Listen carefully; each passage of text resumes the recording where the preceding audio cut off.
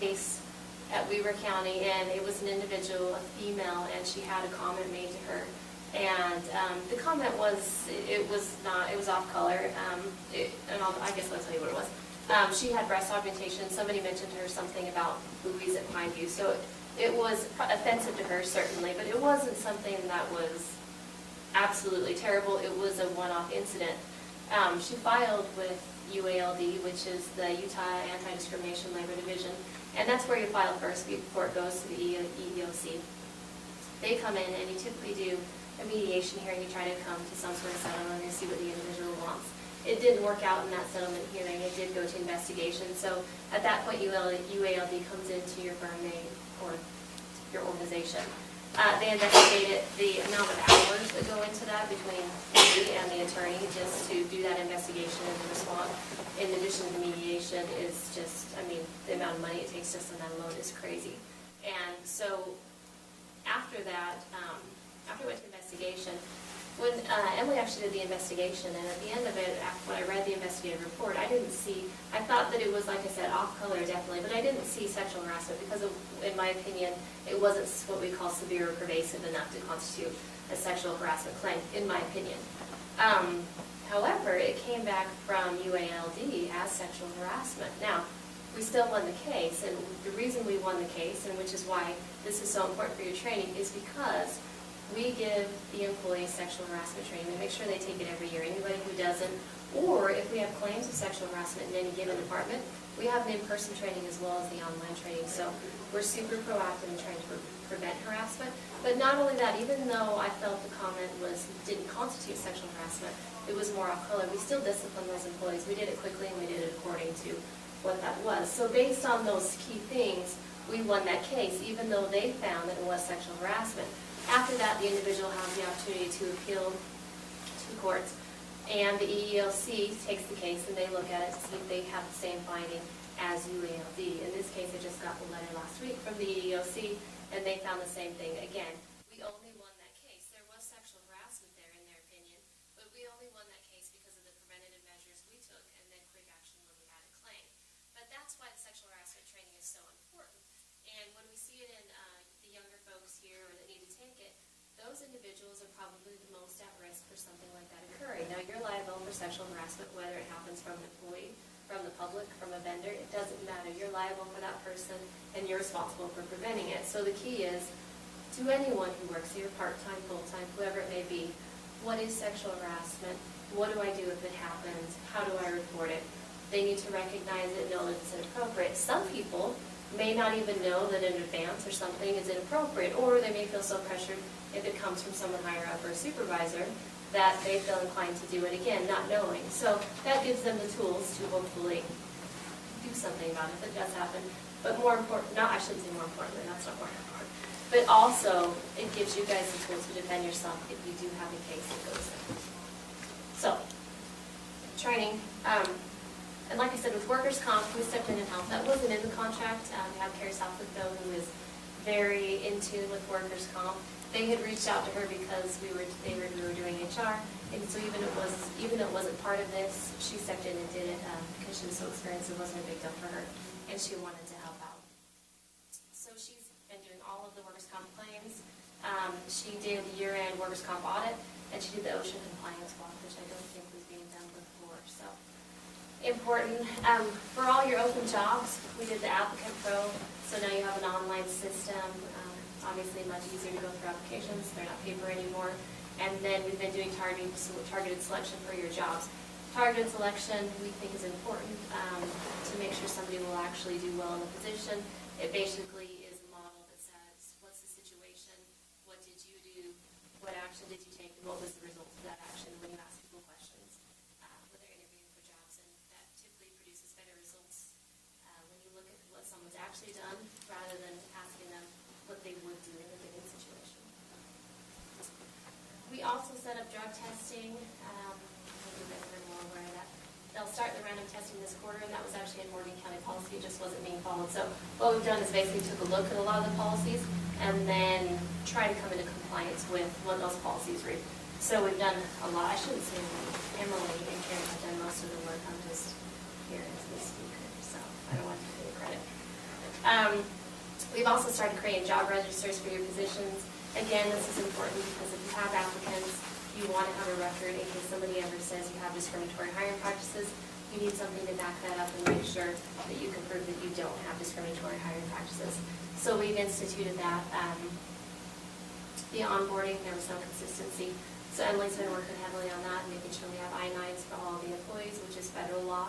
And that's been a little bit of a challenge, but we're getting there. Organizing the employee files, again, that was a super huge mess. Stacy knows, but Emily's done really well. And then there were a lot of employee relations issues, as you guys are well aware. A lot of grant requests that took a long time from Emily. And hopefully that's over with. And then in terms of volunteers, we did institute a volunteer application, and this just makes it really clear the difference between an employee and a volunteer. Before, the volunteers were filling out employee paperwork, so we just wanted to make sure we had a clear difference between an employee and a volunteer so that everyone's clear on what that means. There's no employment relationship, benefits, etc. So is that only on the fire department, or does that include committees that are volunteering to serve? It just includes the fire department. Okay. People who are actually doing work on a volunteer basis for the county. I think the committees would fall under a little bit different because they're not here working all the time, and where the fire department is, we're looking more at people who are in the building working a good majority of the time. So almost like somebody who has a position in South Young County. Okay, even if they represent us. If they represent us in some form, they probably should fill out the volunteer paperwork just to make it clear, sure. Okay. And if they're not doing that, then you probably not see it. What do you mean by represent us, though? I don't think we've authorized any volunteers to represent us. We don't have anybody yet. I'm just thinking, maybe the fair board, maybe the chairman of the fair board or whatever might go and represent us as a county in their position of fair board chair. Okay, I don't know, I'm just saying. all right. So some pain points, and this is common, I guess, with any change. So the biggest pain points that we have are people, of course, don't want to change, right? So they want to do things the same way they've always done them, without realizing that most of these things are done not because we simply want to make things harder, but because there's some federal law or requirement, or we're worried about something that we want to make sure we're compliant with. So that's been a pain point, getting people to take the training, just common things, but those will come with time as people get used to doing things a little bit differently. We do still have some issues with recreation. So in the agreement with Morgan County for recreation, it says that your recreation director will be considered an employee of the fiscal agent. Morgan County is a fiscal agent. Right now, we're paying the recreation director a random sum. It's like $1,000 a month. Don't quote me on that. I don't know what it is. Right around there. But she's an employee, so she doesn't meet the FLSA exempt salary threshold. She should be paid hourly, or to meet the salary threshold if that's the case. So we're not in legal compliance with her. So I would say we need to get it rectified. Emily did a whole study on the recreation department. She looked at other cities, counties that do recreation. She has the salaries, has done the whole bit. And I'll send that to you guys.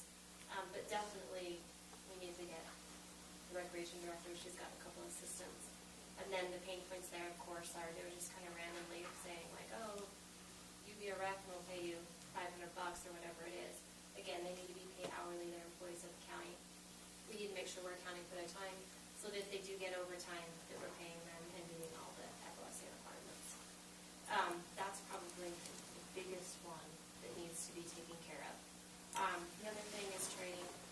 Probably needs to come from the top, but encouraging everyone to make sure that they take the training so that, again, that we're protected and that everyone knows what the job is.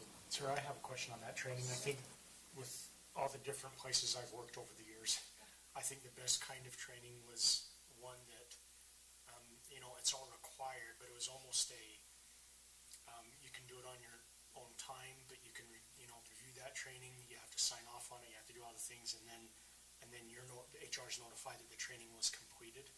And then there was, if you didn't get it in a certain amount of time, there was follow-up emails, and I guess there was, I never ran into a situation where somebody ultimately never did take the training, because But how do you see that working with HR, being down in Weaver County, and how would that work with the employees here? It's the same, so it's set up exactly the same, so they can do it on their own time whenever they like, and then it reports back, and then we get a list of everyone who's completed it and not completed it, so I could run a report at any time with who is not taking it. Yeah, it's exactly the same. And do we have a consequence to those who have not? Yes, you're fired.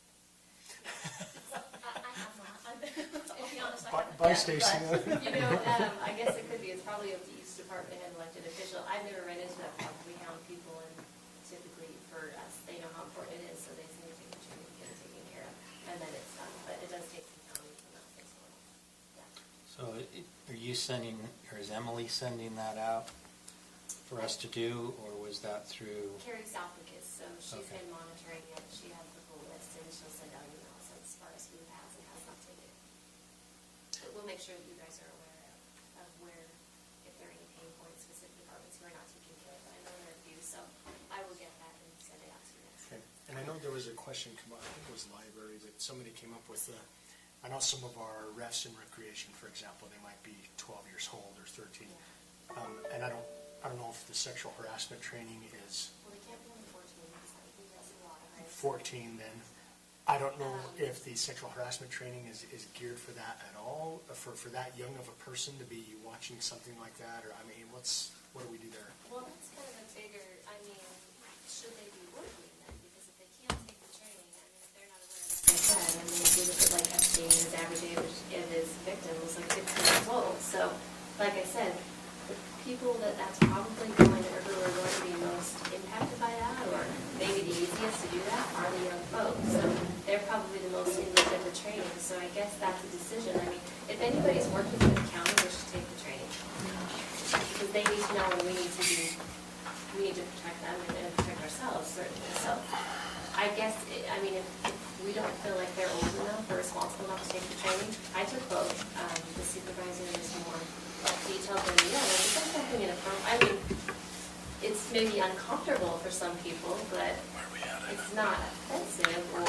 And the one for just general business, not supervisor, has less graphic detail, but still, it wouldn't be anything that I would consider offensive. You know, a whole board put that together. I was on the board. Chris So you're Crawford not going through is on one there, by so you one? can imagine nobody would put anything in training that they didn't think even young people, because we all have young people who work for us. We've got full down fairgrounds and all the people who were young. But that's a decision for you guys to make. If they're working here, they should take it. If we don't think that they're mature enough to take it, then they probably shouldn't take it. They Yeah, should work for us. I'm really agreeing with everything you said. I just kind of wanted to, how to be heard. Yeah, great. Sure. Beyond that, so that's kind of just a general overview of what's happened in the last 7 months. It's a lot. It's taken a lot of time. Do you guys have any questions on that? Yes. Where are we at with the policy and procedure handbook manual? I don't know. I think it's just sitting out there. You So still waiting for it our was input? circulated. I gave some specific comments, and I don't know if anyone else did, I but thought that's what we were doing. That's why thought we were Oh, going through tonight. these. Oh, no. Oh, okay. No. All right. That'll be next time. I mean, if you have Yeah. specific comments, then I you should think just get them Emily's to waiting for Emily, everything. Yeah. and let's get it back done and adopted. If you don't, then And that's let's fine. move on. That's my understanding, is it's just floating out there, just waiting.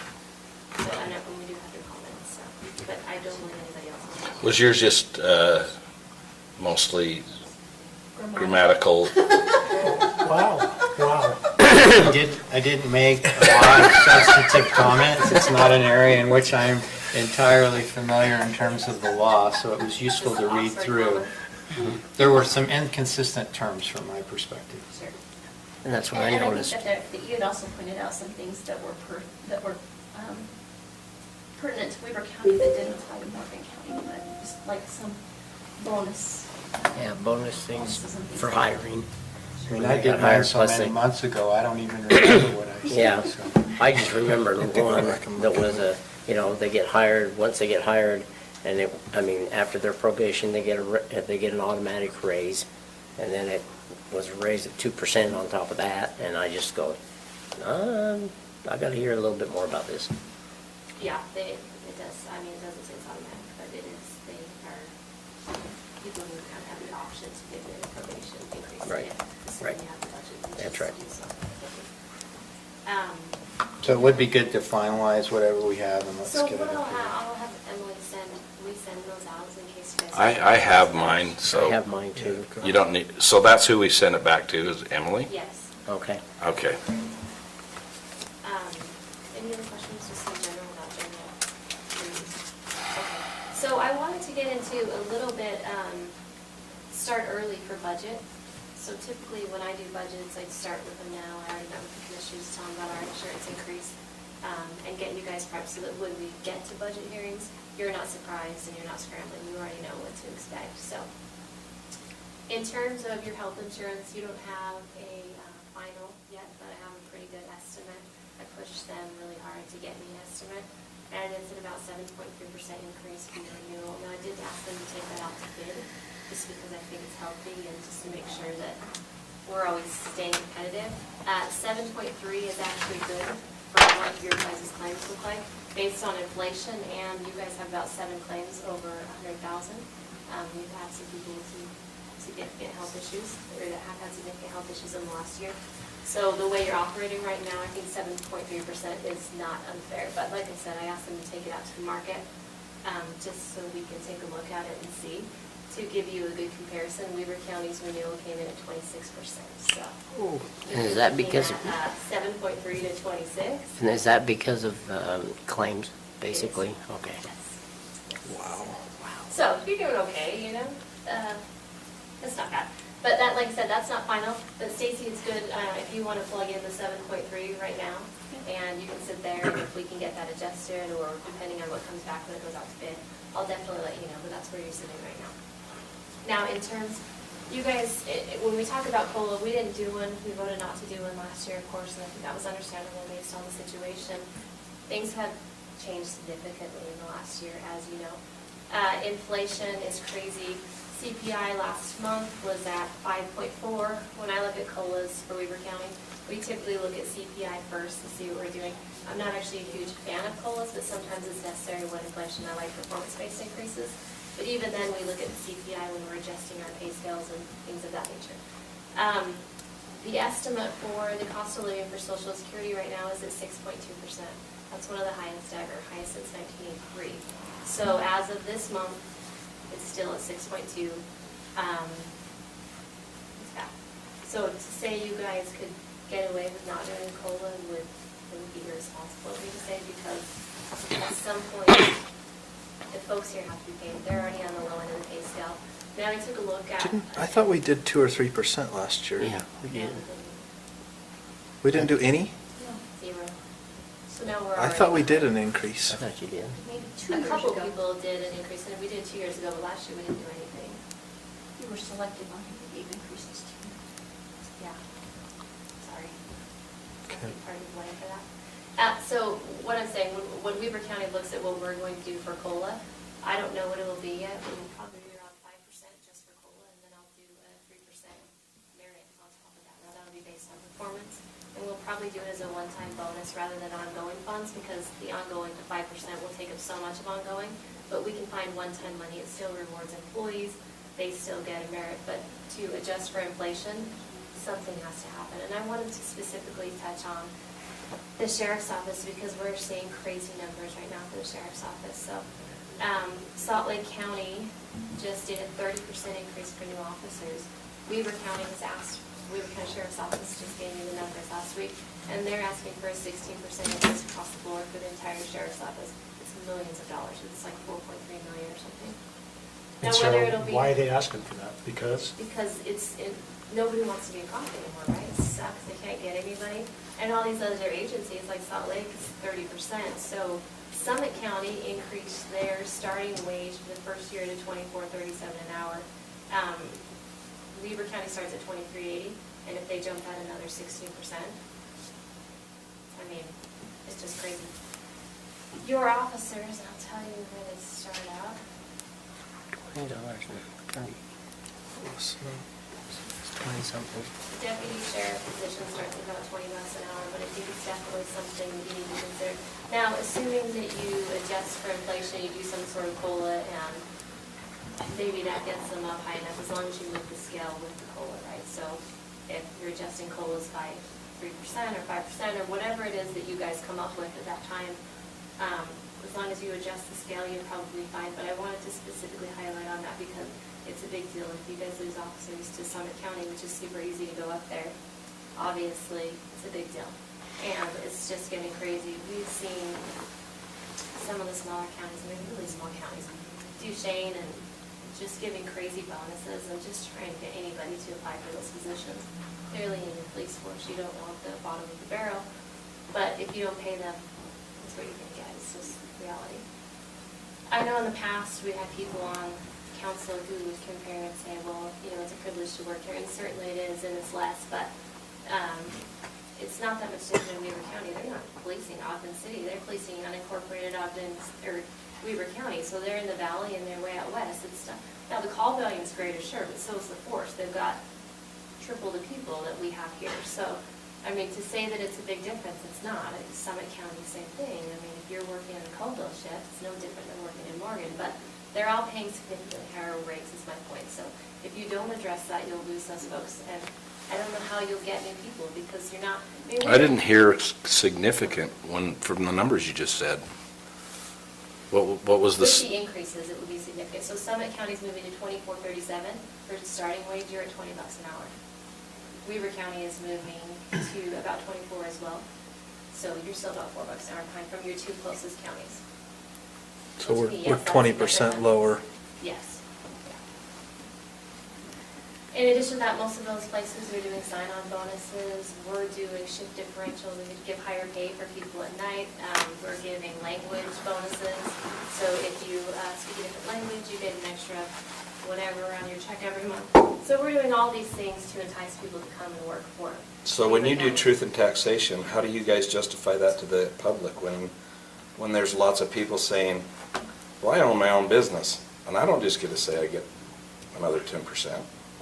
How do you do that? You have to talk to commissioners. I don't get that. But I'm just saying that you're going to have people sitting in here going, hey, I own my own business. I don't just get to go, hey, inflation's great, so I need another 10%. You just don't get to do that. I don't know. So how do you guys justify it when you're sitting in front of them? We did do just that. I mean, inflation is what it is. There's a million other places to work. If we look at Weaver County specifically, Amazon's building a 50,000 square foot warehouse, $1,000 sign-on bonus, and $20 an hour just to start. So if we want people to work for us, if we don't want the bottom of the barrel, then we have to pay our people. I mean, it's that simple. If we want good people, if we want to provide good service, we have to pay the people. So that's my standard response.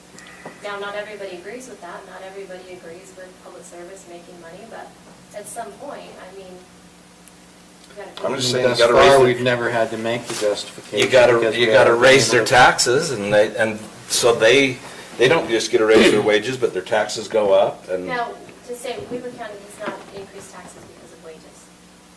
So. Yeah, but we're gonna have to. Or you build the budget backwards and you start by building your base off of. Now, I will say that we do that as well. We start with employee increases and insurance, and then we build our budget back up there, so. Which is what we've done the last 2 years, or at least attempted to do. Prior to that, we didn't, but we have done that the last couple of years. I mean, in response, our employees are. I'm just we're asking the getting- questions, Yeah, because no, I'm gonna be sitting here in this meeting. Sure. So- I've been there, I know how it feels. Can I throw a little comment in? I literally had a discussion with my supervisor today, 3 hours ago, about this exact thing. And where I work, it's a little bit of a lower turnover rate than other similar private firms. And their philosophy is if you have an employee that you've trained, I mean, even more so with police, but if you've trained them, you've got them more than, and then you spend all that dollar and money to train, and all of a sudden they can jump ship for an extra $5,000. I mean, it makes actually even business sense. It makes 0 sense to spend more than that training to allow them to jump versus paying for that to keep them to stay. So there's a lot of different. I think there's also different economics as far as what are we trying to build and what are we trying to do, and are we going to lose more money by keeping these rates low, wages low, and having a high turnover rate is I guess the worst case scenario is you just keep them low and they'll just keep turning over and Or you can't good luck, find Sheriff, and we hope for the best. Yeah, you guys already have issues right now. I mean, if you look at like Brett Heiner's position, she just can't book them because they pay $11 an hour. I mean, in order for a one-bedroom apartment in Morgan County, you'd have to work 120 hours a week on that to even be able to afford it. I mean, it's not realistic it's not a living wage in this day and age. It's not. So Neither is Social Security. no, it's not. Which is Neither- why they're going neither to is pensions. 6.2% COLA. So I mean, it's cross board. And I mean, when exchanging emails, HR directors from counties exchange back and forth. So what I gathered so far, Salt Lake's looking at a 4% COLA and a 3% merit. Wasatch is looking at a 5% COLA. Utah County is looking 4.75, and Box Elder's looking at 5%. So you're not alone. Everybody will be defending that. And to be honest with you, I've never had huge blowback from increases, but like I said, we haven't been increasing taxes either. We just move other things around to make that our priority. I don't know what you guys have to. I mean, like I said, I've been in your shoes, I know the position, I know how hard it is, and I know you don't have any money, but from the other side, I'm also telling you, if you don't do something, it's too close. It takes me 25 minutes to drive to Ogden. It's not that big of a deal. So there's so many opportunities for people in order to keep them here, in order to keep good people here and train people here. We've got to do something. In my opinion. Well, we know our gas budget's gonna be double. You're right.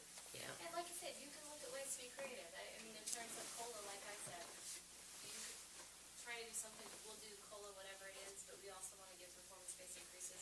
So we'll do one-time lending rather than ongoing, where we take it from our cost savings for the year. So I think there are things we can do to be creative, but I'm just saying, I think we've got to do something, whatever it is. Any questions on that? Okay. So to get into the contract we have with you for HR, it has to work independently, and I don't know what the answer to that is, but originally when we estimated that, we said 10 hours a week, and it was budgeted for 10 hours a week. So often, more times than not, Morgan County has taken more time for Emily than our 1,400 employees in Weber County. So now it's been a little bit crazy because of the stuff you guys had going on, which was pretty dramatic. But the volume of work here is such that I think you need someone in the office. So I'm not saying that we won't help you anymore, that we won't still do it, but it needs to look a little bit differently. So if you want my best case on how it looks, is you have somebody here and maybe for a year you do a lower contract with us and we supervise them and train them, because you're not going to get, at least I don't think you'll get anyone in Morgan County with HR experience. So you clearly have to have somebody who can guide them. But I think somebody can be trained as long as they have the resources and can come in and do it. It was a nightmare when we got in, but it can be fixed. So I don't know what it looks like, and I'm certainly willing to help you guys figure out what it looks like, but I can't justify to Weaver County the amount of man hours we're spending. It's way significantly more than what the contract was. Let me ask you this on that. If you're, What is the yeah, contract? this year, 10 hours a week. of course, it was your first year doing it, Sure. and things, we had to get things going. It's just like me. Yep. This year I've put in a lot more hours than maybe I'll put in next year. I don't know.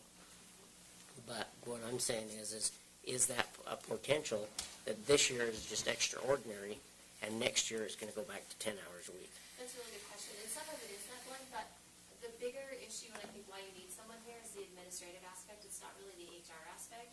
It's that you guys have crazy amount of referees and all these people have to come in and fill out paperwork and be put into the system, and just simple things. They're not really HR related, they're office tasks, but you need somebody here at least part-time, more often than once a week, who can handle all those administrative tasks. So again, it's not the HR side that's taking the time, it's the administrative side, which you can easily do. And I don't know, maybe, I know you guys are looking for secretary, maybe you combine the two things and that person does dual tasks, or we could look at it a million different ways. But you'll always have that aspect of the administrative, so you need an office person here where people can go, and they may not have the answers, so that's why I say, if we hire someone and for a year, you still contract with Weaver County.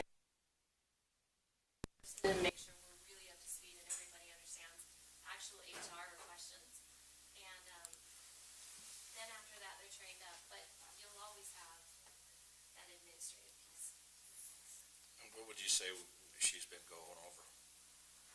It just depends on the week, but I would, it's only. Average, on average. Probably 10 to 20. Over? So she's doing 30 hours a week 20 to Not 30. every week, but definitely. on average?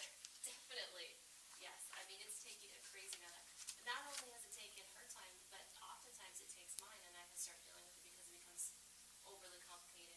So, I mean, when you're looking at the wages of us, when you're looking at 18,000 compared to two people who were close to the 100K range, it's just not, it just can't be justified.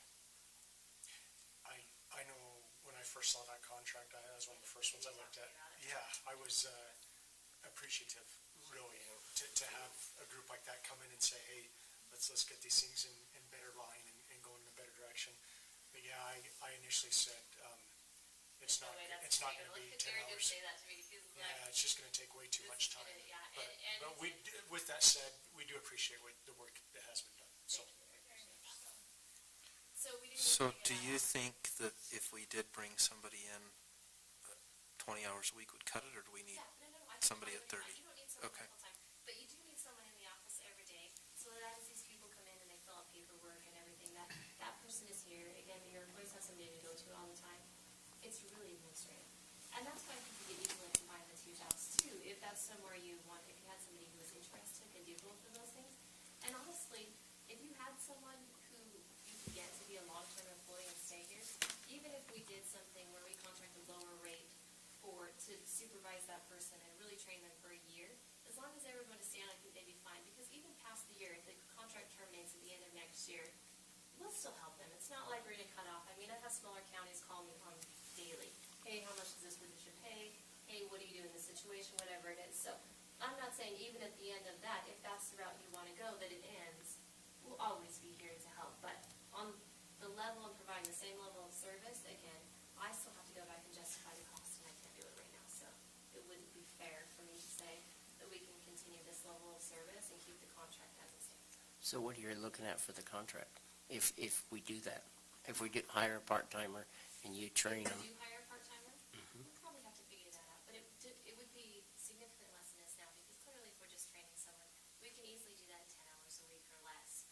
Initially, it will take longer, but if you Right. average that out over the full year, by the end of a couple of months, it's going to decline significantly. So, I mean, I'll take a really close look at it. I just wanted to present that here. I didn't want to give a letter of information or anything, but I needed you guys to know that the way it's functioning right now wouldn't work in the future. But I also wanted to know, I'm not cutting you off, that's not what I'm saying. I'm just saying, we have to find out a way to make it work. With your guys' contract, did we pay you for all the time, or did we only pay, we paid you for We the time just paid spent? the 18,000, yeah. Okay. It's just billed monthly. And we won't charge you any more for that. I mean, we're okay. Through the end of the year at least. For sure. Anyway. Just take it out of the 911 funds. That one seems expensive to The me. dispatch. The jail Yeah, fund? that's out of my, you gotta talk to Tina on that one, though. Tina Matthews. I don't know how that works. It may be entirely justifiable now. Yeah, I just see it going out, and I'm like, wow, that's a lot of money. it is a lot of money. But it's a complicated system, too. so. That's outside of my favorite position. Do you guys have any other questions? Yeah. So I will email you some information, just an overview of kind of what we just discussed. I'll email you those numbers so that you have them. I didn't want to bring a bunch of papers, because as I sat out there and people handed me a bunch of papers, I dropped them in the trash. Yeah, On the way out. the file gets going like this. But if you don't have anything else, sorry I gave you all that bad news about money, but that's it for me. Thanks, Sarah. You're Thank welcome. you. Awesome, thank you. Thank you. No problem. Sarah, it's always good to take my calls when I have questions. Anytime. That's where all the money's going. That's right. I feel Bobby at the attorney right now. That's right. And I'm a very slow study.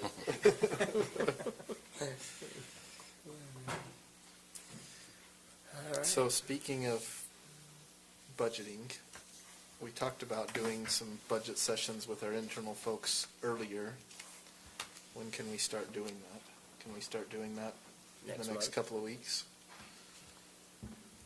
What, my My suggestion, I've been suggesting or thinking of, is if we were to do every Tuesday in the month of September, take an extra 2 hours, do a work session on the budget with the different department heads, so just whichever ones we can schedule.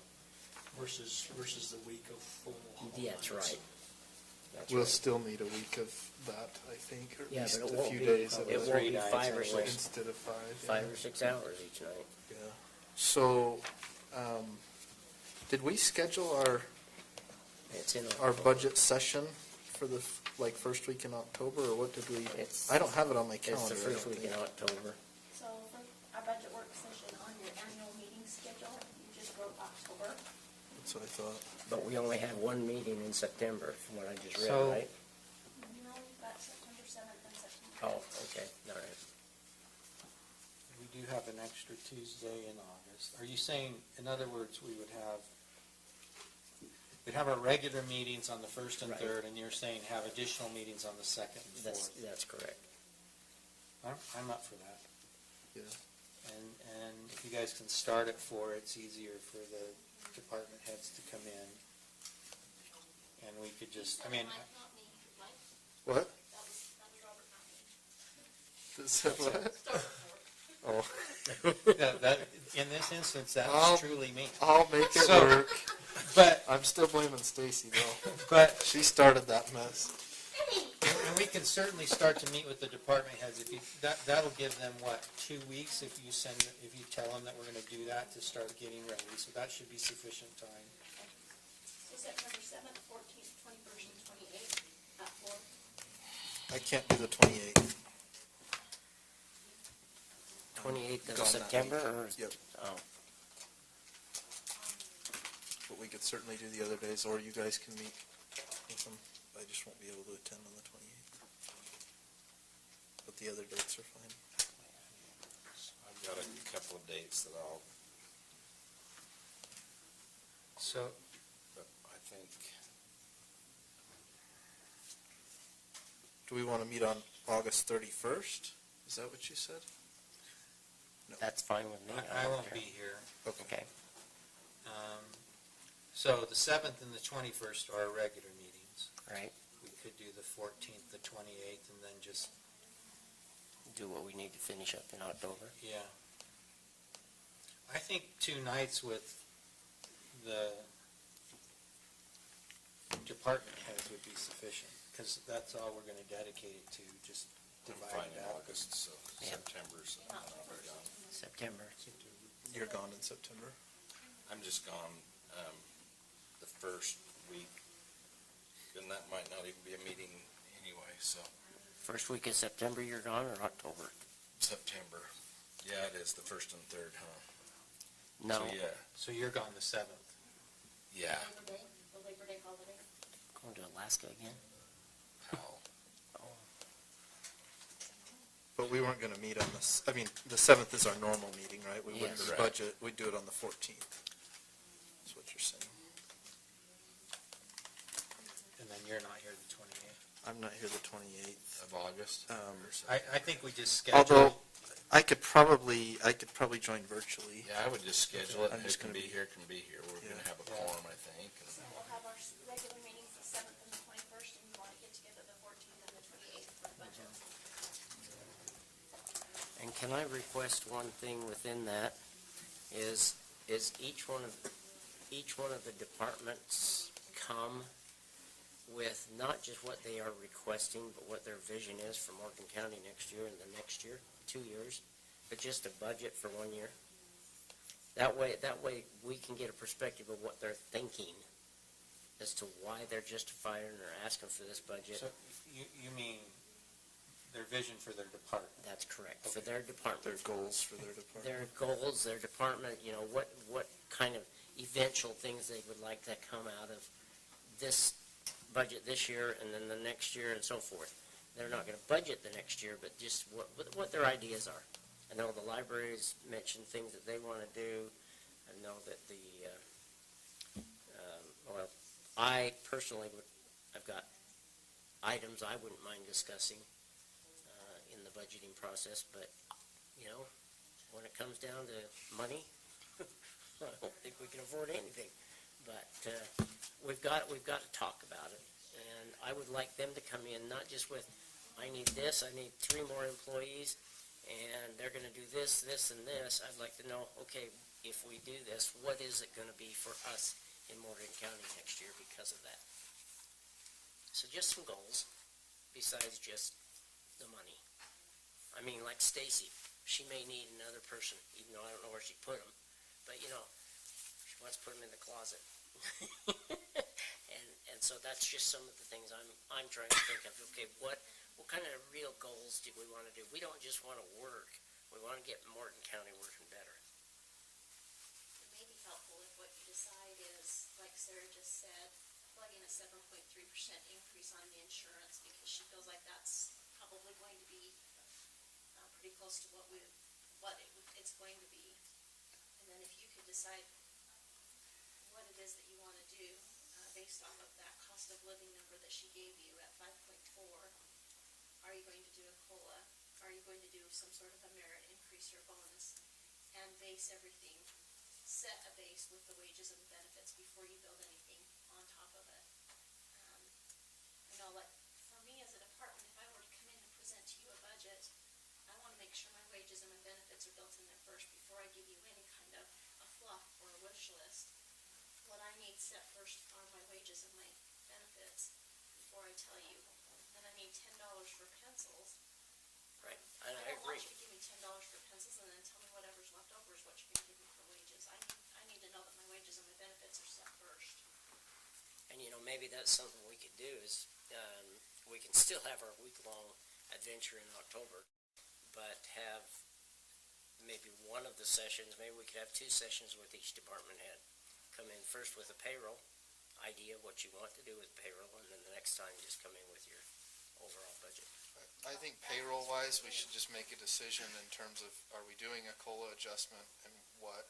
Right now, I'm inclined, and this is just speaking for myself, you guys can totally disagree with me. I'm inclined to say, let's build it out with a 5% COLA and with the insurance increase and see what it looks like. And if we need to make adjustments later, we'll make adjustments. But that sounds like that's the norm across the board, is about 5% from other counties. I think we need to stay competitive. Let's see what it looks like at that. And then if we need to make adjustments, if we need to go to 4% or 3% or 6%, whatever, we can talk about that. We'd at least know the baseline. And did you get any inkling from her that she's doing any kind of a salary survey, market survey, or was this just basically cost of living and merit increases? That's all. That's all that, She had asked me for a list of all of the positions and years of service, and because she was going to do a cost comparison of similar positions, and so maybe that was just for the sheriff's office. well, and I know we've done that in the past and tried to look, and, I mean, we made a big adjustment to elected officials, not this group, but the other elected officials 2 years ago because of that comparison. Okay. And maybe that would be worth doing too, but I think for right now, we should at least build it out I agree. with an increase and know where we start. Well, and I think, Matt, that takes care of your question, is that if this is where you start and where you build from, what you're proposing to the taxpayers is not based on what's down here, it's based on everything else that's here on top. Well, you're actually budgeting for a new piece of equipment or a new project or a new building. You're not proposing a tax increase based on what you set your wages and your benefits at. It's whatever else you've built on top. But isn't that public information? Well, yeah. absolutely it is, 100%, but I think that's part of the argument too, though, when we, maybe argument is not the right word to use, but part of the justification is, look, if we have to cover the cost of insurance for our employees and that cost goes up by 7 or 8%, we can't afford to continue with taxes exactly at the rate they are. yes. That's just not sustainable. And just like it's not sustainable for a business owner to continue to pay their employees $10 an hour when the business next door is paying 15 or 20. You have to make adjustments. It's unfortunate. I mean, I don't like it, and I agree with you. It stinks for the guy who's at the top of that business that can't go and do that, but that's the reality of things. And it's no secret to anyone in this community that inflation is rising. Our costs are going up and will continue to go up. It's been scary in the past, though, that we build everything up, and then the last thing that we budget for is whether or not We do we increases. do it backwards. I just hope that when somebody comes to me and say they want to buy a beef, it's now double. That's what I'm saying. I mean, everybody expects from a farmer standpoint that we have to keep our prices low, but they don't realize what goes into farming.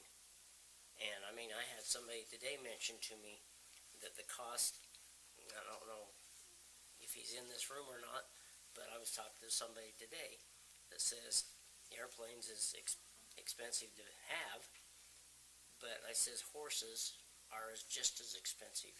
And I says, and when I raise a beef for somebody, that cost of that beef is a whole lot more than it is to raise the cost of gas or airplanes or anything else. It still costs. And unfortunately, you know, I wish I could go and say it to every single one of my customers. Well, now that Robert's an attorney and he makes $1,000 an hour, I should be able to charge him $5,000 for a beef. But yet Mike comes to me and he only makes $20 an hour, so I'm only going to charge him $2,000. So you got to look at it, you know, I've set the price. You set your prices in your business. It's the same kind of a thing. I don't want things to go up, period. But I know they're going to because of inflation. And so I'm fighting a losing You battle. must be quoting coastal rates. I don't make that. I don't know what you make, but I did that out of context. $1,000 an hour. There are attorneys out there that bill that. It's just not me, and I don't know that. I really only know of one guy in Utah that thinks he's worth that. All I'm saying is the costs have risen. I go and sell my beef to stores, and they squawk and complain about a $1 a pound increase, but they don't realize that I was charged that $1 an increase just at the butcher. The cost of growing that beef has gone up a little bit, but the cost of butchering it Yeah. has gone up double. There is a restaurant in Bountiful that the owner basically does charge like that. Mhm. So I always slum it when I go in there in terms of what I'm wearing. He looks at the Drive the table, old truck to that looks one. at the table, and he's like, there's no menu for the prices, he just asks you what you want to fix. Then he comes and he tells you what he wants you to pay after you're done. Really? That's very It's interesting. It's an Where's interesting that? approach. I'll go in my old It's farm. it's on Orchard, and the food's really good, but if you looked at the restaurant, you would question whether you wanted to go in. It's like an old 7-Eleven. Oh, right there on 2200 South, and you're there. So, do we want That's where to, I grew up. do we want to do our budget session the week of the 4th then? 4th of October? Yeah, we have a Yeah, meeting on let's the get it 5th. going, because we want to make sure we make our time deadlines to put out notices for truth and taxation and so forth. So, yeah, let's get that scheduled, and then I concur with Commissioner Newton with respect to how to build it, at least to start. In the past, we've started our budget session at 3. And yes, I know, I'm the one suggesting an earlier time, Stacy, so you can, So 9:30? Is that what you did? huh? Did I No, just- 3. Oh, 3 in the afternoon, 10, got it. till 9:30.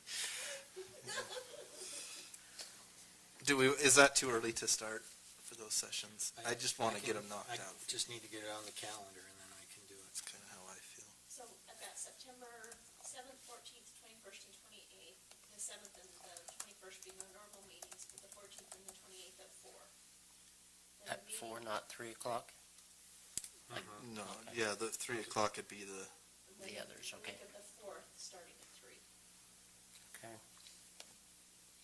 Glad I'm in PAL. Oh, you are? the week of the 4th? September? No, No. October. October. No.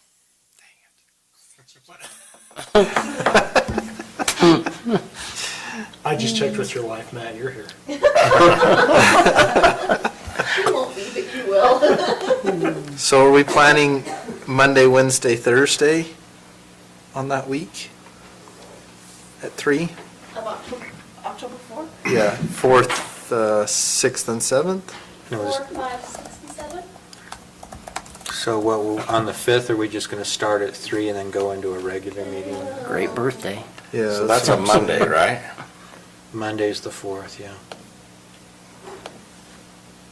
Okay, I won't be there that day. I On will the be- 4th? Yeah, I won't be here on the 4th, but I will be on the 5th. Well, I will be. I'll fly in at noon on that day, so I can be here. Good, because I'm giving up my birthday for it. You don't celebrate birthdays at your age. My kids like to. But you're right, you don't. That's on the 5th. I need to go to the restroom before we start. We may not need every night that week if we get some If stuff we get done it in done those in September, we previous won't have to. weeks. Yeah. But we can block it off. I'm not gonna block Friday, but I'll block Monday through Thursday. Okay. 2-minute break. I guess the next question though is when is the deadline for truth and taxation notice? We should make sure we're prior to that.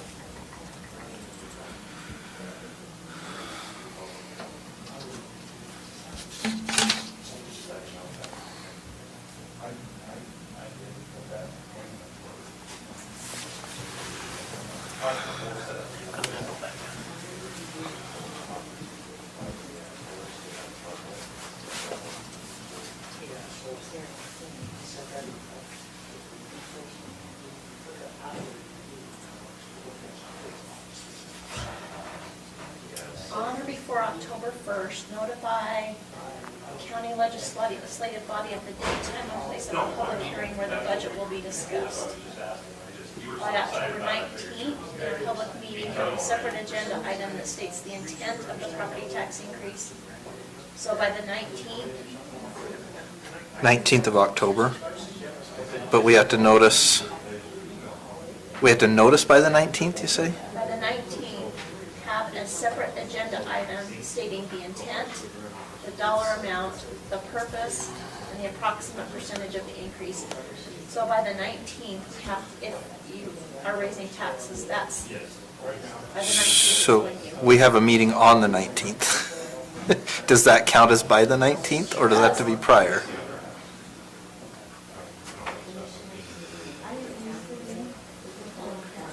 I got my notice from the school district saying they were raising. Yes. They do every year, it's a They better do. model, frankly. Yeah, I think it is too. But if you create Apple ID, you have to put Apple ID and install an app. I think you could leave it here. Yeah, can you help me get on this one? Because I haven't seen emails since Wednesday. Yeah, I just updated your thing with the password. And I think I must have left my phone. I'll just get you on the webmail here and I can do it on your phone. Okay. I can just have it till tomorrow. I can even run it up to your house after work tomorrow. I'm just trying to do an upgrade on the Don't OS. tell me where you live, Robert, don't tell me where you live. An upgrade on the OS because it keeps failing. Oops, okay, So, there's that calendar for the year. Oh, thank you. Can you guys hear me? Yes. Yes. We can. A little bit more warning next time. Oh, that's not an iPad. Put, Just what I want it to be? no, it'll be your email address, so it's rmcconnell So Jeremy, well, he's logging into there. @gov. I haven't used my iPad in probably a year. Oh, I'm just using this. I talked to Jim about, or Jim Do you Blaine. still have that password with you? No, you're fine.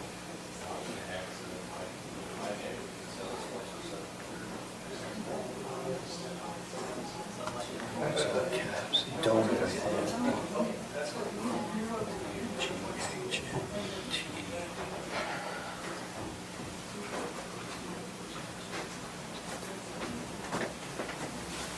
I probably should should have ran to the restroom too, but I'm gonna do that first. So Mike, just one quick sec. So I was talking to Blaine about this the other day too. I said, if you don't enjoy using your iPad, we can swap the account to a MiFi that you can hook your laptop to and stuff like that. I don't even need that, like I've got, I have a Do you want me to turn off your Apple account then? so, On your iPad? It's awesome when you go on vacations. What, for the mobile thing? Yeah. Well, see, that's what I was thinking. I have one that I use for my thing, but Is anyway, there- I don't know, I'll get with you after and we'll talk Close about that, it. and then you'll stay logged in. Just hit the next until it goes away. Then we're gonna have to sync it to the- Okay, so there's your webmail set up there. But if you want me to do your phone real quick, I think I left that in the truck. okay. When I get your iPad to you tomorrow, I'll do your phone. Okay, sounds good. Work from that and good to go. I'm just trying to update the OS. Yours is way behind. Okay. Do you have an Apple ID set up? This is, You gotta remember, I'm not these emails very are literate May on of stuff. It'll take a minute. You've never used the webmail, so it's gonna have to pull everything down. It'll start screaming down there in a minute. So you just want me to hit my app store? Yeah. So under there, type Office 365. Search it. What day it is? Search. See if I've got the same one. For Stacy, iPad? were you able to get those corrections? Okay. Office 365. For iPad, right? And it has a bundle app.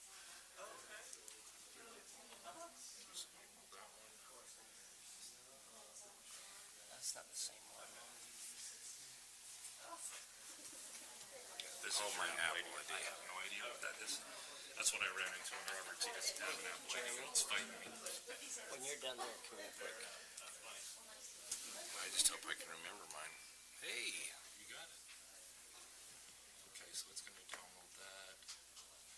That's just asking you if you want your password to work for 15 minutes after you put it in. I know how to find this. my password? I would hit, remember? I say I don't even know how to find this. Do the middle one.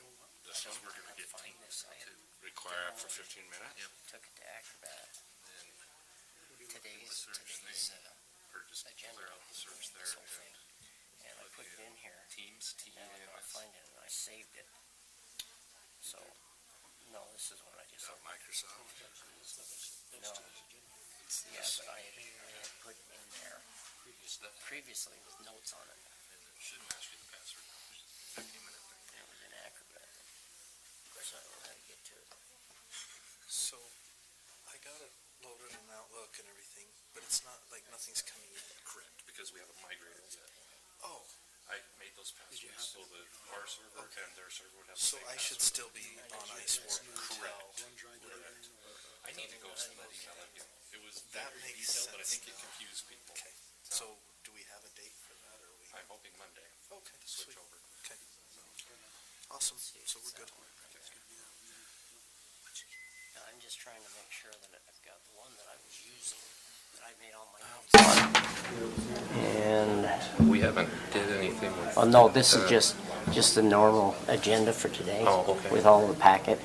I put it in here, and now I'm not finding it where I had made notes. Where is it? He needs to click back in. Okay, I found it. Thank you. Okay, I think we're ready to begin. Getting ahead of the ball. All right, I'll go ahead and call to order the Morgan County Commission meeting for August 17th, 2021. All members of the commission are present. Welcome to those members of the public who are joining us this evening. I think it's my turn to give the invocation and/or moment of reflection. I will tell you something I heard that I liked that Mother Teresa said. She said, "We are not all destined to do great things. We are destined to do many things with great love. And I really like that quote, so I thought I'd share that with you. I'll offer the invocation now. Father in heaven, we're grateful this time for the opportunity that we have to come before thee on this evening. We're grateful for the blessings that bring us together and for this community and those who determined to share their time with us tonight. We're grateful for the opportunities and privileges that are ours and pray that thy blessings will be upon us as we meet together. And we say these things in the name of Jesus Christ. Amen. Amen. I pledge allegiance to the flag of the United States of America and to the republic for which it stands, one nation, under God, indivisible, with liberty and justice for all.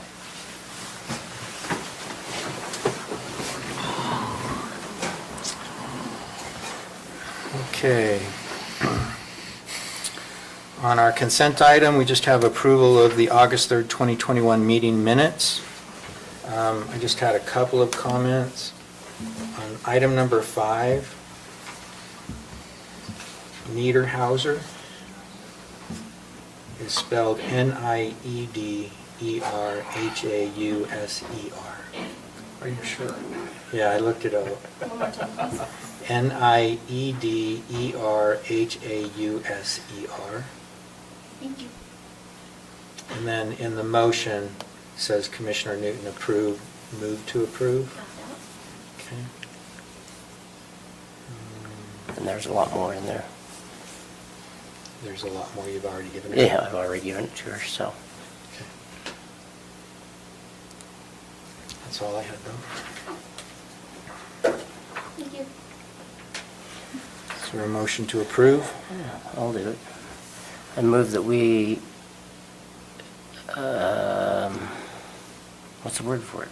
Approve? Approve. Approve the minutes from the August 3rd meeting with all the corrections. I'll second the motion. All in favor? Aye. Okay. Are there any conflicts of interest that any of the commission members wish to declare? Okay, hearing none, we'll move to our public comment period. For those of you wishing to address the commission with respect to items for which there's not a public hearing scheduled, you may do so now.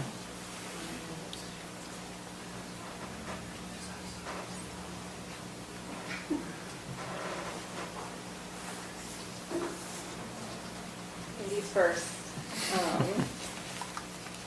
I'm here to support the plat amendment that you'll be discussing tonight for the Heather Meadows subdivision. My name's Jennifer Larson, and I'm lot owner 4 of Heather Meadows development. I emailed each of you. You've received an email from me yesterday with my comments tonight, so nothing should be a surprise to you. But I strongly support this plat amendment, and I believe it is above and beyond the safest fire suppression method for Heather Meadows subdivision. That in conjunction with standard countywide methods. My email to you included my comments to the Planning Commission in June showing the statistics from the NFPA that advocate fire sprinklers as the safest fire suppression method for firefighters, homeowners, and families. And I hope you each had a chance to take a look at that and see what those statistics are and dispel any myths about why there might be false concerns or false sense of safety. That's not what the NFPA says in their documentation. But more importantly, I emailed you my comments from January 2020 when I addressed the council in regard to this issue of fire suppression in Heather Meadows. And at that time, I asked the council to work with the developer and lot owners to find a solution for the problem that has cost lot owners significant time and resources. My comments then specifically were, I respectfully request this council to reconsider its decision to remove the developer from the county council agenda and hear the requests of the developer.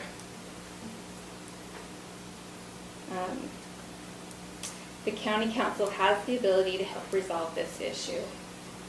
To resolve conflict and negative feelings that will prevail, avoid costly legal consequences. As council members, you have the ability to make the difference and create solidarity between neighbors and municipalities. We've come a long way since then. There have been significant costs, legal costs, consequences since my plea, but my plea is the same tonight as it was then.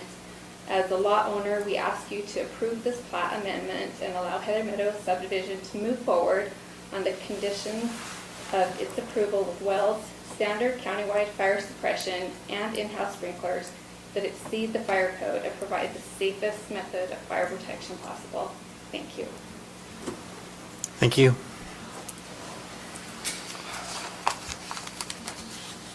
Hi, my name is Kristen Guyman, and I'm a co-owner of lot number 1. At the planning committee meeting, one question that one of the board members asked, discussed with the other committee members was, why are they even here? This sounds like a civil lawsuit. In case any of you were wondering the same thing, I thought I would clarify our intentions. We would like to build our home on lot number 1 in the Heather Meadows subdivision in Peterson, Utah. Our intent is to supply fire suppression to our lot so we may move forward with building. We are open to any and all ways to achieve this goal within ethical bounds. We do not believe it is ethical for a private company to demand that we remove our well, which we went through the proper and legal process to install. We have tried numerous ways to resolve this issue. As lot owners, we wholeheartedly participated in the attempted settlement with PPA. We were willing to pay PPA and become members as long as PPA was not given control over our well. In fact, because we believed PPA's primary concern was the number of wells being put in, we offered to share wells to decrease the number of total wells. But still, an agreement could not be met, which has led us here. We, as lot owners, and especially my husband, have researched several possible solutions. Fire sprinklers are the best solution to move forward. Originally, we thought this could be a great compromise where those lots who wanted to become members of PPA and not install a well could, and those that didn't want to become members of PPA and give up their wells could just put in fire sprinklers so we could all move forward. Once again, PPA did not want to be a team player. Despite our frustrations with PPA, my husband has been transparent about PPA's insufficiencies to PPA. He has reported every finding that he's found to the PPA president first, so that he would have an opportunity to correct his claims. I do not understand PPA's intentions, but by the county's willingness to pay for the attempted settlement, I do believe that the county would like this issue to be resolved as well. Tonight is the opportunity to do that. So I'm asking that you please, consider this as an option, be open-minded, and ask questions if you haven't, so we can come to a solution. Thanks. Thank you.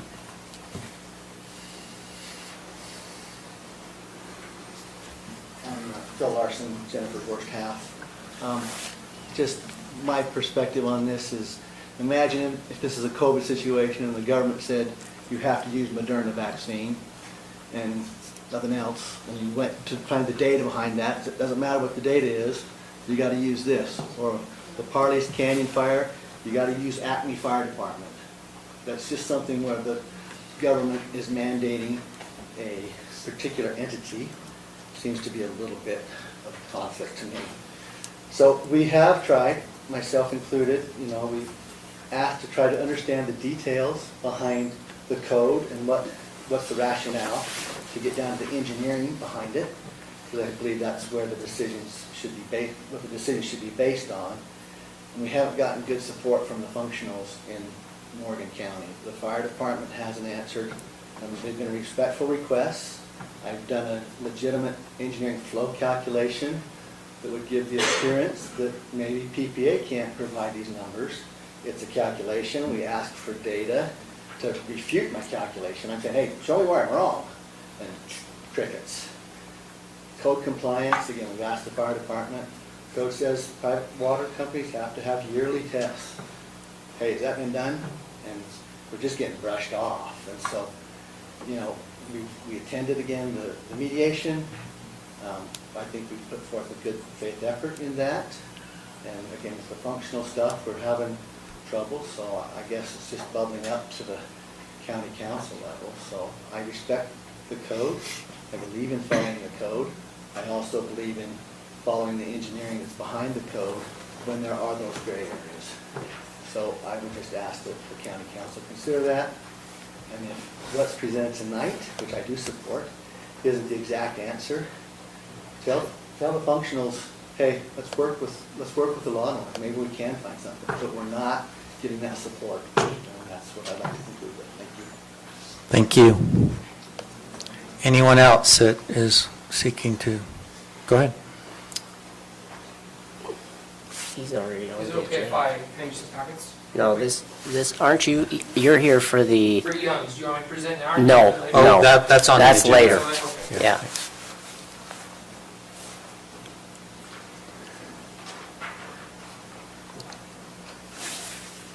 Stand in the middle there. My name is Kevin Hall. I'm here to talk to you guys about the mask mandates. If you'd go over there, it just picks up on our recording better. Audio isn't working right now anyway. Oh. Oh, all right. Well, so, again, Kevin Hall. That'll probably help. It's coming through muffled. Oh, okay. Well, those are two different things. Our recording and our audio for this are two different things. Roger. We still need you there. Okay. So, the third time's a charm.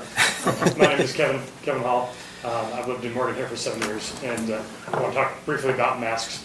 A bunch of the county commissions have been under pressure recently to make decision on mask mandates, and several of them have already come out, including Utah County, Davis County, Washington County, Iron County, and then most people know Salt Lake City actually overturned their health department's recommendation, and they've come out saying as a commission what their stance is on masks.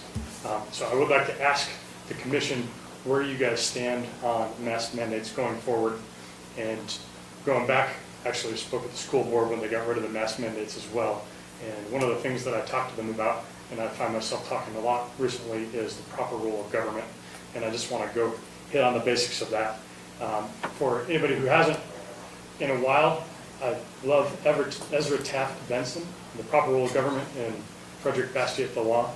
Amazing resources, short, easy reads, and very helpful to just get back to the basics. And he just kind of sums it up nicely, saying, Ezra Taft Benson, that is, saying, the important thing to keep in mind is that the people who have created their government can give to that government only such powers as they themselves have in the first place. Obviously, they cannot give that which they do not possess, so the question boils down to this. What powers properly belong to each and every person in the absence of and prior to the establishment of any organized governmental form? It is a question which is vital to an understanding of the principles which underlie the proper function of government. This means then that the proper function of government is limited only to those spheres of activity within which the individual citizen has the right to act. By deriving its just power from the governed, government becomes primarily a mechanism for defense against bodily harm, theft, and involuntary servitude. It cannot claim the power to redistribute the wealth or force reluctant citizens to perform acts of charity against their will. And I will add, or force them into medical interventions like masks or vaccines. Government is created by man. No man possesses such power to delegate. The creator cannot exceed the creator. So, something I asked the school board, and with respect to masks, is does anybody think that they have the power to go to their neighbor and force them to wear a mask or force them to get a vaccine? If not, how is it possible to delegate that authority to government? And so I find myself just going back to the basics, and I want to bring that up, and I would like to ask respectfully that the commission weigh in on what their views are, and ideally come out against any possible mask mandates like all the other 5 counties that have done recently. Thank you very much. Thank you. It's not our typical practice to respond to public comment directly. Obviously, if any of the commission members want to raise mask mandates or on a future agenda, you're welcome to do so. Okay.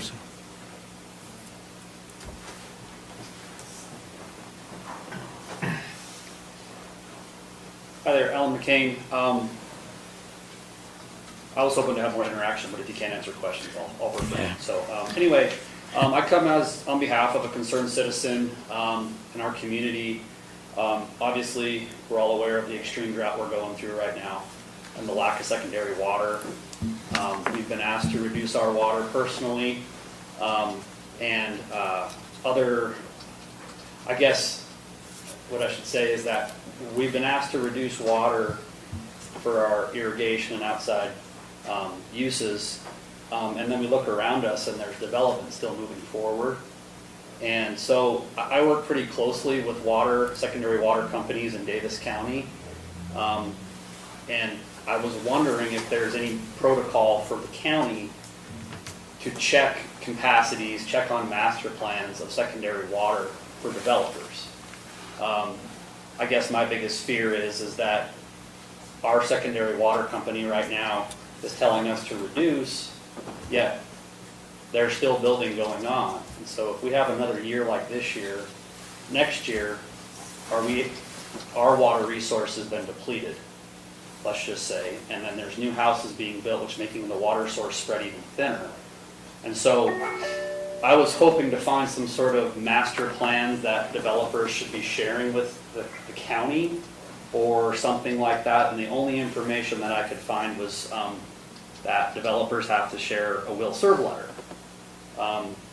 I'm assuming that's what is needed, and that was where I was going to have interaction with you. I was going to ask what the county requires. I don't know what power there is in a will serve letter. A will serve is essentially saying a secondary water company will serve the new homes being built. I can tell you that Oakley City has paused all their development as of recent based upon the drought. And recently, up where I live, there has been a proposal rezone of natural resources and recreational area to ranch and residential, and that's 63 acres. So I'm not the only one in my community asking these questions, but I just so happen to specialize this, and this is what I do professionally.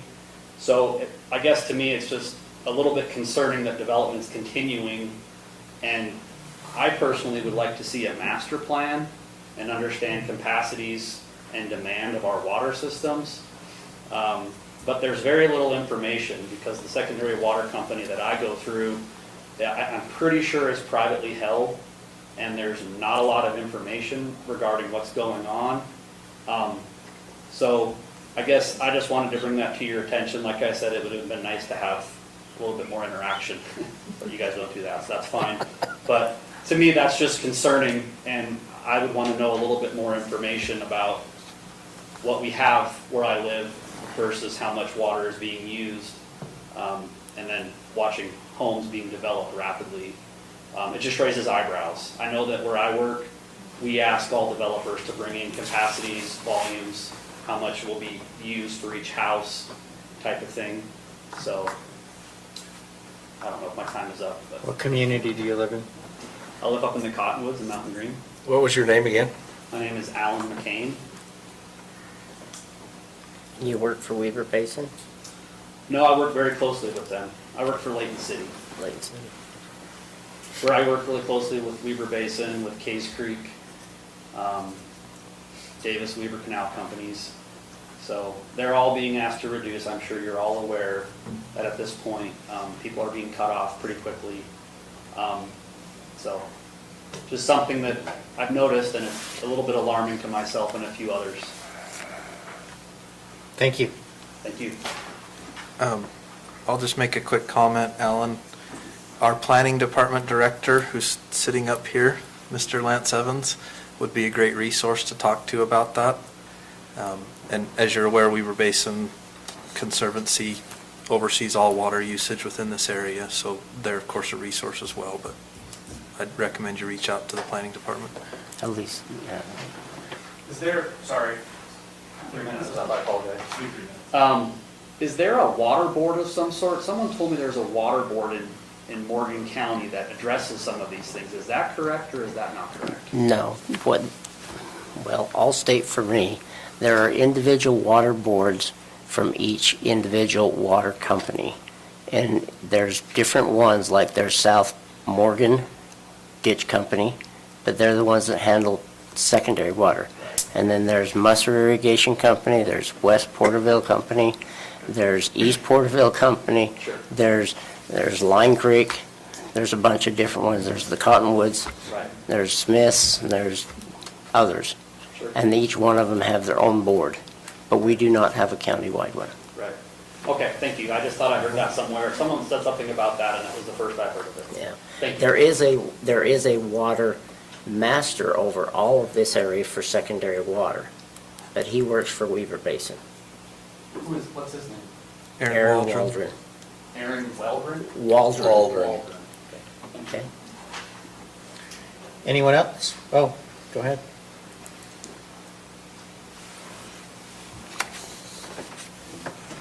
I'll be super brief. I just want to second Kevin Hall on, I've emailed each of you too as a voice concerned about mask mandates, and I appreciate your replies.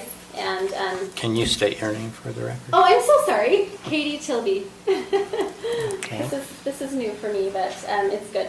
So yeah, I'll be super brief. I second what he said. I wanted to add, I can't remember which Salt Lake commissioner emailed me back about the one that was overturned, how one of his main concerns, and I've been feeling this too, is the false security that a mask mandate can provide for somebody who has a child who is immunosuppressed or whatever it may be. And with all due respect, I can imagine that is a really hard situation to be in.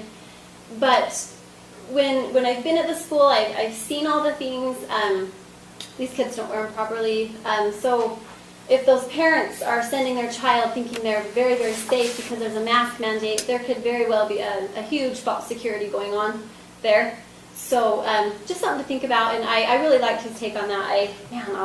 If you want his name, I can try to get that for you, but he was one of the Salt Lake commissioners. So I just wanted to add that, and thank you. Thank you. Thank you. Anyone else that wanted to address the commission as part of public comments? Okay, I'll close the public comment period. We'll move to our action items. The first is Wasatch Industries Brant Hayward request to lease the current Forest Service building at the Morgan County Airport for use as an airport FBO, fuel services, mechanics, and an avionics shop with a small cafe deli. Brent?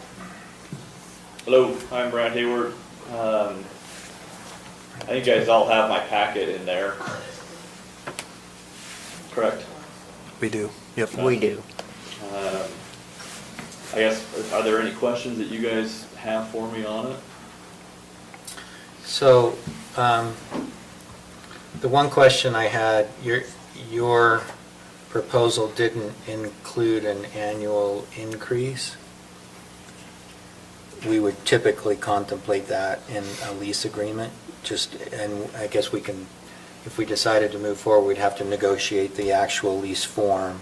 Right. And I just want to make sure you weren't caught off guard by that. It could just be a percentage, it could be a CPI adjustment. There's probably a few different ways in which it could be discussed, but I just didn't notice that in your proposal. Yeah, no, I knew that would be part of the actual lease. The other, We got to that part.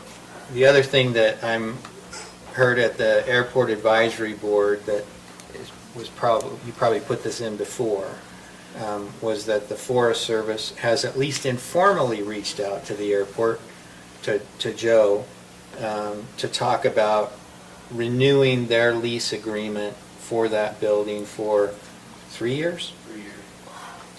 And I had heard through the Airport Advisory Board that you might be willing to do the long-term lease and sublease to them during that Correct. 3-year period in the event that if you were allowed to do the FBO and fuel operation. Correct. At the Yeah, same time. I'm more than willing to work with the current Forest Service and let them have that 3-year lease, or longer if they need it, as long as we can get the FBO portion and fuel in place. Matter of fact, I think they sent Joe an email today that referenced that they are actually also willing to work with me on the same. Okay. So that's useful to know. I appreciate you confirming that. Yeah, that came from William Wells, I believe is his name, with the, he does the leasing for the Forest Service out of Denver. Have they made a proposal, Joe, in terms of what they're talking, in terms of the economics of that? Nothing economics, just they wanna, their plan didn't work out how they thought, so now they need to, come back to the drawing board for at least 3 more years there, so they can get things squared away on their end. They really want a firm place to be, and that building there, it's not firm enough for them. They want their own spot, they want it to be, county friendly and not cost the taxpayers much money. So that's they want very economical. Okay. Did you tell them our lease rates on ground are really economical? And they can build their own facility on our airport? So are they thinking of still doing that other option of doing their helipad and a facility on the east or northeast side in that 4-acre area? Yeah, and I actually threw the offer out if they wanted to continue the spot there. And, we do like a 99-year lease with them or something that says, hey, you can have this spot, put your own building there, do your own thing where they're at now. And I offered it to them up on the north end too. Build their own facility, whatever they want there. So they've got to decide what they want to do. So Of course, we couldn't do that if we do the long-term deal with Brandt. It's better if we do utilize that building with a lease with Brandt and let them figure out what they're gonna do up on the north end if they decide to stay in Morgan County. Right. They really want to go over to Huntsville and put their spot on Forest Service property, their own building, and it can be very economical, but they're, the neighbors pitched it a pretty good bit, and, they decided not to do that route. So Brent, how would that work in terms of your lease and sublease, in terms of the operations of the FBO? Would you still operate out of that building, a portion of that building, or another location at the airport? Or do you need a real physical location for that? The main portion of the FBO that I'd like to get in place immediately is the fuel. And the fuel, from what I understand, there's already an area off one of the taxiways where there's conduit already run for electric, and we could put in an above-ground tank for fuel and with a credit card reader. So we could, as far as the FBO actually needing office space from that building, no, we don't need that right this second. Okay. What about build-out and stuff? How? All build-out would be covered by me in the building.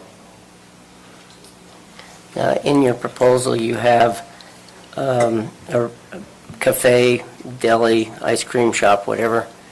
I didn't get time to ask Lance, but what about zoning for that? Do we have to change any zoning for them to be able to do that? So they're doing airport uses on the airport property, is that correct?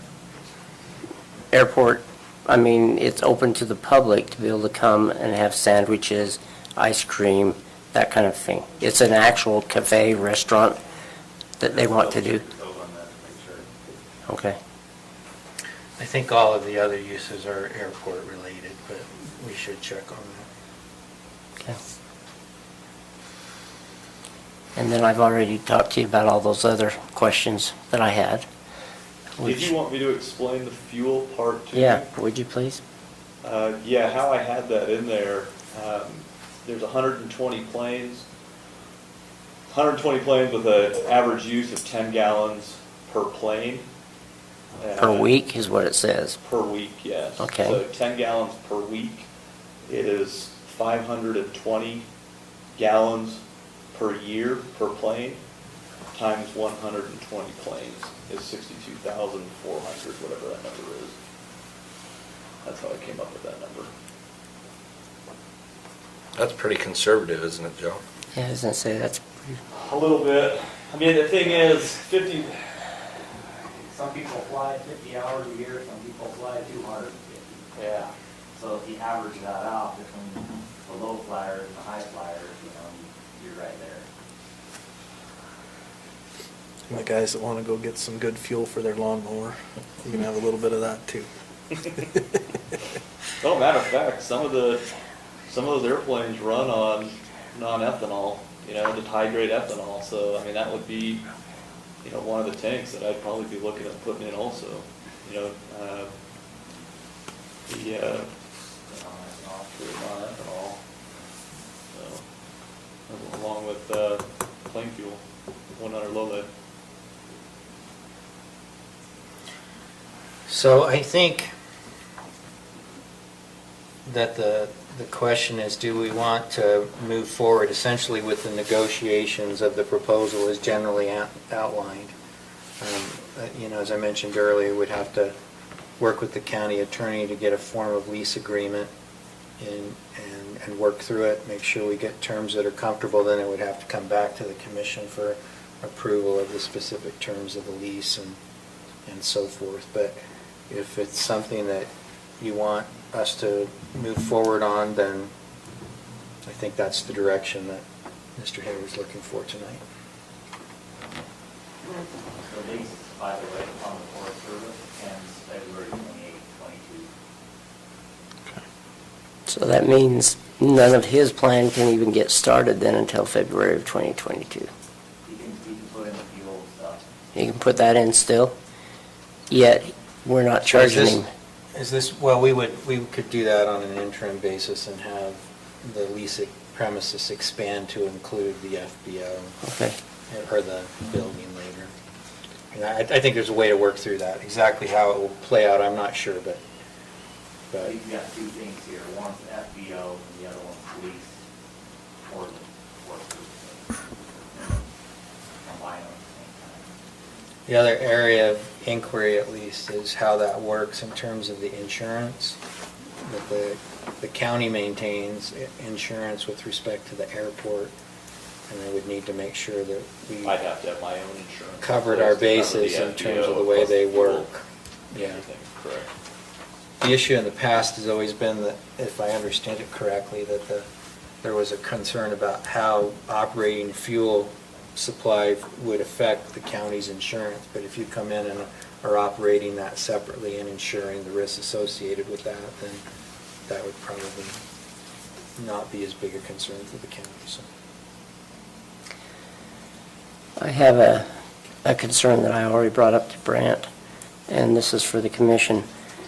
We're already getting a higher amount from the Forest Service for their lease, and yet we're going to give it to him for a less lease.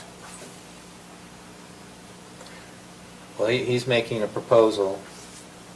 Again, I think there's going to be a discussion on a variety of issues in terms of the lease form and rate and so forth. But I think we haven't in the past had anyone interested in doing the FBO and being an alternative occupant of that building, and so I think we need to, if we're interested in pursuing it, that's what all I think that a motion could be, is to pursue the negotiations with respect to leasing the premises and establishing an FBO operation. So moved. There's also something that could be said, it is a slightly lesser amount yearly, but it also brings in a much higher tax rate, sales tax rate, than you're currently getting zero from the Forest Service. True. So it's definitely a positive revenue flow, a higher revenue flow for the county. Well, and there would be how does the fuel tax work on avgas? The county gets what's called a flow fee of 2 to 4 cents per gallon. Okay, is how that works. But kind of like, and this would be down the line after the Forest Service is out. But the sales tax revenue that can be generated from the avionics shops with airplanes.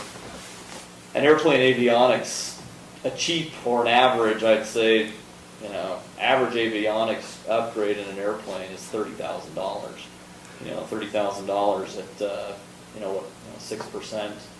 Whatever the charges is, I think it's like $1,900 or $2,000 in sales tax revenue that's generated. So a successful avionics shop could do, roughly 4 planes a week. So you're talking $8,000 a week times 52. Pretty good, $350,000, $400,000 in sales tax revenue. From what I understand, the county gets, is it 2% of the sales tax and 3.8 or something like that goes to the state? That number sound accurate? It's 1% we get. Like, is it 1.85 or 1.35 or something like that? It's not. 1.6 of the county, so, 1.6% of, 400,000. Okay. So if there is a motion to move forward, then why don't we include in the motion who you want to work on negotiating that with the county attorney and Mr. Hayward, and then it will come back, like I said, for the commission's approval. I'll move it. Okay, go ahead. Okay, I know you want to, Mike, but you do them all. You're good. I move that we go forward with this agreement to work out details of a contract with our county attorney, with everything we've discussed. Okay. Is there a second? We have Commissioner McConnell be part of that Oh, yes, negotiation, since he's an attorney. and I'll second it. $1,000 an hour, right?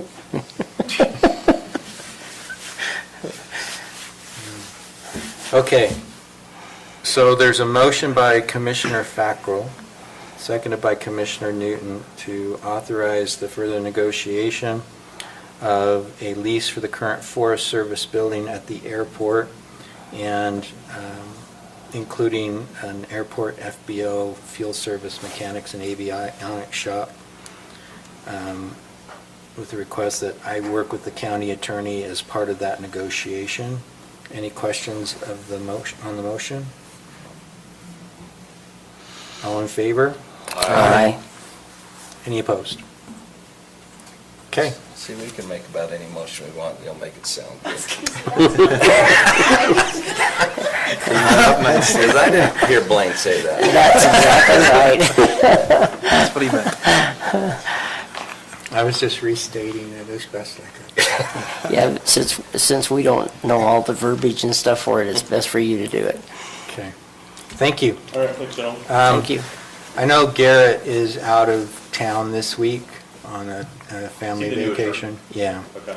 But I'll circle up with him next week, and we'll try to start working on the forms. We can work with Joe. Perfect. All right. Appreciate it. Have a All great right. evening.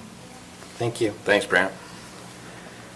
Okay, our next item is Commissioner Anderson, approval of recommended library board members, Nathan Burby and Marcia Martin. Library Board is currently down 2 members per ordinance.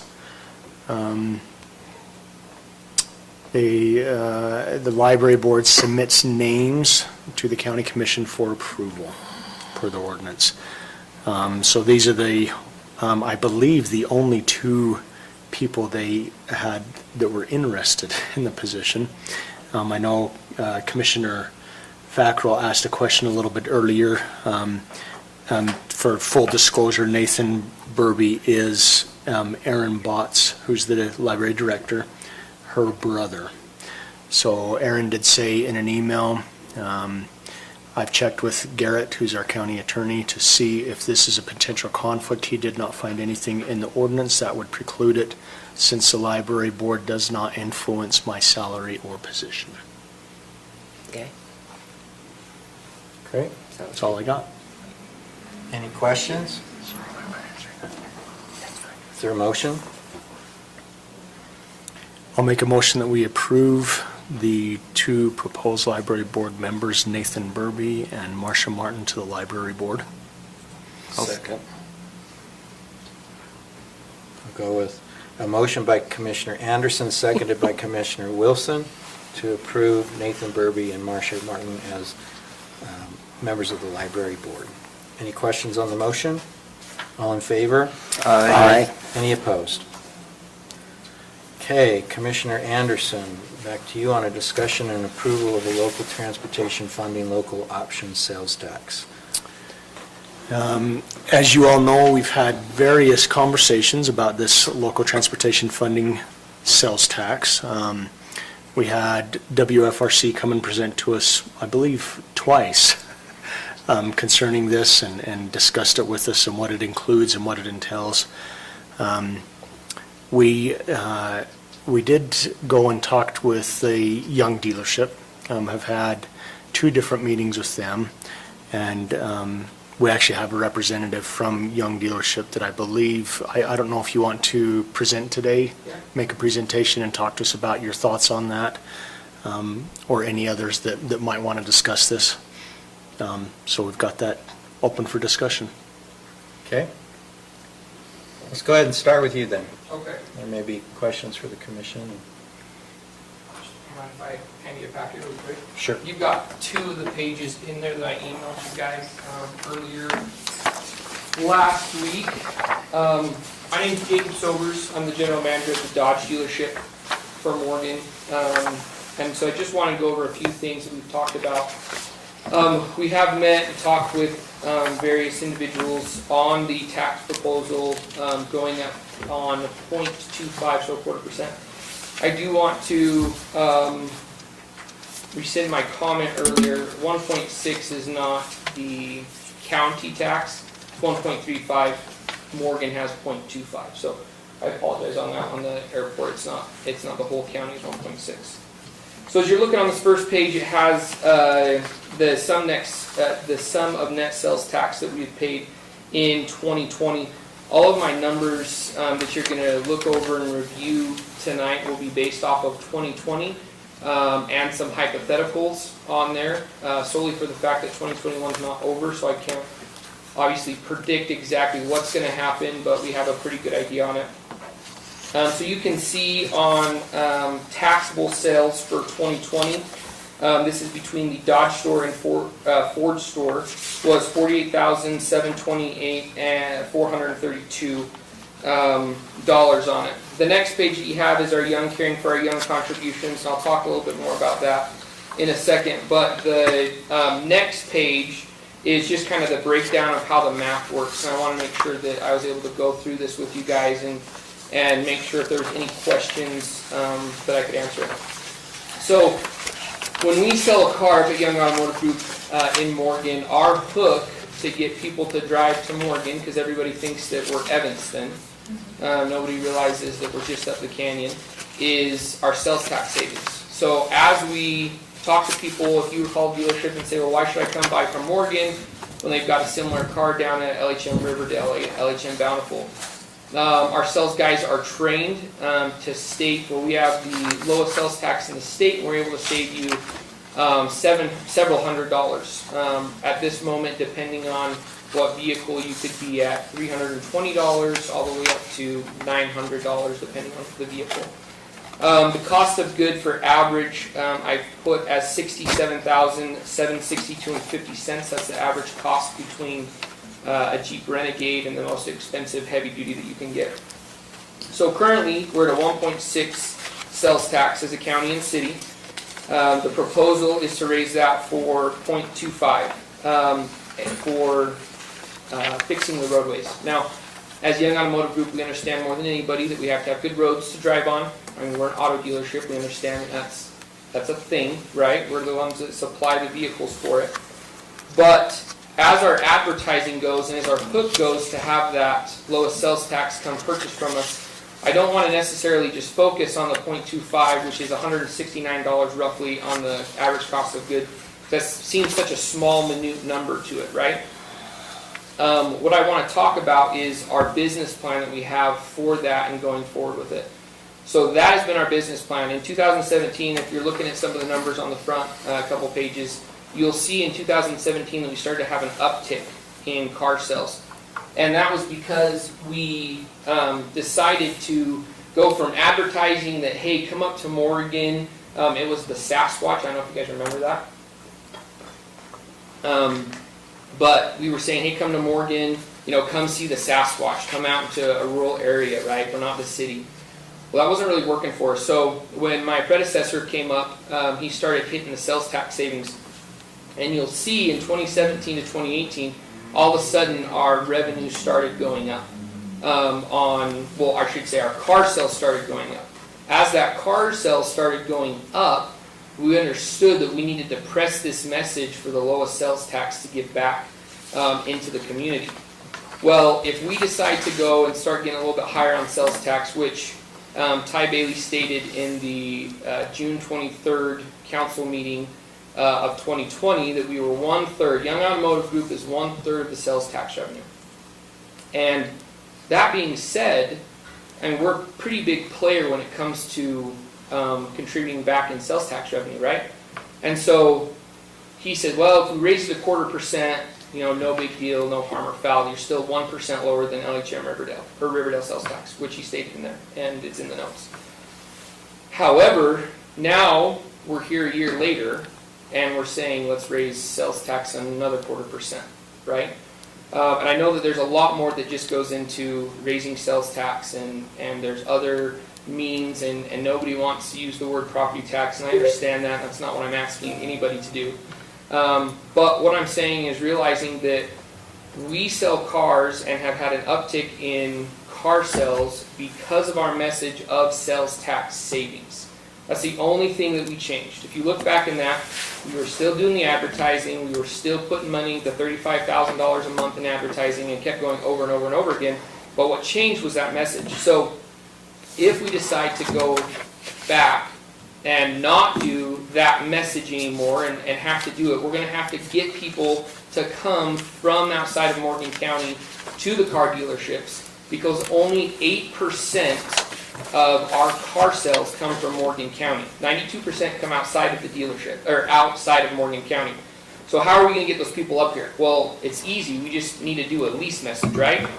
I know that a lot of the times we say as business people, well, if you're changing the sales tax revenue and everything like that, you're going to kill us. You're going to ruin business and everything. I'm here to tell you, I firmly believe, and I can promise you, that we will keep selling cars, and we will keep making the car sales and the sales tax, and keep going forward, because that's what Young Automotive Group's about. We want growth. You've seen the growth. We just purchased 3 dealerships down in Layton, and we want to grow in Morgan County. So if we're not going to do the sales tax savings, we're going to come up with a plan. And the business plan would be to lease more vehicles. Have all of our advertising go to leasing vehicles, because you get a much cheaper payment. But if we lease vehicles, that sales tax now doesn't go into our county of Morgan.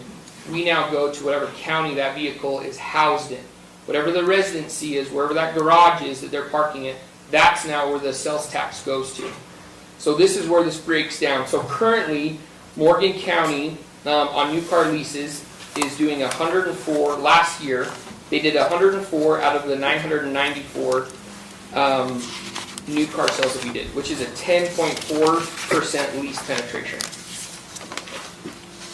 So the national average of lease penetration for new car dealerships in 2020 is 27.29. Now, if you flip over to the next page, you can see where I have that outlined, and you can see Q1 to Q4 in 2020. Now, Q1 of 2020 is that 30.68. It was very, very high. So you go, well, it appears from 2017 to 2020 that they had some pretty high lease penetrations, right? Well, what happened in Q2 of 2020? That it all of a sudden dropped, and it's kind of stayed not super stagnant. It's still grown, but it stayed stagnant. Well, that was the beginning of the pandemic, and the manufacturers, because they thought that we weren't going to sell anything, started rolling out that 0% for 84 months. And if you look back, you can see where that is. So that's why that leasing number has all of a sudden dropped in 2020, but you can see that it's going to be on the incline, and it will continue to incline for the next 4 or 5 years. We just have to get back into having vehicles to sell. So based off of that, the national average is 27.29%. The Young Automotive Group average lease penetration in our company is 19.6. That's based off of 4 different dealerships, in different areas that are similar to ours. We have Burley, Idaho, who's a Chrysler Dodge Ram. It's a little bit more rural like we are. We've got Toyota, who's a destination store. And then I did Fort Ogden and GMC in Layton. So the average for this nation is 27.29. Our average is 19.6. So I don't want to go crazy and say all of a sudden we're going to have to raise our sites to 27.29 to keep up with the nation. I'm going to base all of my numbers just off of the average lease penetration of Young Automotive Group. So in 2020, we would have had to have sold 194 vehicles out of the 994 total new vehicle sales. Now that 194, I put leased, I put quotes around there because that's a hypothetical, right? That's just stating that we would have done that 19%. If you take out the 104 leases that we already would have done, that's 90 units different. 90 units times the average COG, cost of goods, is $67,762 and 50 cents, which is $6,098,625. So I took in green, that's the grand total in 2020 that we sold. If we minus the $6 million out, that puts us at $42,629,807. So if the plan to raise the tax of 0.25 was not going to change, nothing was going to change from it, that's that next little section. So based off of that grand total of 2020, based off of a 1.85% that goes back to the county and city, to the 1.6% that goes to the county and city, you guys would have made an additional $121,821. So obviously we can see why that is beneficial to raise the taxes, right?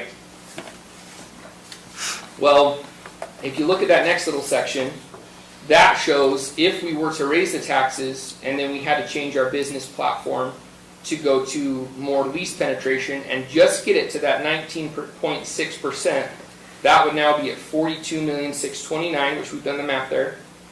So if you times that by the 1.85% that's going to come up, and then minus it from the 1.6, you're actually only gaining $8,997 based off of us having to change our business model to get the other 92% of people who aren't purchasing in Morgan County to come back from their home. So that being said, we want growth, as I've talked about. It's not a secret out there that we haven't tried to purchase the property that's just west of us. And we have plans to put 2 more dealerships in there. Now, we can't put 2 more dealerships if it isn't advantageous to us. Young Automotive Group wants to stay in Morgan. We want to bring more business to Morgan. This is our grassroots. This is where Jack Olson started 90 plus years ago. That being said though, we still have to have it advantageous to pull people from the valley up into Morgan or pull them down from Park City and not buy from Carl Malone. There's a lot that really goes into this. Now, again, as I said, we will continue to sell cars and we will continue to grow. We're just going to have to change our business plan. And with the resort going in and different things like that, give it 2 years and we will be able to do the roads and get everything. The sales tax, the 0.25% is just a Band-Aid. I'm sorry, but if we're 1/3 of it and it's 121 that you would have gained, that's not enough to cover roads. And I think we all know that. And just to finish off on my presentation for the Young Caring for Our Young, I talked to several of you, and you can see that the Youngs have donated. Each dealership is required to do $10,000 per store to give back to the community, to the youth of the community. Now that can go in the livestock auctions, that can go into the pantry parades that we've done. For the kids in elementary school, we have the coloring contests, we give iPads, and then we also give $500 to the teacher to spend on whatever she needs to. In 2018, when we were just barely making the switch to our advertising, we were only giving $22,000. So we were only doing $2,000 more than what was required by the Youngs. That was based off of car sales. But in 2019, you can see when we started to pick up, now all of a sudden we gave $36,000 back, $36,725. In 2020, during a pandemic, we gave $64,000 back to our community, to our youth. Now, we want to make sure that we continue to do that, and that is based off of car sales. And in 2021, when I spoke to some of you, we'd only given $21,000 back, but that was because we hadn't done the livestock auction. It was coming up that weekend. So that bottom section in 2021, Young Caring for Our Young, I told you that we'd done $21,459. At the Morgan Livestock event, we gave $37,759 to the youth of this community. We went up the day before to the Uinta Livestock event because we get a lot of people out of Morgan, and we supported their community, and did another $22,820. So the current year total, prior to us even having the quarter four, where we're going to be doing the pantry parades and different things like that, and the coloring contest, we've given $82,038 back to the community. It's not just about that measly 0.25, that $169 that's going to affect us. It's about the rest of the things that come back into it that we want to do to continue to provide for the community, and then bring other businesses here. Because if we have 2 more businesses that are doing as well as we are, that 82,000 goes up to 160 really quick. Thank you. Do you have any questions? Any questions for Jacob? Jacob, I do have a question. What's your current sales tax savings number that you're using for advertising? Because Larry H. Miller, because we were pulling so many numbers, or so many people from LHM, Riverdale, they actually got the MBED involved, and so we're not able to advertise that anymore. We can just say, hey, you're going to save anywhere from $400 to $900 depending on the vehicle.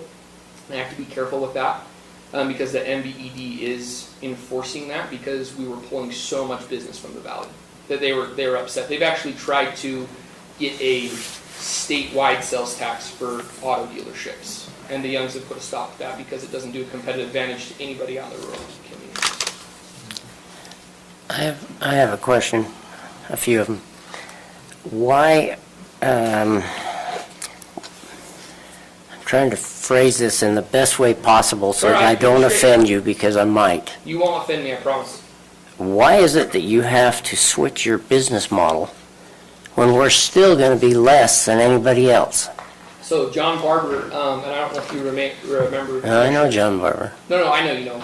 But in the CED, the Economic Development Board, which you were there in part of, John Barber stated that they did a survey years ago, and people wouldn't come up for savings for less than, if it was less than $400, they wouldn't make the drive up the canyon for it.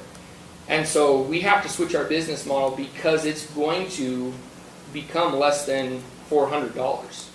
So that's why we have to switch that business model. I don't have a survey. I didn't spend, if you guys want me to, I'm more than happy to spend the $12,000 for a survey. I've already gotten quotes on it if you want to see that real data. But I feel like we can probably use that money in a better way with the community than having to spend it on a survey when we've known, and John Barber himself stated that that's the number that it took to get people up here. And people are tired of this nowadays, Commissioner. It just seems to me like a business would start thinking outside the box and not force an issue upon us to where we can't raise our sales tax, if that's what we want to do, by saying, well, we're going to start pushing leases. That's just saying you don't want to be involved in the community. It seems to me like you might want to, instead of going and pushing us or pushing your customers to do leases, why don't you think outside the box and figure out what you can do to get people to come here?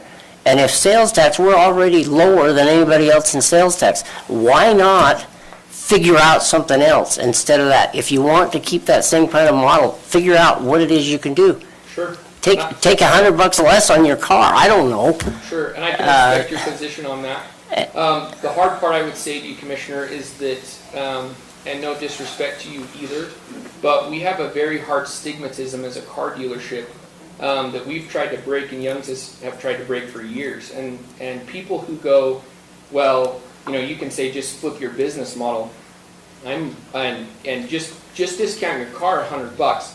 The margins aren't there that people think. There's more margins in the bread that you buy at Ridley's than there is in a car deal. And I know a lot of people think that you just make this astronomical amount of money on that, but $100 can go a long ways on a car deal, because it's not just selling a car. I have to pay a technician to PDI the car and do those different kind of things. So I can respect where you're coming from, because I understand that it seems just simple. Why don't you just get your customers to come up? I can't force anybody to come up. But what I can do is pitch them something and paint a picture of why they should come up to Morgan. So I'm not following your. I mean, and maybe we can have the discussion at a later time. I'd love to. Because right now I'm looking at it as the savings that you're saving. It's if we increased it 1/4%, that doesn't equal up to $100. 169. No, You do on the it's- average cost of goods. Yep, so. Average cost of $67,262.50 is only $33 and So. $34. $69.41. Yeah. I can Not I can my break that math calculations. down for you if you'd like, Commissioner. Okay, well. It's that So times you do- .0025. I just think that there's ways that you can possibly do something. I mean, we're trying as a commission, trying to figure out how we can support this county without having to raise property taxes. I don't want to do that. And I But hope you yet, know, Commissioner. sales taxes, we're still less than what any other county can even offer you. And I do not see, and I mean, I'm willing to talk to you about it, as long as we don't approve it right now.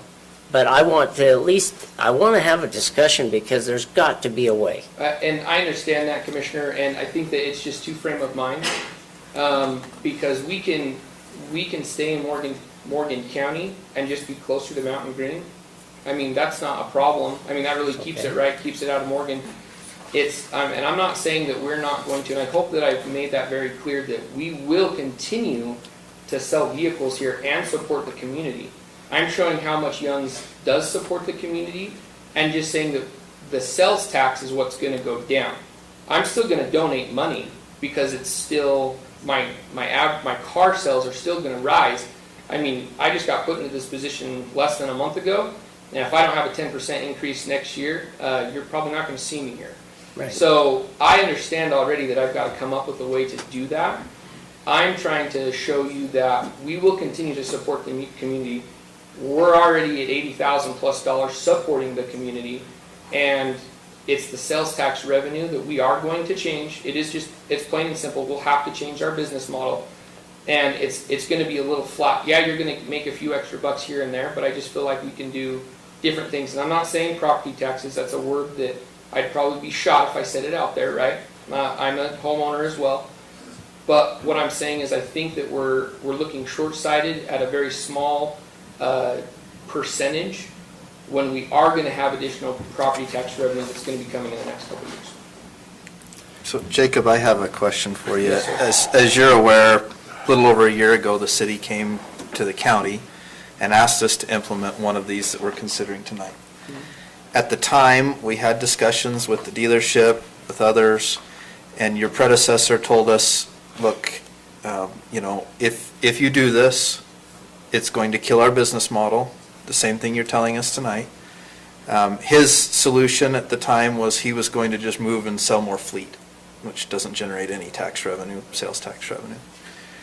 Since that's gone into place, so at the time the county didn't enact it, the city enacted their own 1/4%, which they can do, and that affected you. My question is, how has your business model changed from last year to this? I mean, when I'm looking at the numbers, I don't see a decrease in tax revenue. You're not seeing it month by month. And I mean, I guess I could give you to it month by month. I mean, I'm not being rude or anything like that. I hope you know that. I don't have to give you these numbers and information. I'm trying to be very transparent. But when that sales tax was done, you can see, because it was just at the start of the year, you can see a decline over month in January and February. Now, we got a little bit better at how we were pitching it, and our salesmen got sharper, and that's probably to the commissioner's, point. We're just going to figure it out. But it's a lot easier to say it's a whole percentage lower than, well, you're 3/4%, right?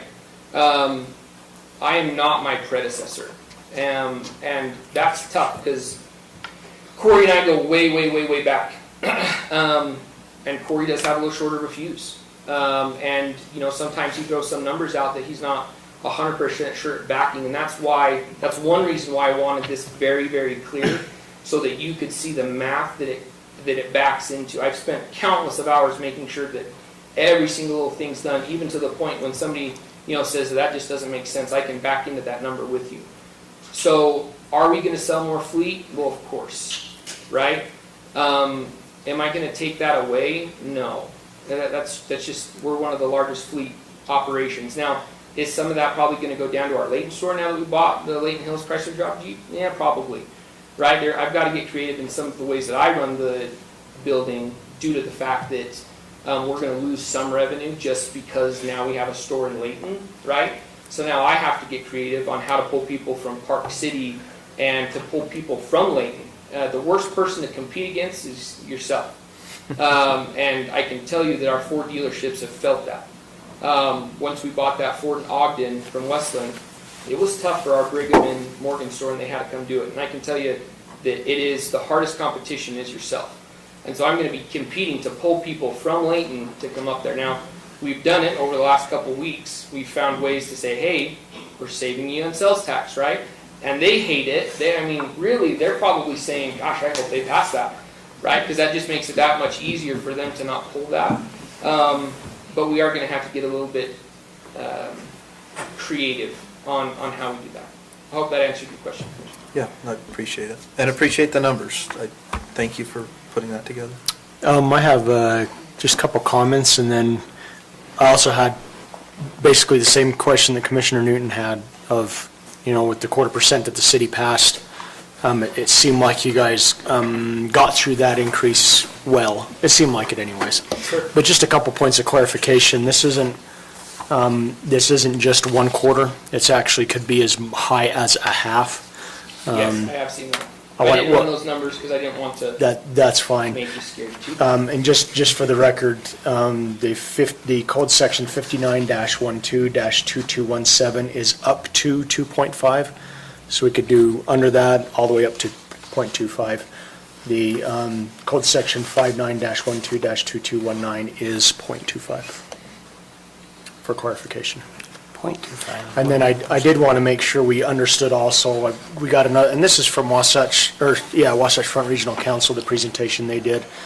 And kind of want to maybe clarify what Commissioner Fackrell was saying, but the surrounding counties, we're not lower than any county in the state. We're sales tax is lower than the surrounding counties But the around us. surrounding counties, we are. If we were to increase it 0.5%, there's only 2 counties, a high amount of 0.5%. There's only 2 counties, Box Elder and Wasatch.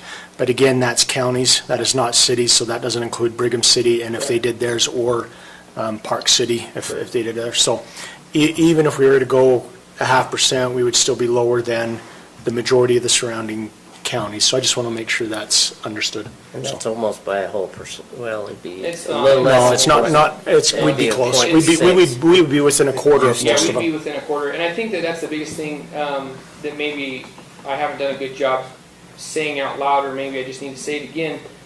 But people, and I don't know how to say this in English, but people are cheap. I mean, they will. I've had somebody for $500 fly to Texas to pick up a truck, and I'm trying to say, you had to pay for an airplane ticket, and you got to pay for gas to get back there, and I'm going to lose your business over $500, right? $500 isn't that much to people. And so when you start getting even lower and lower into the 400s, the 300s, and with some counties it's the 200s, you have to remember we're dealing with a bunch of car guys down in the valley that want to just be high volume. So if we say, well, we've got the lowest sales tax in the state, well, they can't. That's not a dock fee that they can lower. That's not a clear broad that they can just not charge you for. That's something that is factual and hard in stone for where that dealership is located.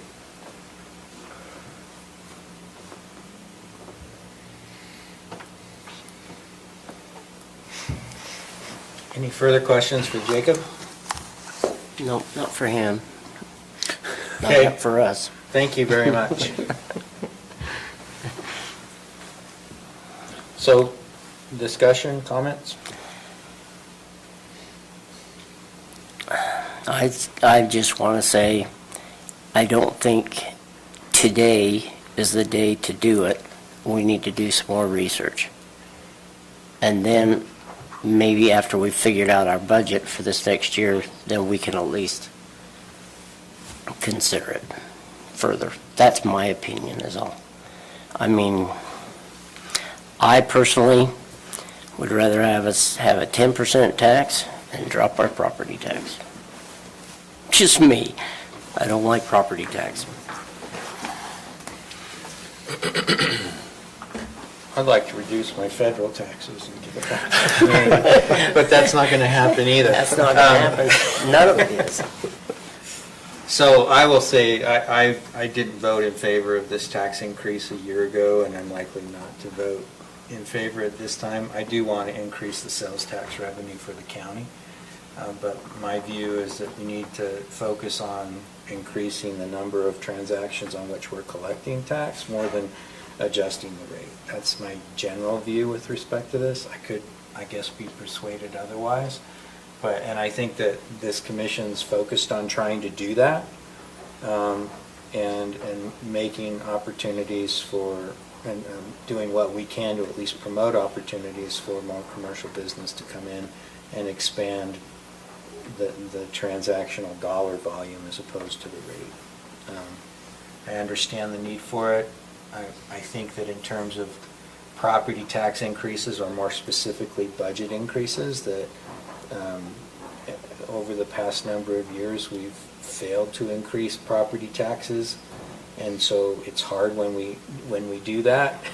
People get upset and make adjustments. I think frankly the school district's model has been better, where they've increased the budget to pick up the increased amount of dollars over time. And I've said it before and I'll say it again. We live in a place where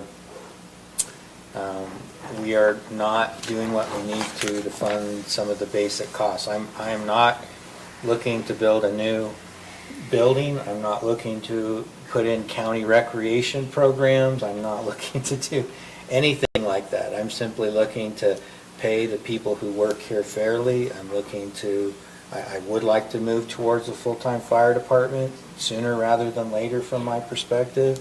I'd like to maintain the roads that we have, and sometimes putting off and forestalling maintenance on those roads just results in increased costs in the future. And part of that's associated with the development model that we've adopted over the past, and I think some of those changes need to be made in order to promote collection of increased values and frankly more commercial investment in our community.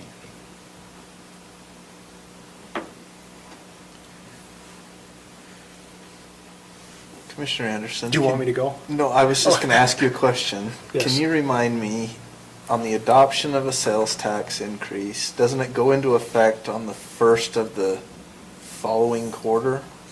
Is that what it I was? think that's what she said, if I'm remembering right. So If it wouldn't happen until January. or there has to be like a 90-day window or something, and then it's the first after that? It might not be till the first of the year. Because as I recall, that was what we had discussed, is even if we did adopt it today or in a month or not at all, I'm just saying if we did, it wouldn't go into effect until the first of the year. Was that your That's correct. understanding? Okay. And there's no time limit on doing it. That's right. Correct, Time we could limit. do it at any time. Thank you, Garrett. Glad to have you I here. I guess the reason I'm asking is just to understand the urgency of whether we need to, make a final decision tonight or what needs to be done, so. If it was passed next month, it would go into effect at the first of the year. Okay. If it was passed in October, it wouldn't go into effect at the beginning of April. Oh, okay. I'll also say, and I don't think this is what you intended, but I don't believe the dealerships are forcing us to take any particular action. And I will say that I very much appreciate their contributions to the community outside of the taxes generated by their sales. Absolutely. $80,000 is a lot of money. to That's put one new car. I was thinking we could have a YCFOR fund. Young for a roads fund. What do you think about that? I got a lot of kids that just got cookies for buying their hogs. Well, I was gonna say, after seeing what you pay for a critter, then I've got a bottle of water here. You're right. No, we appreciate it. I feel a lot,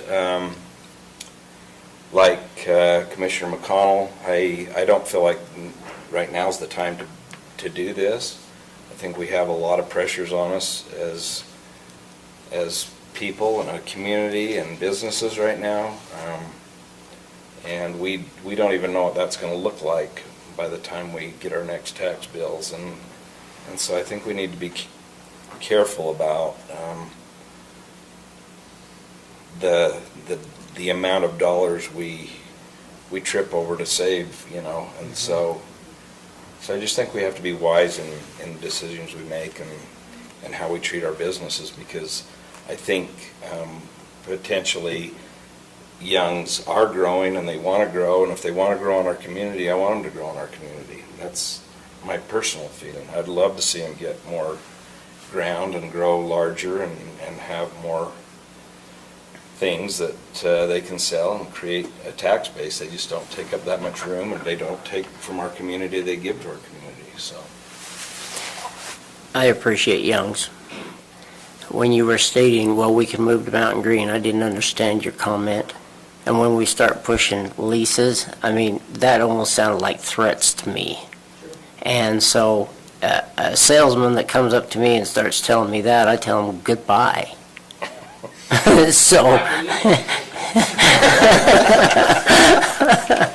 lot easier for us to say, come 5 minutes up the canyon, be in Mountain Green, than it is to come 15 minutes from the canyon up to Morgan. and there's nothing wrong with you going to Mountain Green too. I mean, it's all part of the county.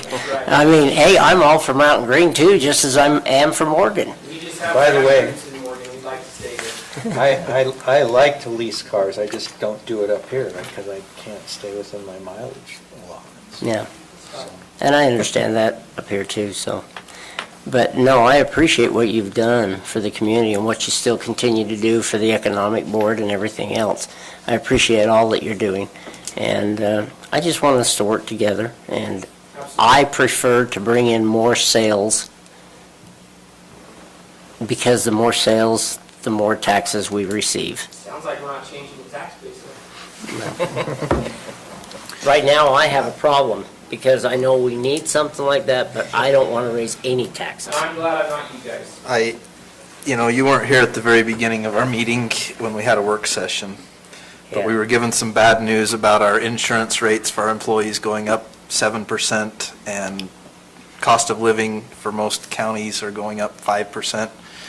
So we're going to have some serious and very tough decisions to make over the next 2 months as we do our budget session. So at this point, I'm not out or ruling out any type of increase.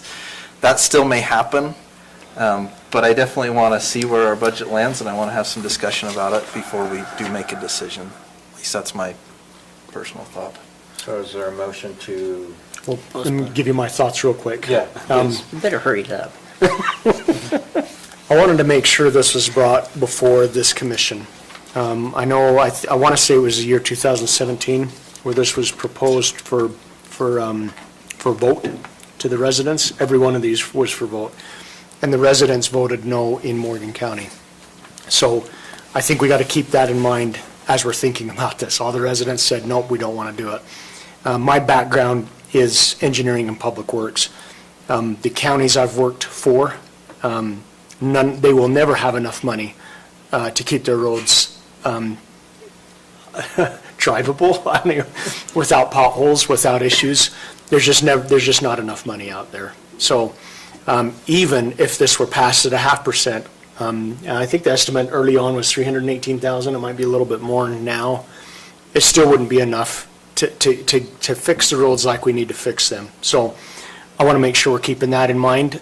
Agreeing with Commissioner Newton, where any mechanism we can create to get monies and at Ford's expense or other businesses' expense will help alleviate the increase in other areas that we're seeing. So I'm not saying I'm voting one way or another, or even leaning one way or the other. I just wanted to bring this before us.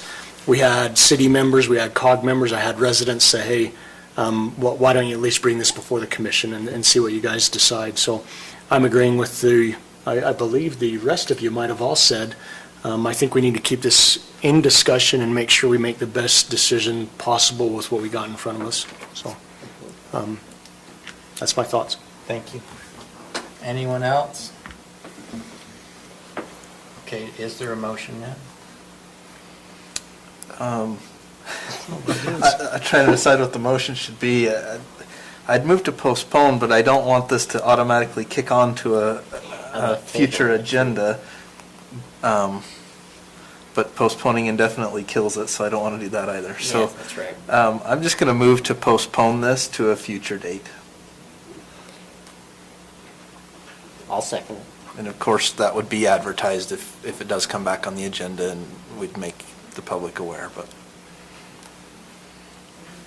So any questions on the motion?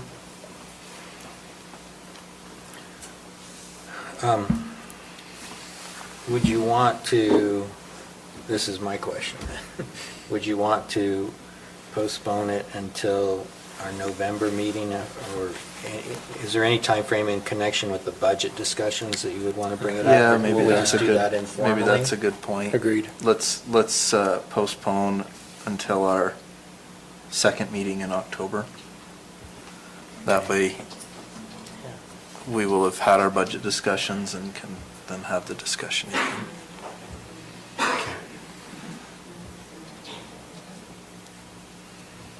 Is your second stand? Second. Yeah, still Oh, stands. Did you say second, Blaine? No, yeah, I did. Oh. Of course. You guys aren't having a bet tonight.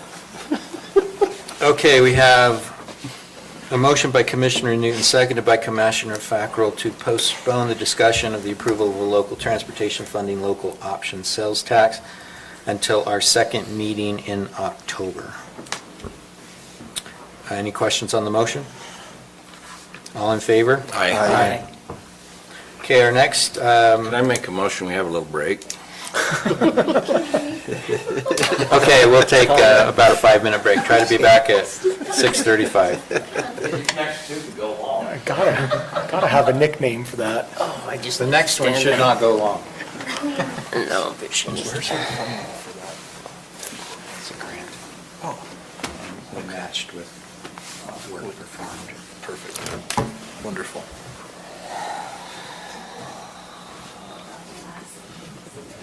Is that what I'm supposed to sign? So that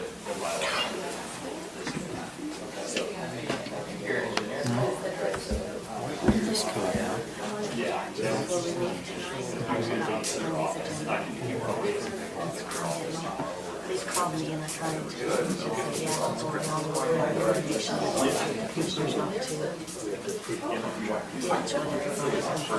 No, I'm fine.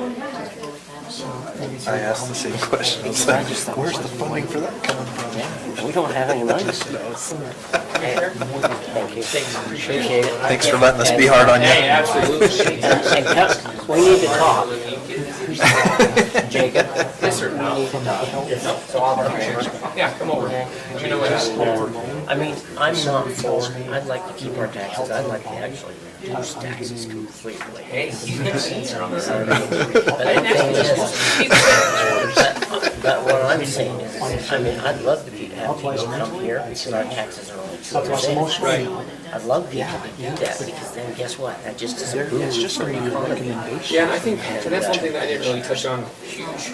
It can be more of a discussion, but when people come and purchase a vehicle from us, the 92% they're coming outside of the county, and they say, you know, we want to go think about it. They're not driving down to go think about it. They're going to Deb's, don't use DJ's, right? They'll see, right, you can get that back on same page. But they're going to local things. When they go, well, I kind of want to think about it, they go over to the Fly Shop. They go to Bench for coffee. They're going to the Mercantile. They're going all these places. So our sales aren't just bringing people just in. It doesn't just put us necessarily in the cart. It puts us on the map. But I really appreciate you guys letting me know. Thank you. Appreciate it. Hey, speaking of that, Jacob. I'm gonna say, well, that's what makes sense health-wise, I'm gonna support it. How do you even do that? But everybody does right. I'm a new guy.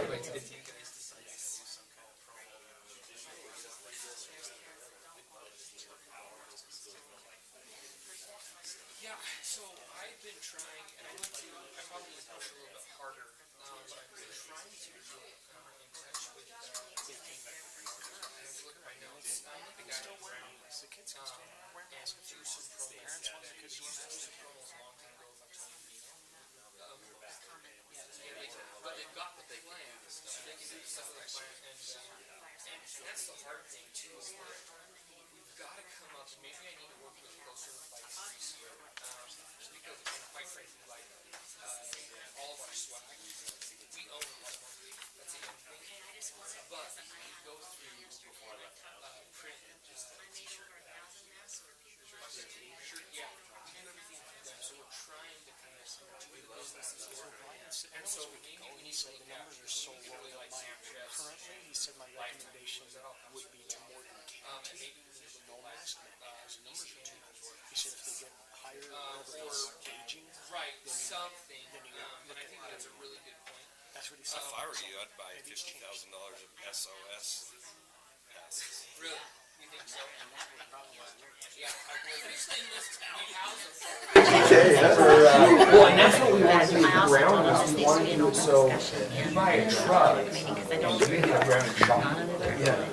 You know what I mean? Yeah, I love that promo. I'm trying to get really just, he's tough to. Well, I even went as far, so here's what I last but, week. yeah, I- Estelle was forwarding all these emails. They might not know what you want. Brian posted it, Estelle said, traffic what's our with the, philosophy? Because I'm getting an immense amount I of talked to calls. When I talked to Stella, she said, well, actually, per on our website now, it says if it's addressed to the Board of Health. Who is it? Then I need to forward it to the board. I said, so do you want me to tell all my parents that are emailing me to address it to the Board of Health so they can go over to you and then it comes out to all of us? I said, Is it the president? No, it's the, we were talking he's going to have thousands. I said, I don't think it's the place to rehab all these emails. So what's his name that, yeah, was it, is it the guy that buried the Brooks girl? Meg Meekum? Raph. Raph? Yeah, I've got July 6th called Raph, R-A-F-E. I don't know. Call Raph again, but, yeah, we'd like to. And we need to do stuff, we're talking to you. Agreed. Yeah, I mean, if we can. I am crazy. I am You know, we can do stuff like that. And we can take the float down the river and stuff like that. We need to do some stuff like that. Thanks, appreciate it. Are you around the next little while, month or so? I am. I've got two, one's over the northern region, and Roybal, Chris Roybal, he's over the northern area. Okay. I wanted to bring him up there, and not tomorrow. You're safe. Yeah, which one? Just for, I wanted him to show you what you're doing. I don't care. People are gonna buy cars. Outside with you guys, of how you're doing it. Now that we've got pavement. Well, all I know is I appreciate their support. Just for a tour, so maybe Excuse me? two, maybe one which is you Okay, and I left. I'm sorry. Have I got to sign all those? You have to sign all these, and we'll take them till you sign them. Okay, I'll sign them. I went through them, but we need to, can I put the amount on here? Well, I think That we that transfer? step is you guys have to come up with a project or a purpose for the money. And then you have to make a decision. Okay, so she gave me the purpose of, she wants to acquire turkeys and hams and stuff for the people for the holidays, so. $70,000 for it? Not unless he gets some homes in here. Are we gonna transfer the whole I'm just waiting for that I back don't know, were tax. you? I don't know. I think it's already done. We'll start getting some back tax as soon as they build those, start putting those ski runs in. That's right. I can't remember what it Yeah, and there's a was. couple But other things that's what this is. Let's get up there. And it's been sitting on my desk waiting for instruction, so I'm just handing it off to Okay, you. all right, So we can't do anything till the commission makes a decision. okay. What are we making a decision on? Oh, How much money to transfer over here? Good to see you. shouldn't we transfer all of it? I mean, is there a reason to keep some of that? Well, I thought in our motion that we said that we had to approve the dollar amount? No, we had to approve what it was being used for. How do you do that when you just give them all the money? I don't want to do that. I just want to give it to them and let them. I'm fine with I think that, as long but as we shouldn't- say it's to be used for the food bank and those purposes, right? Instead of saying, Yes, that we are. because we don't want to have to, that's the reason we're getting out of that business. Right? Like, we don't want to have to approve every item. By the end. 7:30. Oh. What's today, the 17th, 12th, 13th? The 17th. Goodness gracious. Couldn't we print this all on one? Well, it does on one side.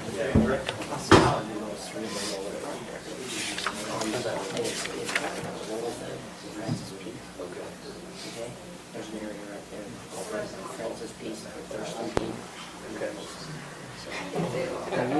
Does it go down? No, it doesn't go down. That was a long 5 minutes. And you made fun of me, and you still went to the restroom. Oh, by the way. Okay.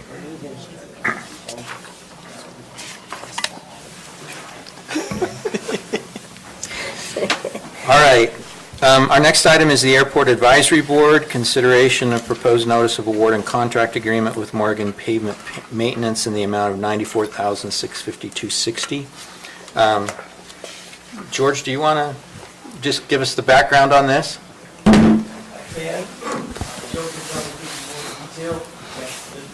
Okay. One bidder submitted a bid to do the work. I don't know all the work that is entailed. Joe can give you an update on that. $95,000. The grant from the state was for $140,000 if we paid 10% of, it's actually about $156,000, something like that. So we've done our 10% work, and then the rest of it is the state's going to authorize up to $140,000, which is far less than the bid for $95,000. And they want it signed and started right away. So we did our work in kind. We did our match in kind. So. Yeah, I did. Good job, Joe. So I was out there, I cracked steel, and our road department helped us. So where's it, I mean, from what you've shown me, is it just repaving the runway? Are you leaving for good, Dave? No. Okay. No, what happens is we fill the cracks in with crack sealer, and then we do a seal coat on the whole, all the surface areas. And then, since all the markings will be, destroyed with the seal coat, they put in two coats of the stripe and put a reflective glass on there. And then that's what we want. Perfect. And they're not going to pave any of the other areas that are in gravel? No, pavement preservation, not repave or. Boy, that's a high price. We already got a new runway a few years ago and we ran it. Stuff like It's that. too bad we can't repurpose the extra. What's that? It's too bad we can't repurpose the extra Yeah. amount in the grant because That the would be bid came nice. in below the grant. Yeah. That extra There's 40,000. only 2 qualified people in the state of Utah to apply the specific stuff to go on there, the sealant. And one company said, yeah, we'll do it, the other companies were too busy. So Okay. they didn't even apply. Wow. So, All right. and Okay. it came in under what we thought. Great. And so it's all out of a grant, Yes. okay? Has the contract been reviewed by the county attorney? Free money. Yeah, free money. Well, Yeah. they had to pay me to campaign for it, so. Garrett? The Well, contract, the contract has been reviewed. It does reference general terms that were not included in the packet, and I have not reviewed those. Okay. So, Mr. Chair, I'd like to move that we approve the notice of award and agreement with Morgan Pavement Maintenance for the airport pavement maintenance project pending the review and approval of the county attorney.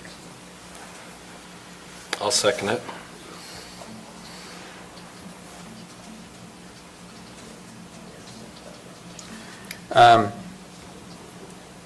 So just a question before we vote on the motion. So I think he's reviewed the contract. Are you wanting him to look at the general conditions?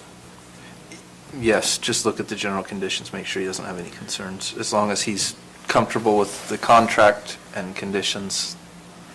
Okay. Garrett, I'm going to go ahead and execute it tonight, so it's available. If you could just, if you get a chance to look quickly at the general conditions. We might need to get those from the Yeah, contractor. that's fine. And have those been sent to me? They should have been in the packet with yours. No, that's different. No, so He said in addition. the only thing that was in the packet and that I've received is the notice of award and the contract agreement, which is what I'll sign. What he's saying is it refers to a set of general conditions. Trying to see where it's at in the contract. Article 10 miscellaneous, 10.01.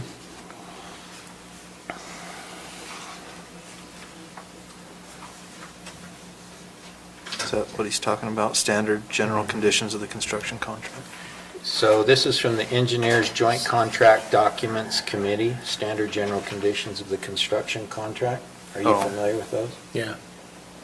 They're general, but they're really just a safety measure to make sure things are covered correctly. I don't have those. Do you have some that you could send them to Garrett so that he could look at them? Yes. Quick. Okay, so Commissioner Anderson, that way we don't have to go back to the contractor to get that. That might be the fastest way to get them. I'll send a text right now. And then if you can take a quick look at those, I'll go ahead and sign. I'll leave it with Stacy, and she can scan to you guys once he's done it. Okay? All right, so we had the motion by Commissioner Newton, seconded by Commissioner Wilson to approve the notice of award and contract agreement with Morgan County Pavement Maintenance in the amount of $94,652.60, subject to the county attorney's review of the general conditions referred to in Article 10 of the contract. Any questions on the motion? All in favor? Aye. Any opposed? I apologize, that went fairly quickly, but I just wanted to make sure this, so it's grant money. Stacy, do you know if that grant money's currently, do we have that money? Is it currently in the bank, or where is it? No. We do not have the money yet. Okay, do we know when we're going to get it? I think the way it works, if I remember the emails correctly, was that the work's performed, the invoice is submitted, we approve, send it to the state, state pays the contractor. Oh, okay. Perfect. So you'll have to set Excellent. up an account in the building grounds and maintenance.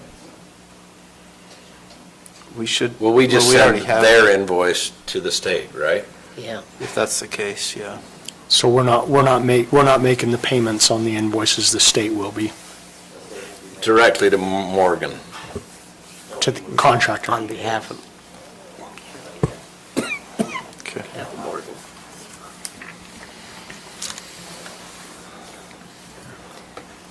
I have a statement for you guys. Just thank you. You're doing a good job. Whoever applied for the grant, wonderful. It's Thank you, Joe. awesome. Appreciate It's it. awesome. Great work. And my daughter wants to take flying lessons.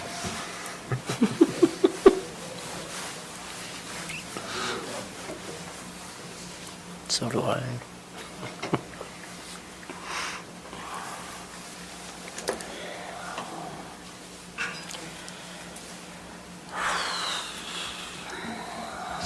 Okay, that brings us to our next item. Lance Evans, Heather Meadows plat amendment, a proposed amendment to the Heather Meadows subdivision, adding a third option for fire suppression.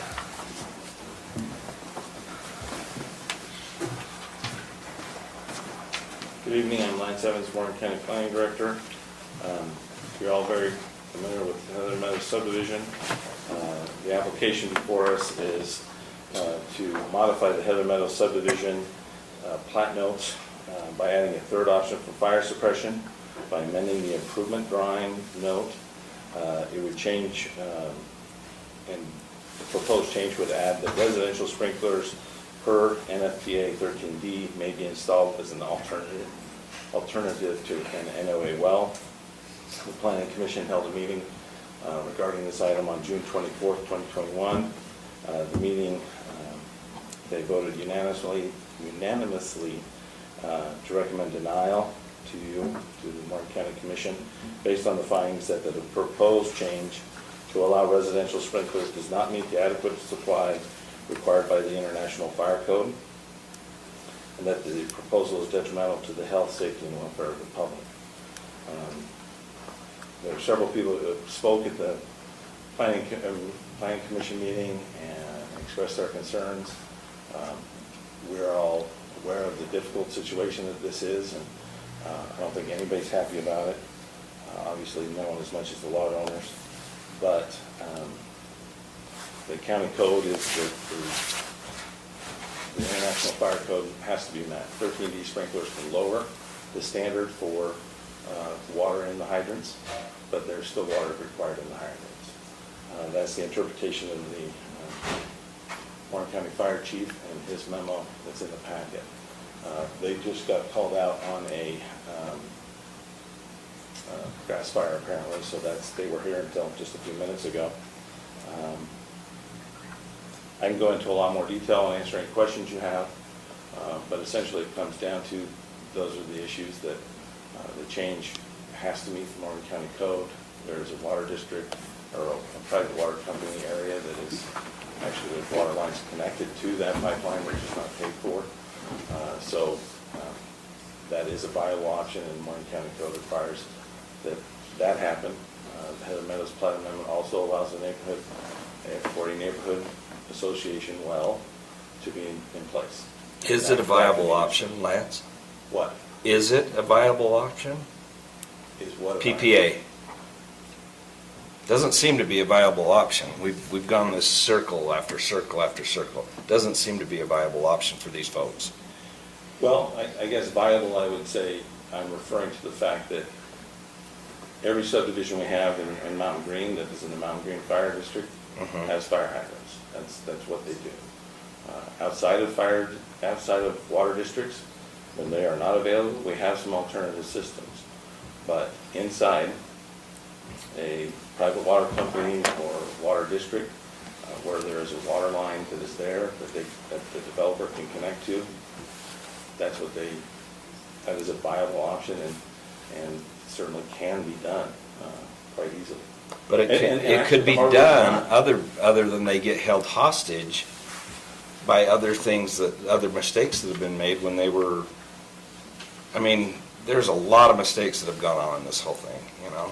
These folks have got to be able to use their lots. And this is getting to be a point of ridiculousness. And I can't even imagine. I would go nuts by now with what these people are going through. And so a group of people ought to be able to sit down in a room and make a decision. And they shouldn't be held hostage by PPA and their wells. I don't agree with it. I think it's wrong. And so now here we have folks that can't use their lots. We've issued permits and people have built homes to a point of can't move in. And we're in the same situation. 2 years, we're in the same situation. And so we've got to be able to do something here. We've got to be able to help these folks in some way as a county. I think the county's been on the backwards to help them. We've gone to mediation. We've tried to do a lot of things. I realize we We've have. never done for any other developer. The issue squarely lies with finishing the development that was started and the plans that were submitted. So Garrett, do you have a check for $105,000? I do, but it's not to be released without the express written consent of the person that signed it. Plus, it's also made out to 2 individuals, so it has to be signed by the developer and the water company. Okay, and so why won't that happen? Because development, and I don't think this is the appropriate time to talk about it, to be honest, Commissioner. Okay. The decision before the commission is whether this amendment is appropriate, but I'm happy to talk to you about that. But given the pending litigation, I don't think this is an appropriate meeting to discuss that in. Okay, all right. And if I could just also, say as an initial, I have met with a number of the lot owners, the developer, and the water system. And I think some progress has been made. It is a very complicated issue. But for purposes of the discussion tonight, I think it is important for the commission to realize that this is an administrative decision. The commission makes legislative and administrative decisions on a regular basis. Most are administrative decisions, which is just a matter of, are we following the code or not? When a legislative decision comes forward, like changing the code, that's when we have a public hearing, and that's where public input can be given weight, and the commission has discretion. However, with administrative decisions, the only question that the commission considers is whether the request follows the code or not. We don't hold public hearings on the administrative decisions, and the commission doesn't have discretion to ignore the code, even if persuasive public policy arguments are made. So I agree with what he said earlier that, we've got to do something to move this forward. I think to assign blame of who's holding who hostage, I could give you an argument on every angle on who's holding who hostage, but that's not what's before the commission tonight. Okay. Any further questions for Lance? No. I don't know if you were finished. Yes, Okay. Mr. Guyman, this was your application if you'd like to address the commission. So while he's doing that, I'll introduce myself. I'm Montel Guyman. I'm the co-owner with my wife of lot number 1 in the Heather Meadows subdivision. We bought our lot back in November of 2018. Yeah, November 2018. Sorry, I get the years messed up a little. At that time, PPA wasn't an option, and I told the planning commission this. It's been incredibly frustrating, and at times, especially after I talked with Lance recently after getting back into the United States, I just was fed up with it and wondered why we just didn't go to PPA in the first place. It would have solved all the problems. We'd be living in our house by now, but then the realization came that PPA wasn't an option when I bought my lot. They specifically, and Trevor will back this up in a call with him on November 5th that I had, he said the earliest that they were able to offer connections was March of the next year, which was well after we had already started the process to drill a well. In the process to get a building permit, you have to demonstrate that you have a culinary connection to either a well or to PPA. When we bought the lot, we were excited to get going. PPA wasn't an option, therefore we were forced to dig a culinary well. We did that, and ironically in that process there's a 30-day window that the Division of Water Resources requires that the public can dispute the opportunity that I have to drill a well. Nobody ever came forward. There's a legal avenue for someone to dispute my opportunity to drill a well. PPA had their chance legally to dispute my well, the presence of my well. Nothing happened. And then suddenly, I guess March comes around.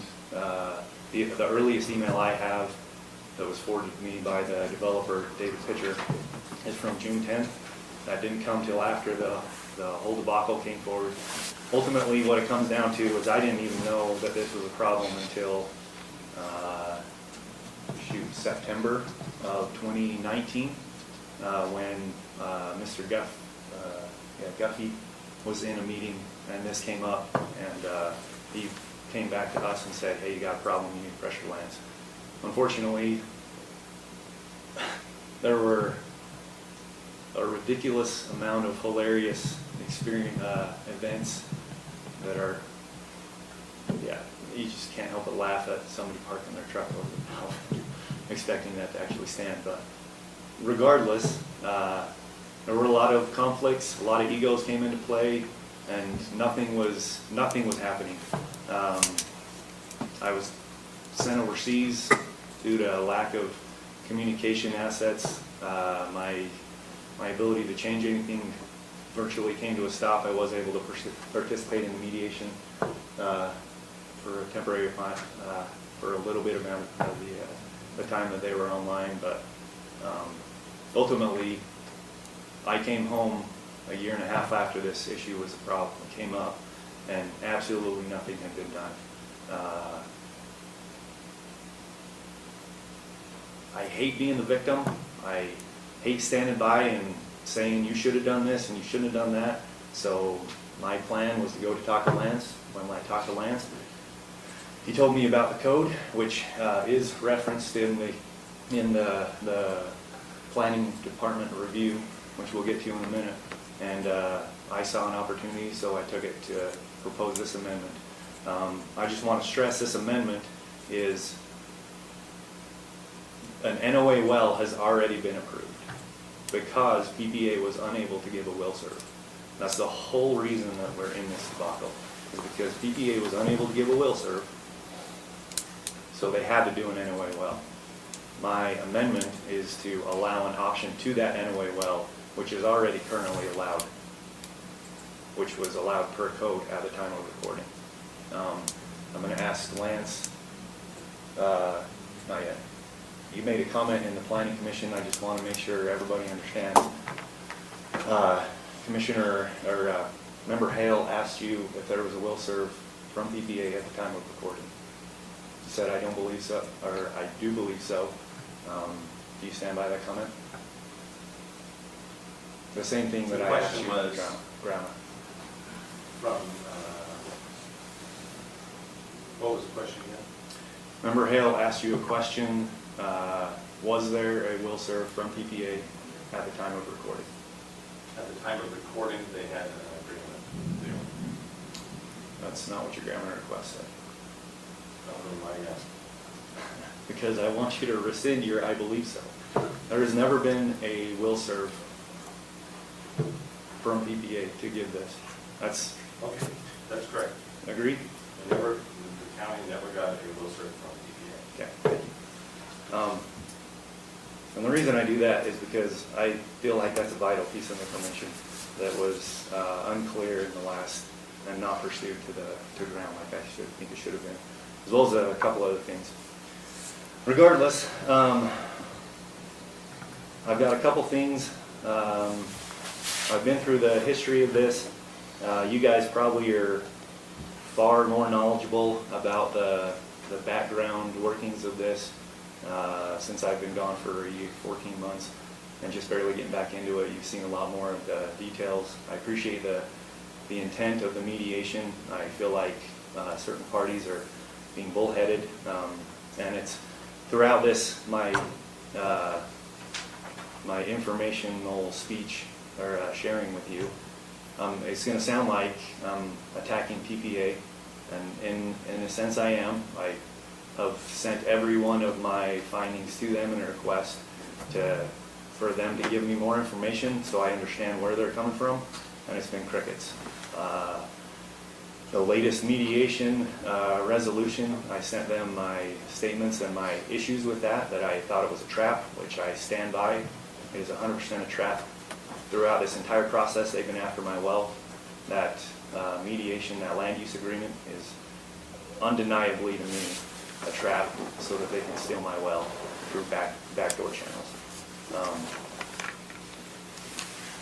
Yeah, so I just want you to understand, it's going to sound like I'm attacking PPA. I'm putting it bluntly as I can. I want nothing to do with that association, and I'll get into the details of that. They've been belligerent. Understand there were mistakes made on all sides.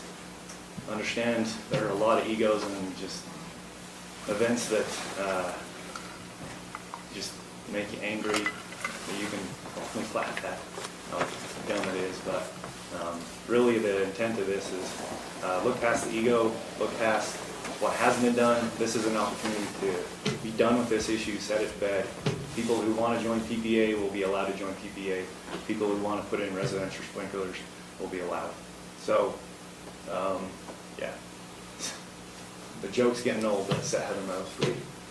Next slide, please. So, real quick review of Morgan County Code reviews, and this is the Planning Commission's report goes into further detail and includes an entire excerpt of these two snippets of code. But just to refresh, and not to go ad nauseum into this, 81240, that should be 46, I apologize.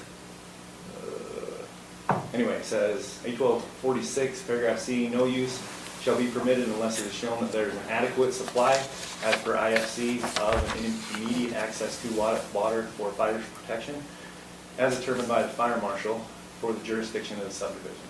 In 81246B, paragraph 2, it says where an approved culinary water supply is available or proposed, and then it goes on to say you have to, the developer has to put in the necessary infrastructure to connect to that. So I am going to show you, I understand your hands are tied. Like the county attorney said, you can't violate code. I'm showing you how you can pass this amendment. I'm going to show you how you can pass this amendment without violating code. If you would go on to the next one. This is to address adequate water. These are a list of subdivisions of various age that have been approved by Morgan County in the past, at least 6 of them. You'll read September 15th, or September 14, 2015, Sunny Meadows, outside water service area and fire marshal approved plans to haul water. So in that case, it was an adequate supply was the fire department hauling water to that residence. I am going above and beyond that in saying that we will also install residential fire sprinklers for NFPA 13D. That's essentially my pitch here is we're not asking for a free lunch, if you will. We don't want to ignore the code. We want necessary fire suppression. And if you've had a chance to look at the NFPA 13D benefits, they are huge. 90% of the time the fire is contained to a single room, 85% greater safety for firefighters once they get there. It uses about 10% of the water that a fire truck would use, not to mention that fire sprinklers are immediate. As soon as that system senses a fire, it immediately douses that area, versus the nearest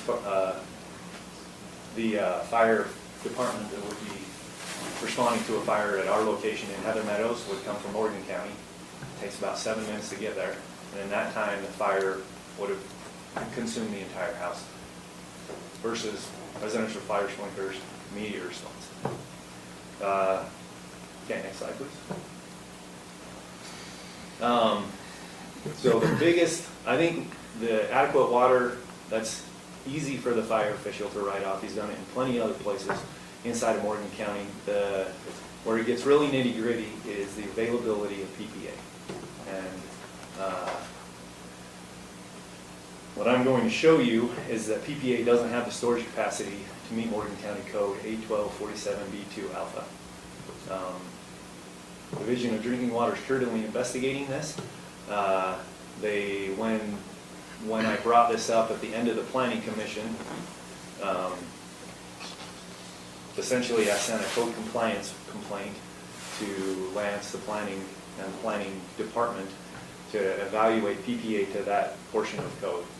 That portion of code requires a certain amount of water storage for every residential connection, a certain amount for fire suppression, 120,000 gallons, and then it requires a certain amount, a specified amount to provide for outside irrigation, lawns, gardens, pasture, whatever you would use PPA water for to do that. Unfortunately, that code compliance request was refused, and so I went to the Division of Drinking Water. Can I stop you right there? Sure. Garrett, Yes, yeah. why would we refuse to investigate whether that's viable or not? Because that is not the jurisdiction of the planning department or even the county to enforce it after the fact. If you look at the code that he's referencing, specifically with fire suppression, it says no use shall be permitted unless it is shown. So this happens at the stage of getting building permits and certificates of occupancy. That is not something that the county polices. So that's why the Division of Drinking Water, DWR, DEQ, that's why they exist on state level. Okay. And it wasn't a refusal. I've seen those emails. It wasn't a refusal. It was an explanation that that isn't what the county, the county doesn't police that portion of the code. That's in Chapter 8 where it is outlining the land use and permits and so forth. So we just take the word of PPA?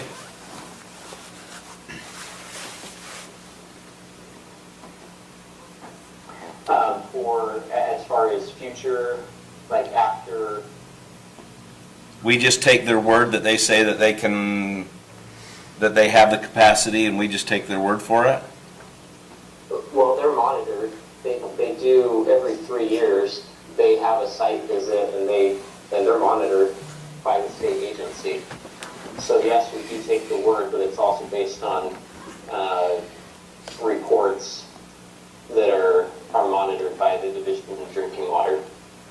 And weren't they, according to what I've learned, weren't they supposed to have a well drilled by August of this year to be able to comply with that capacity?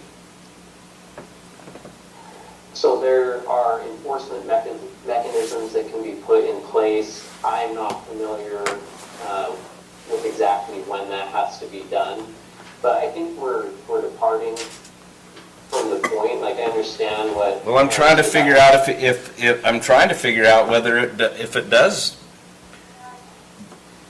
break the code or not. I guess I'm just saying it wouldn't matter either way, because our code says where an approved culinary water supply system is available or proposed, and that's a disjunctive. And so there, regardless of where the argument falls on the availability of PPA, there's no question that it was proposed as a culinary system under this portion of the code, especially as it continues. It says the county will require to be installed at the subdivider's expense water mains, valves, hydrants, service laterals, meters, yokes, faucet meters, etc. And those were done. And so it's clear that PPA was proposed, and even for fire suppression it says preferred Peterson water else NOA well. The NOA well, that was a deviation from the standard of just saying go with PPA because there was questions of availability. That's why the NOA was offered as an alternative, and that still is an alternative and has always been an alternative. And so I think that we're wasting time when we realize, unless we change our code, it's very clear that PPA was approved, it's a culinary water supply system, and whether or not it was available, it was proposed. Can I ask you a question too, Garrett? If it was something that was there when they acquired their water permit and PPA was not available, or even, I don't know when they became approved as a water system, shouldn't he be grandfathered into the other parts of the county that have their own wells? He is grandfathered in to when this was approved back in 2018. And at that time,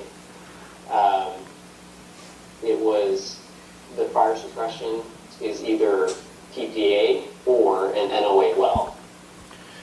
And they failed to do either. So they could still do an NOA well. The issue is the capacity for storage.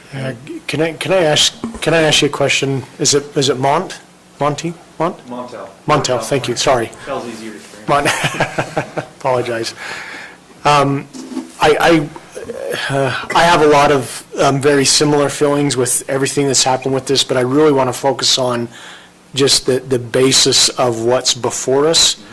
So I guess what I would ask, maybe to Commissioner Fackrell's point, you dug a well before the availability was there for PPA, is what you're saying. Is that correct, that you dug the well? Transparency, my well was not dug before the June 10th.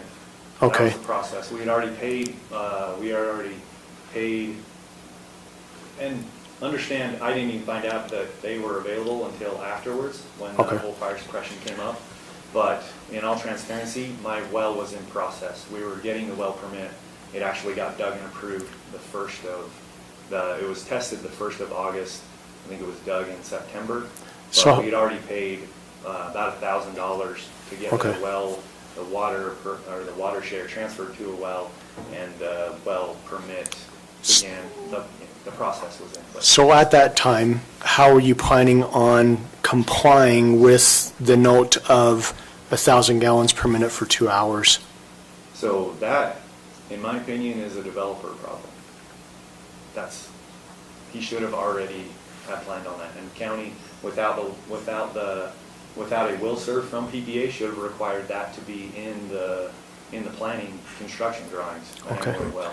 So my next question would then be, what's before us, the wording is residential sprinklers per NFPA 13D may be installed as an alternative to an OA well. Correct. How are those sprinklers going to get water? From our well. So NFPA, so 1,000 gallon per minute is a massive amount of Agreed. water. That's Agreed. a huge flow. I sized it, so given, and that's my second option, unfortunately, is to dig a tank and put in a $10,000 pump that will provide me that 1,000 GPM, which, I can do it, but I'd rather not, because I'd rather have that faster than that other stuff. So you are correct, but the NFPA 13D, since it's a pinpoint, it sees a fire in a specific location and immediately addresses that fire. It doesn't require the flow amount that IFC does. So that's where we're differing from the code, is in the code, if I'm reading it right, it says you actually get a 50% deduction if you install fire sprinklers, but that is actually at 500 GPM, which would probably still be too much for your well to handle. Yeah, my well puts out about 75 GPM. Okay, so you're all all, for a NFPA residential fire sprinkler system, but there's no way I'm going to put out 1,000 GPM out of a well. You have to have a tank for that, in my opinion. Agreed. And that's based on. what does the NFPA 13D provide? Do we know what the numbers are with what that sprinkler system, So what does it need, I guess, to function? Yeah. So the quote we got when we started this, looking into whether it was even feasible to have residential fire sprinklers, they had a 400-gallon tank, and that 400-gallon tank was supplemented by flow from my well of 75 GPM. So consider it, an NOA well is, for lack of sorry, I'm going back to military, it's you blanket an entire area with artillery versus a sniper with a single shot. That's what NFPA 13D gives you. So did you run this alternative by the fire officials? They were here, still here now. Did you run it by the fire officials to get approval or agreement or anything? Yes, and he was hesitant to talk to me about it because of litigation, so I made it an empirical. If you were to approve a system outside of a water service area, which is what I'm trying to prove, that they are unavailable, but we'll get to that later. And he said he would recommend fire sprinklers per NFPA. So, if I can just speak to that. When Tal and I talked about the 13 Ds, he asked me what we would do if there was no water supply company that could be used. And that's when I said we would do 13D and supplement with a tank or a well. The one thing I want to get clear with the 13D, it is a great system. The one thing it doesn't do, it doesn't require you to put them in your garage, in your attic, or your closets. So if we're going to get a car fire in a garage, it's not going to put it out because there's no hits. So I'm not saying you wouldn't do that, but I'm saying if we pass this one and then somebody else does theirs, they're not required to put those sprinkler heads in those systems. And he's right, the 300 to 400 gallon tank, sit in the basement, you get a fire, it typically does put it out quite fast. What we do need is for those ones that it doesn't actually get the fire out, let's say it's in the garage, and it's big enough that, we carry 400 gallons just on one brush truck, and it's not much water. I'm not saying it wouldn't put out a fire, but I'm just wanting you to realize what 13D is compared to a full system. So what? You meaning like in a commercial building that's fed with a 4-inch pipe and connected to a water system? Okay. Versus after the 400 gallons is empty, it now has to stop, it has no more water. So let me ask this question, either of you can answer it. Let's say if it's a smaller fire, it's in the kitchen, your sprinkler goes off, what flow rate has to be there to supply that sprinkler for, say it takes 5 minutes to put it out? Do you know the answer to that? I don't. I just have the quote from the, and we could probably look it up in that 13D, but I haven't dug into that far. I'm just wondering, because you have the simple kitchen fire, the thing goes off, it makes a big mess. I think it gives you 15 minutes. The toast burns. 15 or 30 minutes at full flow, assuming all, and that's where they size the tank from, on the pump. All 15 minutes full flow for all sprinklers? Yeah, they consider all sprinklers opening up. And this is like 3 months ago that I looked at this, so I apologize. I know that it but starts with just the one, it doesn't let them all out, right? So does it? But for only the one tank, gets but for the started? tank sizing, they assume that all your sprinklers open up at the same time, and that's how they get the flow rate and the tank sizing to supply all that. So the tank size could vary depending on the size of the home. Correct. And the number of sprinklers you put in. So if we were to, as part of a requirement, impose a requirement that they sprinkle the garage, what did you say was missing? Closets. Garages, attics. Okay. I thought 13D addressed the closets, because they talk about positioning the sprinkler so that it, I thought. Well, in any event. From what I understand, tells Okay. closets, attics, garages. Okay. So Montel, I'm still just a little bit stuck on your request because it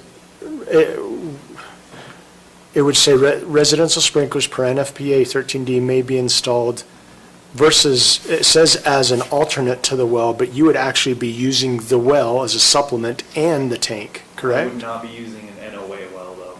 An NOA well with 1,000 GPM and for 2 hours, I can't provide that. I would have to build a storage facility with 120,000 gallons. Okay. And pull out of that as the well. That's worded better. I understand now. Yeah, so I do have a well, but it doesn't fit the requirements of that. Yep. So. Okay.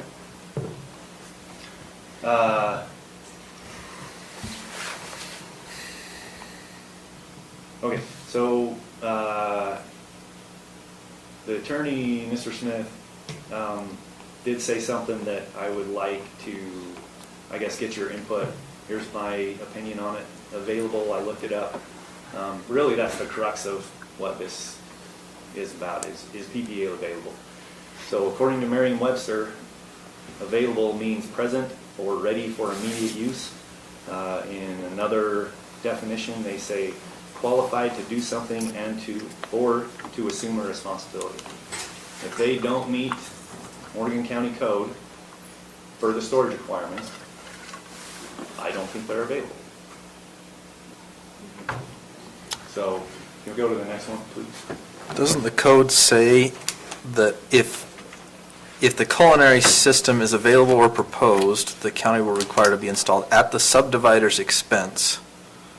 And it goes on and lists all the things, the water mains, valves, et cetera. I'm having a hard time understanding why this has become your problem and not the developer's problem. I think he is too. I'm having a hard time understanding why you haven't gone to the developer to resolve this rather than to the county.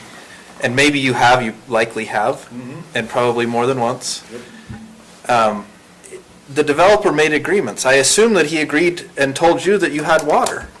And if he didn't, I don't understand, why we're at this point. So, okay. So first, let me address two answers to that. First, You've been here 2 years. the developer put in the subsystem, the infrastructure to connect to PPA in hopes that he would be able to connect and sell lots, because not everybody else is going to want a well. On Lot 7, I honestly don't see how you can have a well and have a septic system without making a teeny little house. So he put it in with the intent.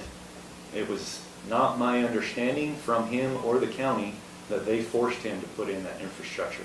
He did it as a, hey, this will help me sell lots. So that's the first point. Second point, according to the attorney, the developer has conceded to pay the $105,000.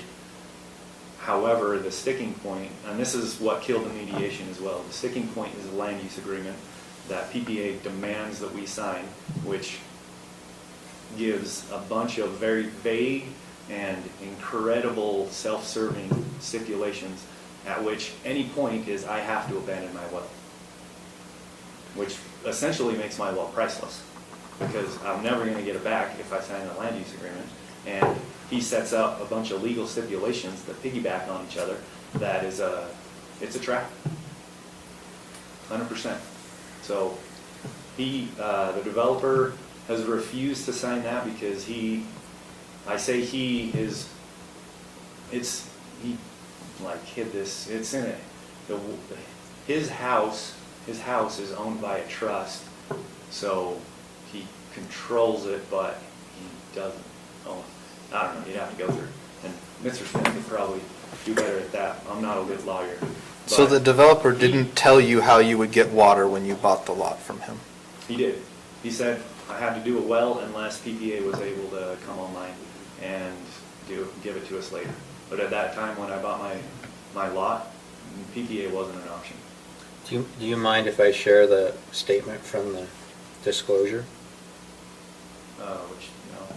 The one that you sent me? So the seller disclosure in your purchase and sale document? Yes, go ahead. This, I don't know, I haven't seen all of them. Mr. Guyman was kind enough to share this with me. So this is the seller property condition disclosure that the seller is required to provide as part of the disclosures to the buyers and part of the transaction. And with respect to water, it says culinary water, to your knowledge, culinary water service to the property will be provided by, and it says check applicable box. Public water is the first one. We don't have a public water system. Private water company, he checks that box. Name of water service provider, Peterson Pipeline. And then it says parenthetical. Lines are stubbed. PPA is upgrading system to enable connections. Close parenthetical. He also checked the private well box. And then it says, private water company, to your knowledge, what is the approximate location of the nearest private water service line? He checks located in, and then he doesn't fill in the name of the street, but he checks the box stub to the lot line. The question that says, are the water share certificates in your possession? If yes, please attach a copy. I don't know, it's not attached to this copy. I don't know if he provided it to you. But it does say, are the water share certificates in your possession? Yes. to your knowledge, are the water share assessments paid in full? Yes. And then with respect to private well, he also indicates that there's a contract, and he provides a contract number with Weber Basin Water. If the well is not based on a contract with a special improvement or water conservancy district, what is the state engineer index number? And he provides that as well. And then he indicates there's no irrigation water rights. So that's what the seller disclosed, at least to the Guymans. Maybe to, I don't know, Jen, if you remember that from yours as well. So that was the disclosure from the seller at the time. So I apologize for interrupting you. No worries, I appreciate I feel like this is going a lot better than the planning. I appreciate the questions, shows you're paying attention, interested. I understand I tend to go off on tangents, but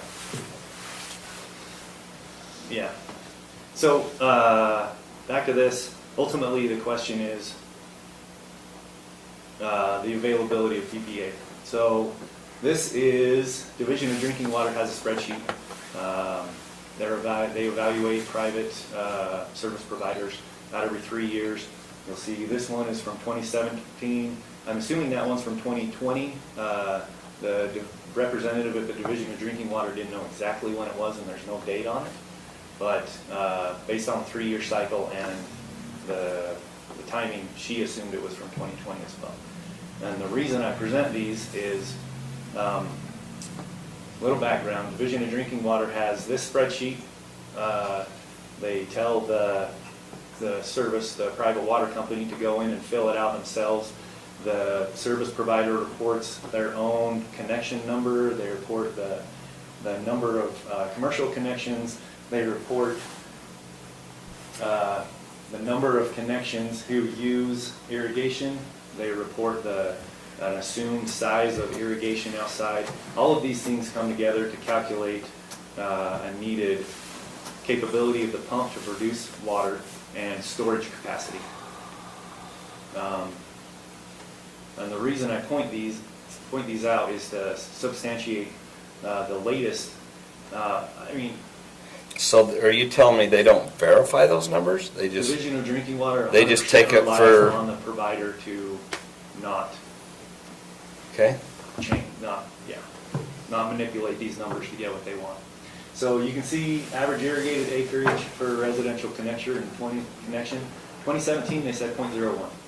That's a 21 by 21 area of square foot area, which is, the PPA's president's lawn is bigger than that. In 2017, they claimed 12 acres of other connections, schools, other stuff like that, versus in 2020, somehow they got rid of the other acreage. They did correct the average irrigated acreage to be that circle's misplaced. It should say 0.25 acres, which I can tend to agree with. I can see his substantiation for that. But regardless, this is the big one on 2020, is 1,000 GPM for 2 hours. That should be 120,000 gallons. So playing with this, that doesn't look right to me as an engineer. So playing with this, I figured out if you put 1.5 in this cell right here, because of the truncation of it, it shows up at 2. If this was actually 2, and that was 120,000 gallons, 2020 they would have violated it. And they would have had to do further stuff. If you go to the next slide.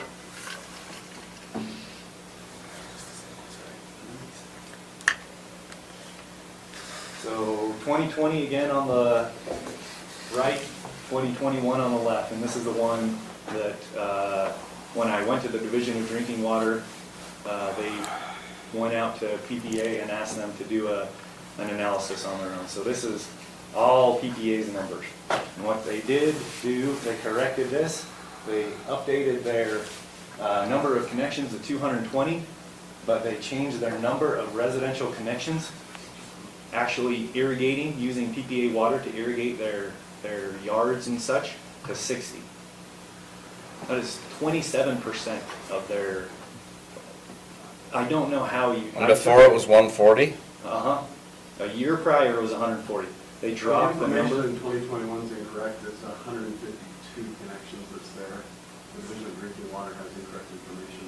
So happy to clarify anything. I can go through that. 152? There are 152 connections. And how many were using irrigation? And we have the number that's up there. The number that's off in your report is the two.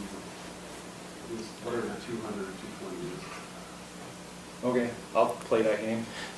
So Because even can, with 152, and you do 140 connections using irrigation, you're still over that. so can I ask a quick question, Montel? Yeah. I guess what's before us to change, it's very simple, not simple worded is what I should say. Okay. Residential sprinklers per NFPA 13D may be installed as an alternate to NOA well.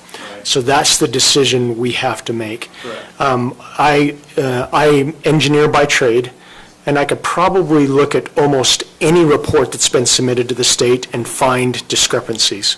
Okay. Almost anyone out there. Okay. Nobody's going to be perfect, so I'm trying to figure out why we're looking at reports that might or might not be perfect, depending on who says yes or who says no. What does that have to do with us saying, can we approve these sprinklers? Would this even work? I mean, I'm trying to figure out, I'm not discounting the homework we've done, and I'm not discounting what you're thinking and why you're frustrated. I'm not discounting that at all. Right. I'm just trying to figure out whether we're nitpicking NPA submittals or not. I don't want to say it doesn't matter to me. What matters to me is what we have before us of what you're trying to approve. Right. So Okay. I am showing that Trying to, because they violate Morgan County Code for storage capacity. We do not. I disagree. again, I will back up what the county, our county attorney said. Okay. It's a private water, and I might say company or not, I don't know if I'm going to misspeak or not, but what they have to do is submit to the state. They do not submit to the county for compliance, they submit to the state for compliance. So when you're stating that, I want to make sure you state that correctly, whether you feel they do or not. It's actually would be the state that they're submitting to, not the county. So I guess what I'm saying is, I would rather focus on what discrepancies might be in what we're trying to approve tonight, not necessarily what they've submitted to the state in 2020 or 2021. Is there a connection there? Is that going to help us with our decision? I think I understand the connection he's trying to make. So Okay. when the county approves a subdivision, it looks to the code, particularly the sections that he was referencing earlier, when it's evaluating the culinary water system and its fire protection. That code section is not something that we utilize to regulate private water companies. But what Mr. Guyman is arguing is, at least as of today, and I think as well at the time of the subdivision plat being approved, that PPA did not meet those flow and storage requirements stated in the code. And so that's what I think he's utilizing these numbers to show, is that at the time, and even today, he doesn't believe that they had the requisite source and storage capacity necessary to meet the requirements of the code, and therefore, they're not available for this subdivision in terms of use. The county attorney, I think, has argued, or is indicated, one, I'm not sure that the timing of the argument's right, because the evaluation of that should have been done at the time that the plat was approved. And two, the language of the code is available or proposed. And I think what was intended there was that at the time the applicant submits an application for subdivision approval, they tell us, as the county, what their water service provider is going to be. And they indicated PPA. That was the proposed water service provider. And that kicks in a requirement that says, all right, your plans and specifications need to identify a water system that will connect to the existing system and provide culinary and fire protection to the homes within your subdivision, which is what they did. Because there was a question about availability at the time, they said, in the alternative, we'll do this NOA well. So his basic argument goes to availability. And we're going to have to decide, is that in 2021 to justify the amendment a workable solution, or is there another solution that we're going to have to come up with, which would be a zoning text amendment that would somehow permit this in a workable way? I'm agreeing with all that. I appreciate the homework you've done on this. I would prefer a letter from the state that specifies all this and says they agree with your assessment that this was done incorrectly, because they're the ones that are actually agreeing or not and taking that liability, not the county and not Montel. So I guess if this is truly correct, my preference would be a document from the state that specifically does say they could not provide, they cannot provide. Let's get a letter from the state. They're the ones that review. And they promised me that they're going to do a site survey. Unfortunately, that has not occurred yet to validate these numbers. I totally understand. I'm biased. It allows my amendment to happen. So that's what was missing from the planning meeting. Is I would like you guys. I am a private person. I shared all of my research and numbers with EPA, asking them for justification of this. I'm a private person. They don't have to answer me. I feel like you guys can force them to give up those numbers and evaluate them to those numbers, which is what I'm asking. I don't know that we can force them. I think we can make the inquiry. Well, We're happy to respond semantics. to any inquiry. Okay. So the problem I have though is whether PPA is available or not right now is really not part of the discussion. Right now, the discussion is there was two options, right, that were given. Right. Either connect to PPA or put in an NOA well. Now you're wanting to add a third option, which is to sprinkle the home. Right. So there is an option available right now, and that is to put in an NOA well. That's an available option. Now, it may not be for you specifically, right? And I realize that you're coming in asking for this third option. But the way I read this, the third option still requires a flow of at least, if it's half, if a fire sprinkler system is in there, it reduces it by 50%. You still need 500 gallons per minute for an hour. Not necessarily. So the fire marshal in IFC and in this code, in Morgan County Code, the fire official is allowed to reduce that. And he has set a precedent when outside of a service area where you don't like PPA is not available. What I'm trying to prove is that he is allowed to change that, which in other areas, in that first chart I showed you, they agreed adequate water was simply trucking water from the fire station. So they're allowed to change it to as needed in order to do that. The precedent right now is trucking water. I'm going above and beyond the precedent by proposing an FPA fire sprinklers. And before we go too far down that line of questioning, I still want to reiterate what I said earlier. Under our code, 8-12-46, subsection B2, it does say where an approved culinary water supply system is available or proposed. It is presented in the disjunctive, meaning or proposed. Then it does say the county will require to be installed, lists all those things that we've already discussed. And then in subsection A to that section, so where, once again, we're dealing with an area where an approved culinary water supply system is available or proposed,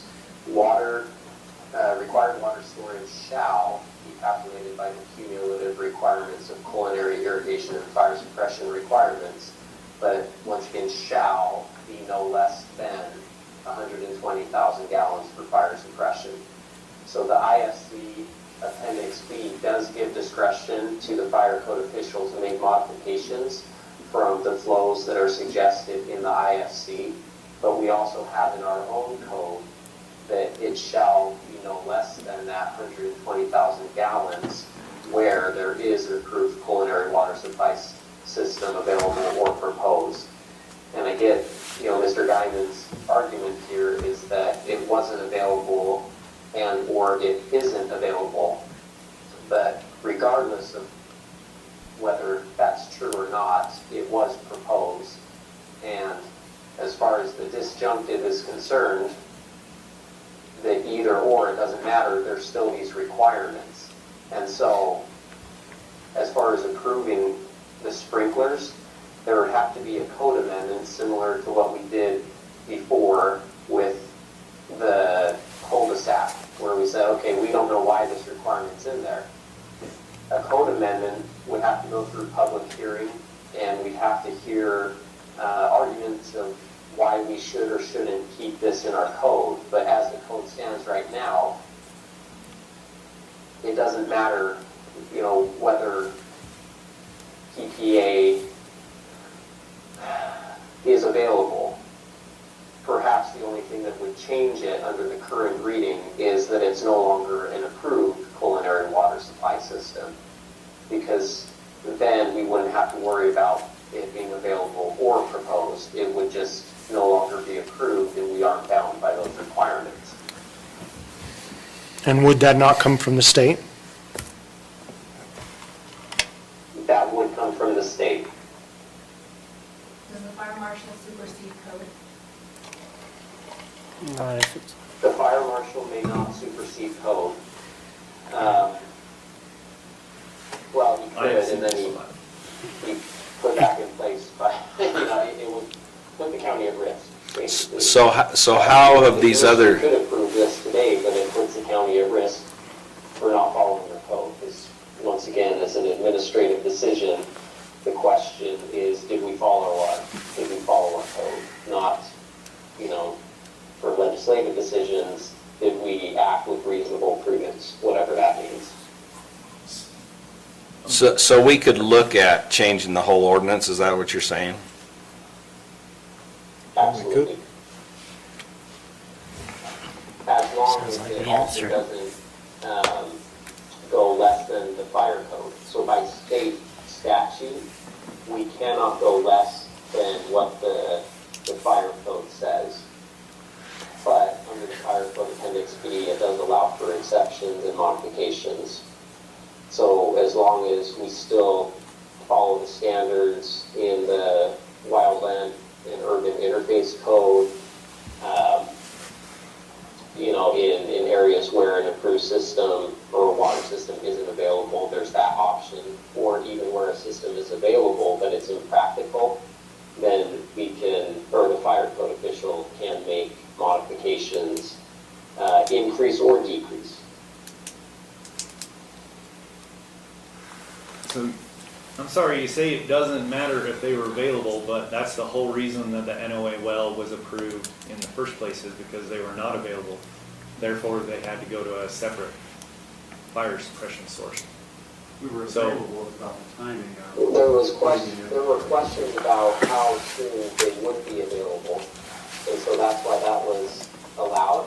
What I'm saying is the question of availability doesn't matter with regard to Morgan County Code, because it says where an approved culinary water supply system is available or proposed.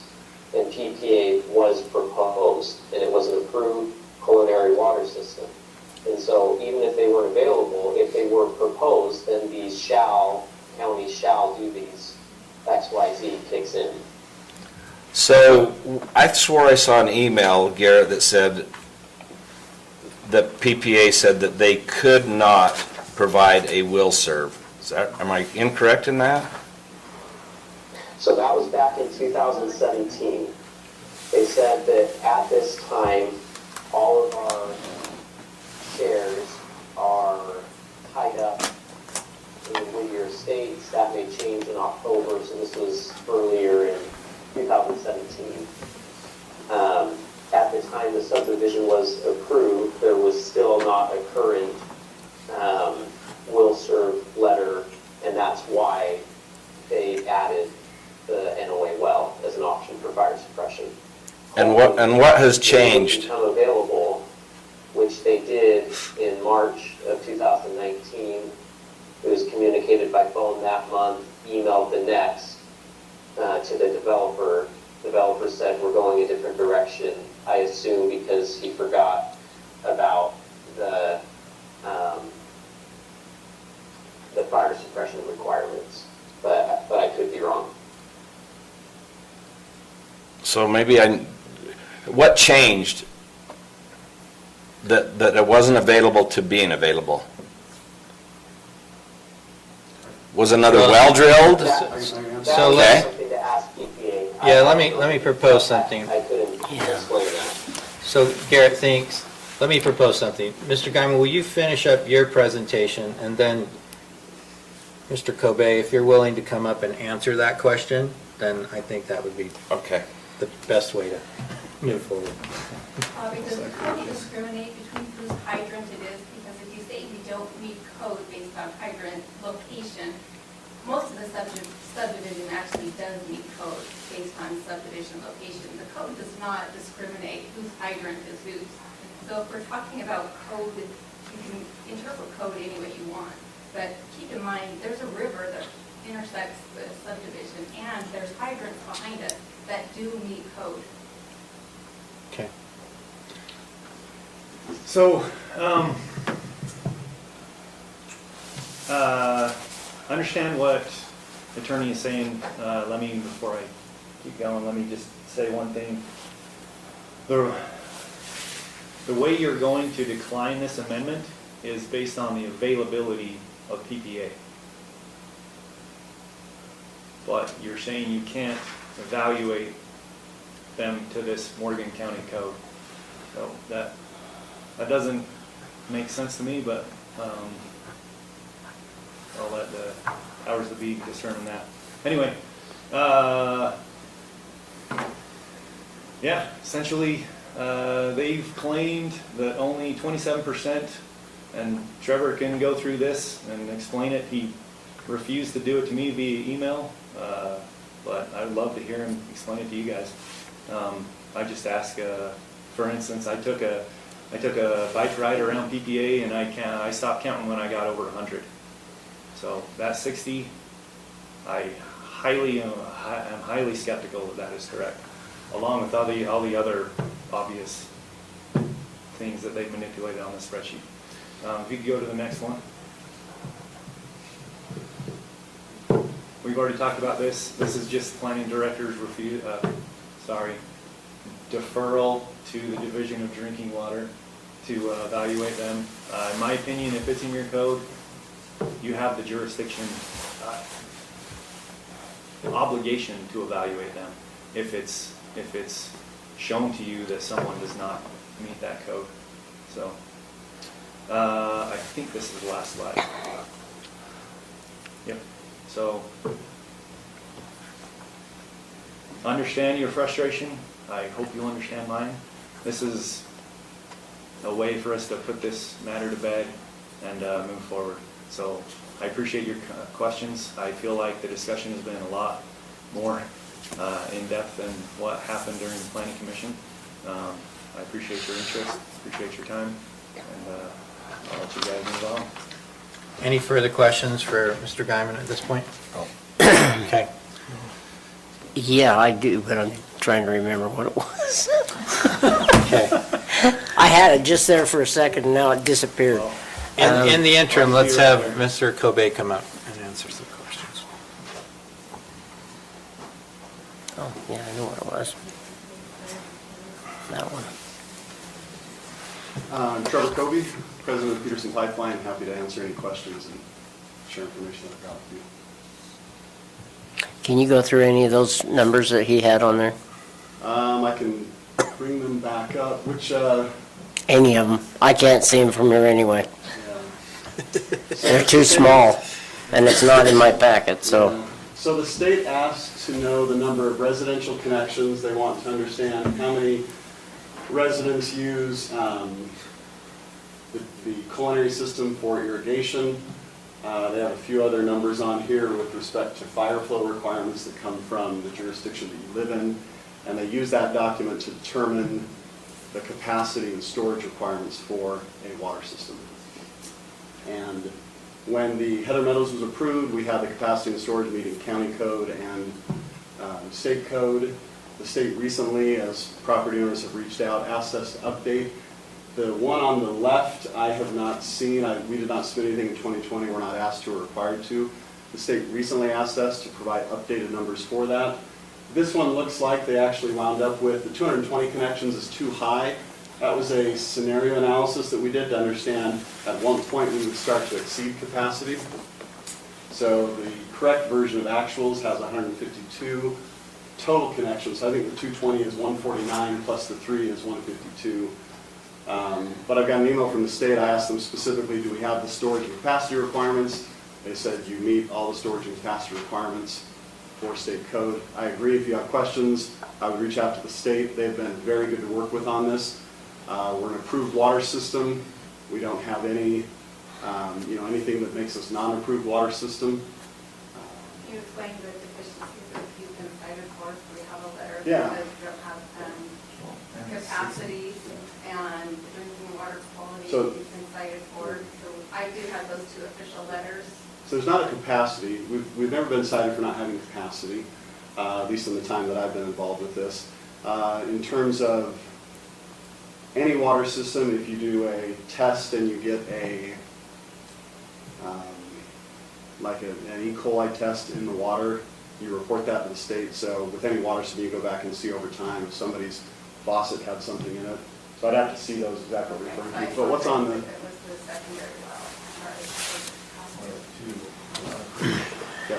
So I'll address those. So what we have right now, we did not submit an updated source protection plan. I think there's 5 points on your system. Once you're over a certain number of points with the state, which is like 100, I could be wrong, I don't know the exact number, 150, then they start to work with you to say, what do we do to make sure that you're doing the things you need to do.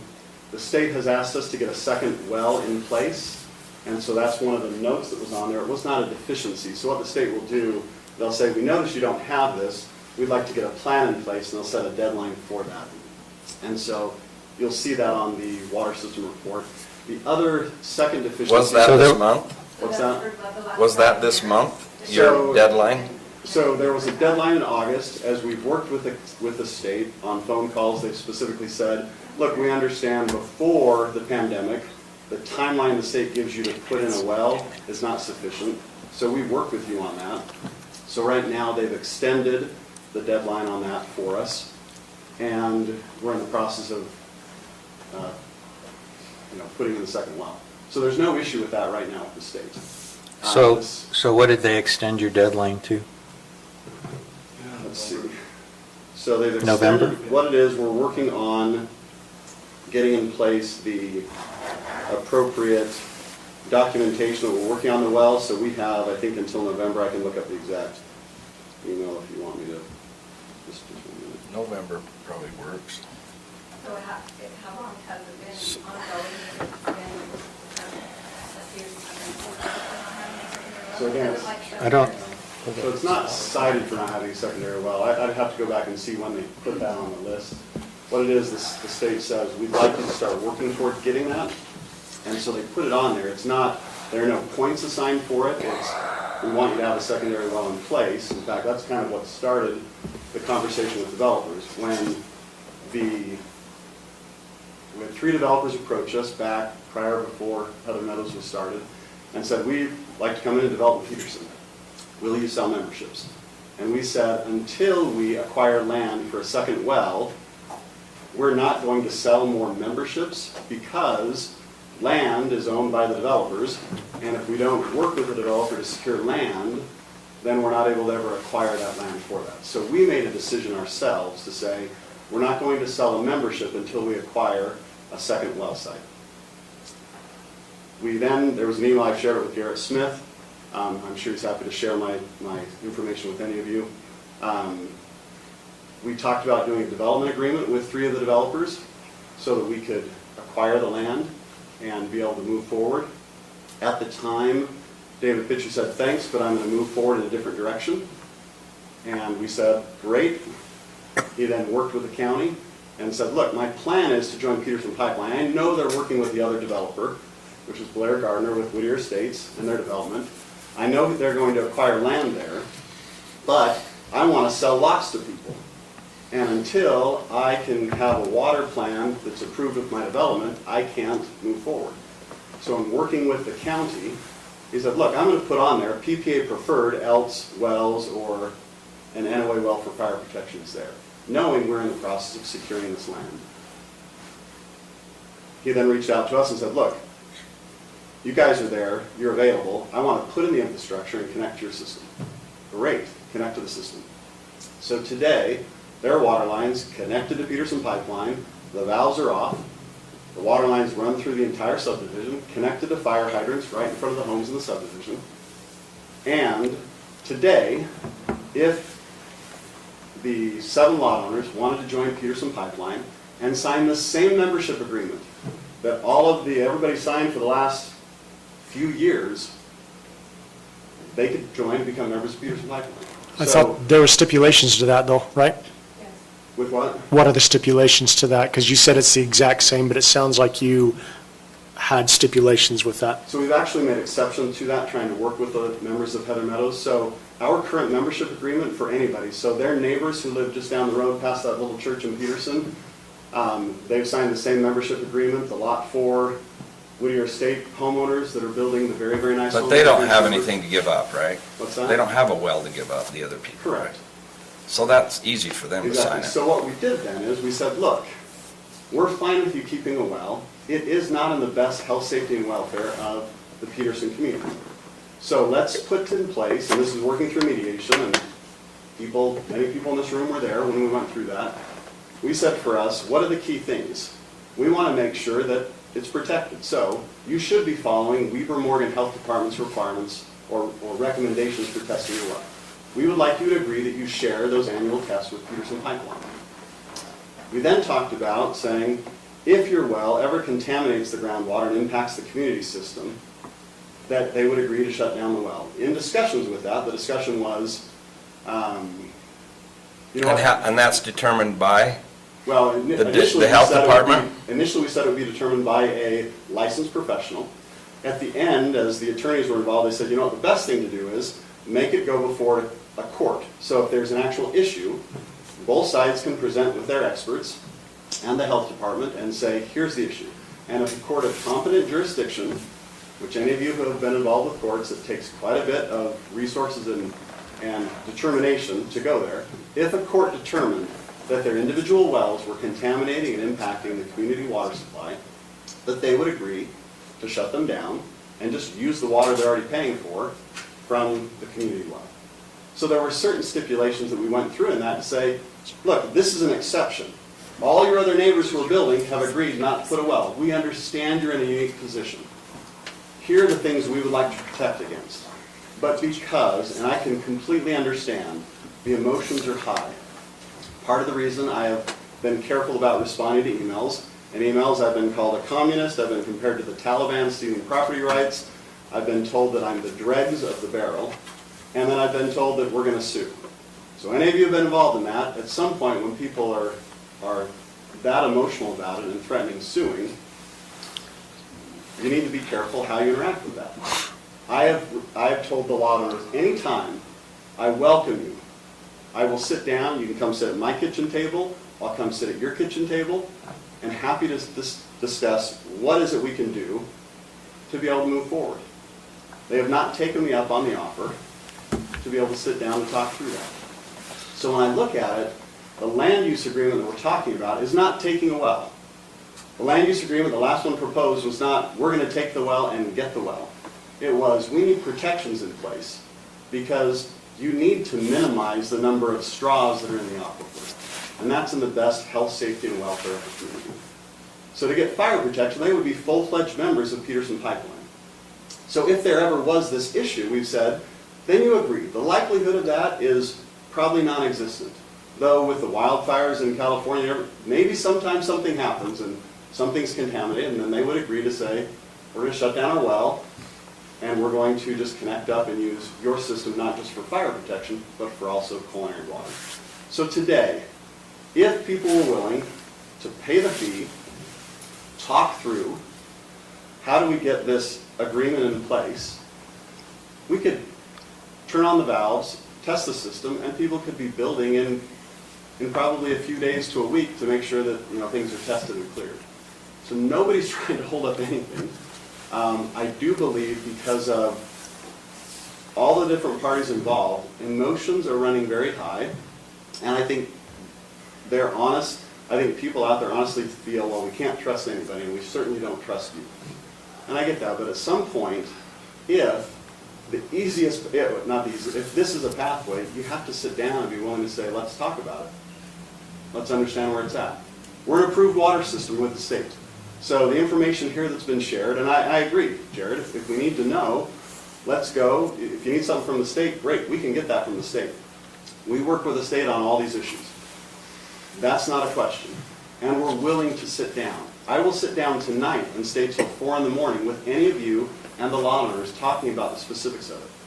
I have spent more of my time in this wonderful volunteer position than I ever thought I ever would when people said, hey, you want to serve on that? Sure, it's my turn in the community. So I guess what I'm trying to say is, one, we were available then. Our decision was, we're not going to give will serves. We could have given will serves. We said, we're not going to give will serves until we get property. And we still purchased that property from Blair Gardner and the Whittier Estate subdivision. But we knew if we didn't do that, the first thing, and rightfully so, because the developer's there to make money and minimize his cost. If you don't stand up for yourself, he's going to walk all over it. And we determined as a community system, it was important for us to say, we need developers to help with this. I guarantee in Mountain Green, when the developer adds a subdivision, the developer puts in the new tank and the new wells that are there. So in trying to work through that, we were available, we were ready. David Pitcher knew that, and he said, I need to get approvals so I can sell lots and get money, which is totally fine. And then he said, Peterson Pipeline preferred, and knew the minute we had that in place. And I'll be honest, I think it was a mistake. I think it was what Garrett Smith said on the phone just now. I believe once things were moving forward, people moved forward with individual wells for drinking water, forgetting that there was a fire protection requirement in place for that. So I think it was an honest mistake by the individuals who have put wells in that subdivision, not realizing, wait a minute, will this meet fire code? Does this meet that? So when that happened, I went to the individuals who put in those wells and said, look, I would be ticked off if I had to pay a membership to get fire protection and put in a well and pay twice. And I said, we would be willing to trade a membership for your well. We may not be able to use it right now, it's not up to our standards, but we may be able to improve it and it may benefit the system. Or if you don't want us, if you want to keep your well, we can sell a membership to you if you don't want us to have that. But as emotions run high, even in that, it gets spun back at me saying, I'm trying to take wells, or we want this, and that was the plan all along. So, in all honesty, obviously, everybody's frustrated with this. But at the end of the day, what I see is, there was a decision made. We have fire protection for a reason. All we have to do is look at the air quality right now to realize fires are a real thing. And fire flow is important. And we as a community in Peterson have a fire protection system with hydrants. And if you're going to build in the town center of Peterson, you should be held to the same standard as everybody else. Lines were put in. Hydrants are there. Valves just need to be turned. And we're willing to. With the money that's there, if that money, and I know Garrett said the money that the developers put forward, there may be some stipulations to it, so it may not be as readily available. If that money were released today and agreement signed, we'd have the valves on tomorrow. Can we But what I have a use agreement since we're listening to So I'm just wondering, Trevor, if we can remove your well? so if they wanted their attorney to look at the agreement and say, hold it, this gives you a really open book of being able to do whatever you want. Let's put our... Awesome. I've not received any, the only thing I've received back on the things that we proposed in mediation were no. Actually there was an agreement we thought. And so what we need is, what are the... So hold on just a second. Yeah, you're right. Jen, I'll let you ask your question in a minute. Let him finish. In the meantime, if either of you have the land use agreement and you want to give it to me to look at, I'll share it with the commission. So that you can see it. I know I've received it on my county email, which I don't have access to right now. I'll email it to you right now, and I emailed you previously yesterday Mine almost says. I haven't received any county emails since last Wednesday. So I apologize for not having it. The point is, regardless of what's in the current land use agreement that's there, we have always said we're willing to understand. So if there's a concern with testing your wells per the recommendations of Weaver Morgan Health Department, what is the concern? And where is that at? And if the attorneys from the landowners had recommendations with that, we're more than willing to go back through what I call that red line process of, hey, here's what we think. Okay, I get your intent, but we need to put some guardrails around it. Great, what are the guardrails you propose? There was frustration that there was a, if not paid within 30 days. Well, great, make it 90, make it something else. Make it, so I guess what it is, I'm willing to sit down. I've approached these individuals multiple times, and at the end of the day, it doesn't make sense to try to find exceptions or workarounds when the solution is right there. Or, and again, when people say we're trying to take wells, nobody's trying to take a well. And two, we're not holding anybody hostage. The developer said we got two options. We're one option. Go do the other option. But when people say we don't like that option, and now you're being mean because I'm making you pay the same amount and sign in fact, not even the same membership agreement. We've made exceptions. But you could join and become members like all the other new lot owners in Peterson have today who have agreed not to put a well on their property. Well, it's like I said, the first thing that came out of my mouth was, I can't believe we can't get 20 people in a room. And I've been in business 35 years. I've never Somebody name the place. I had to do guarantee I will never litigation be the yet. person who will not show up and who will not be willing to talk. Now, what I won't do, there have been times when people have been uncivil about this. If somebody wants to threaten me or my family, which not anybody in this room but other people have done, that's not a helpful conversation.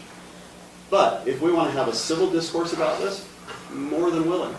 I've sent that. I could go back when discovery happens, when people decide to sue everybody, they can see all the emails I've sent where it's been happy to meet anytime. I'm willing to meet anytime. Please let me know what your thoughts are. What I would like to see us do is, I don't know if we can, he needs another break. But, I'm sorry I'm making this line. 58 years old. well, I'm a lot older than that. My question is, I think we need to sit down. We actually, I think, as a commission, asked to have something set up to talk with each one of you. And nobody, well, it got poo-pooed as far as I know, if you want me to let me use that word. But there's some things in here that we need to be aware of, and I think we can get this resolved, but not tonight. At least that's my opinion right now. And I mean, there's numbers, there's figures, we could look at that, and let's look at it some logically, because I'm a logical person. And I think that, we're all missing a point here, and that is, these guys were under an impression that they could put in a well. They spent the money, and I don't know how much it was in 2018 when the well was built. I know what it was when I put mine in. They say that they produce 75 gallons a minute right now, which I wish I had that, but I don't. Also, I think we were talking about doing a code amendment to the 2019 code, fire code. If I could just interject as well. Okay. I am working with the parties, and I can communicate with the commission as those things are moving forward. But one thing to keep in mind is there are 2 pending lawsuits with 2 of the lot owners. And so, it isn't just as simple as even getting an agreement with everyone in the room there as well. And so that's where I'm still working with the attorneys of the other lot owners as well. So just to kind of keep that in mind. And once again, the purpose of this meeting, I think it's brought a lot of attention, which is good. I know I suggested to the applicant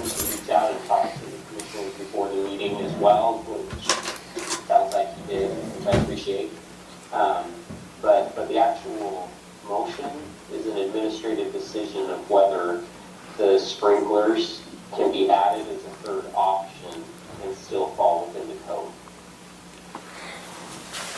And I guess the thought I have real quick, because I think this isn't going to end tonight. I'm agreeing with Commissioner Fackrell. I think the others feel the same. If I want to get to the base of this, I guess my thought process is we do not have currently in code anything that addresses the sprinkler NFPA 13D. Correct. So we would have to get that in code in order to be able to address that correctly. So that's really what we have before us right now. I'm not discounting any of the thought processes. I'm not discounting Mr. Guyman's thoughts either, but I would almost want to make a motion with what's before us right now, understanding we're going to continue to go through the process, continue to discuss with both sides and do our best with what we can. But what's before us is, can we approve this alternative of fire sprinklers? So would that be a code that we would be making as a code, Are you or what? saying you would include in that motion to look at the code for that system? I don't know if I'd include it in the motion. I think it's said publicly, and we know that we can change code, any code, we can go through the right process. All it says is, can it be installed as an alternate? And what we would say is, it is not an alternate code right now. in the code currently. Not discounting that there's some movement that the fire officials can make in that code. I'm not discounting that at all. But I think right now anyways, that would be my thought process. I would agree, and I think to be clear, the process to change the code, being that this is a land use item, is that a resident, you could bring a code amendment to Lance. Lance would have to take that to the planning commission. He'd do his review on it, take it to the planning commission. They would have to review that code amendment, whatever it is, and then they would make a recommendation to this body, and we would either approve the amendment or adjust the amendment and change the code. So we're not shutting the door on anything here. I want to be clear about that. I still am frustrated by the fact that this is even your problem, quite frankly. It ticks me off. I'm irritated. I think the developer didn't complete his requirements here. He agreed to do something and he didn't do it. And that's frustrating to me. But at the end of the day, what is proposed here does not meet our current code. So we've either got to do a code amendment and then come back to this discussion and amend the plat as you've requested, or we've got to find another solution. Can I get clarification? Sure. You guys deal with delivery. So that piece of code, if they're available, if they are shown to be unavailable, whether it's me, state, you requested a letter from them, if they are not available because they don't meet that storage capability, am I wrong in saying that this amendment is free to go? No, I guess the way I would word it is, You are. That's what I've been trying to explain to you, and maybe we can chat again, either over the phone or when I get back in my office. I know you said earlier, ultimately, the question goes to the availability of PPA, and then I tried to explain that that's not accurate. And then you said declining is based on the availability of PPA. Once again, it's not that. It says that the code itself states that where an approved culinary water system is available or proposed. Now, if we want to amend the code to say where it is available and take out or proposed, then I think your statement would be accurate. But PPA was clearly proposed here, as evidenced by all of the infrastructure that went in and being listed on all of the development plans and being listed as the preferred source for fire suppression, else NOA well. And so, as the code stands, when it says available or proposed, regardless of whether it's available, it was proposed, it kicks in certain shalls under the rest of that code section. And so I just want to be very clear. I know I'm not in the room, and it's sometimes hard to understand, virtually, but I think that that's something that has been failed to be grasped throughout the meeting, is it doesn't go to the question of PPA's availability. It goes to the question of, this was proposed, and so we have these requirements that need to be met. Now, if we want to change the code and say, those requirements don't have to be met anymore, or, when it's available and we take out the proposed, whatever that may be, we can change that, but it's not a question of availability alone. Yeah, and can I add just something to that? I guess I am very concerned with the word proposed, because they could say we propose this, but we won't have the water for 10 years. So I'm not disagreeing with you, Garrett. I'm just saying it makes it very confusing on proposed. But I guess I'm going back to Montel's question, is what I would say is, if you can some way, somehow prove that PPA does not have fire suppression, then the alternate right now before us is NOA well with 1,000 gallons per minute for 2 hours. There's two options. So that's what we have currently. You're proposing a third. We don't have that in code right now. So currently, I would say that third, I wouldn't approve it because it's currently not in code. But your question is, well, what if I'm proven that they don't have the fire storage? Well, if you can prove it and the state tells us they don't have the fire storage, then the alternate is NOA well, 1,000 gallons per minute for 2 hours. That's the alternate currently. And like you said earlier, I don't think you want to do that alternate because it's too expensive. It's a 10,000 gallon tank, whatever it may be. It's just too much. The well can't keep up on its own. Anyways, I guess, is that your question? Ideally, we have the person who knows the numbers right here. He said 152. I pulled up the Division of Drinking Water's spreadsheet, and they don't meet storage capability. So, but I'm saying that exact thing though. Let's say that the state does say he doesn't meet it. I'm agreeing with you for this thought process. Let's say the state says, yep, okay, then the alternate right now is an NOA well with 1,000 gallons per minute for 2 hours. Without us going through the whole thing to approve a new Changing code. Code change Right. to include that system. Right. So how were other areas approved simply on trucking water is the question I have. Because they were neither available nor proposed. So if our code had read, the water system was both proposed and available, then if you show non-availability, and frankly, the determination should have been made at the time the plat was approved. That's what I think the code's going to. Then your argument would work in terms of demonstrating non-availability. And what we're saying is, because this is administrative approval, we would have to show compliance with the code now. But I don't think anybody on the commission is saying we can't look at an amendment if in fact PPA's not available to you. If they're not, and I don't know how we resolve that. Trevor's indicated that they are in compliance. He's indicated that they can get a letter from the division that says that they are. And I don't want to misstate that, Trevor. I think you indicated that the division will give you. We're an approved water system that has the ability to take on. So you have the source and capacity necessary to provide fire suppression to Heather Meadows. So I'm inclined to ask him to get that for us. We have a spreadsheet right here. And what I've heard from The letter from the Commissioner state. Anderson is that sometimes those things are inaccurate. It sounds like at least Trevor believes that the information at the state right now is inaccurate.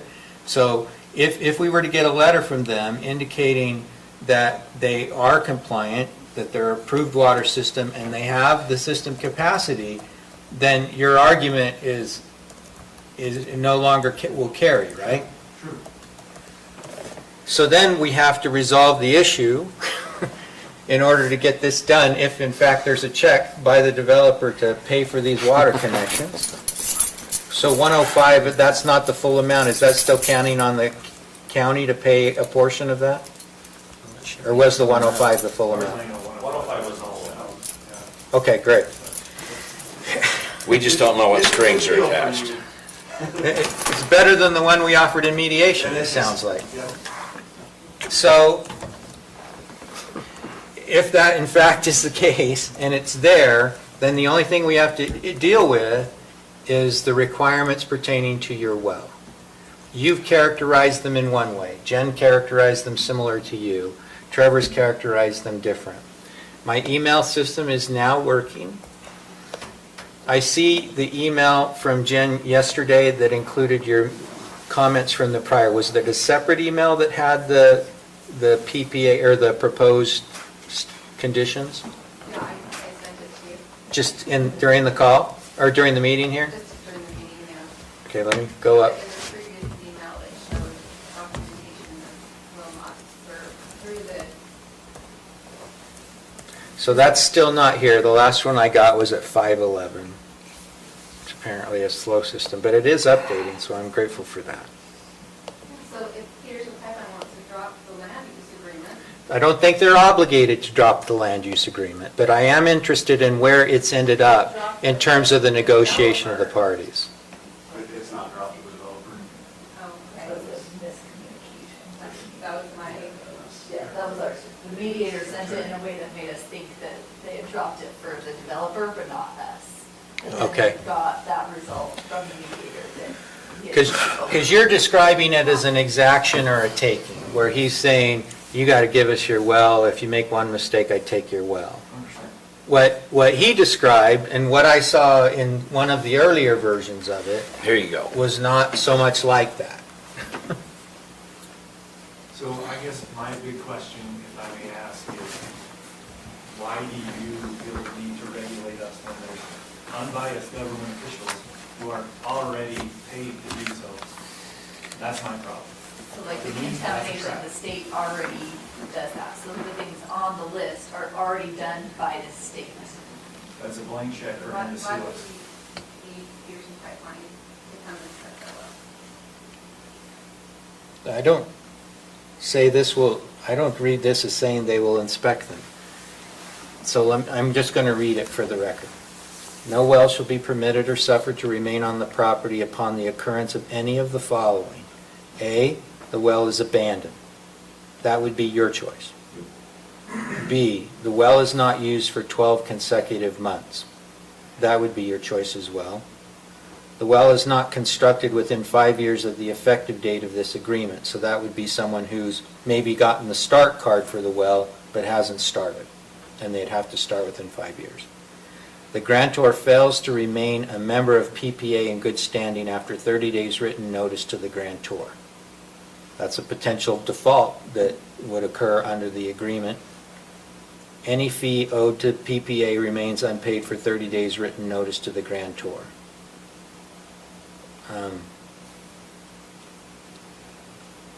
Okay. A court of competent jurisdiction determines that the grantor's private well is negatively impacting PPA's wells or water supply, and such negative impact is not resolved within 60 days of such determination. So that one requires not just an inspection, but it has to be determined by a court of competent jurisdiction, meaning if they assert it, you guys go to defend it. And then they go to court, and the court determines, no, in fact, your well is negatively impacting the PPA well. Or G, the grantor breaches the agreement attached as Exhibit A to this land use agreement, and the breach is not resolved within 30 days.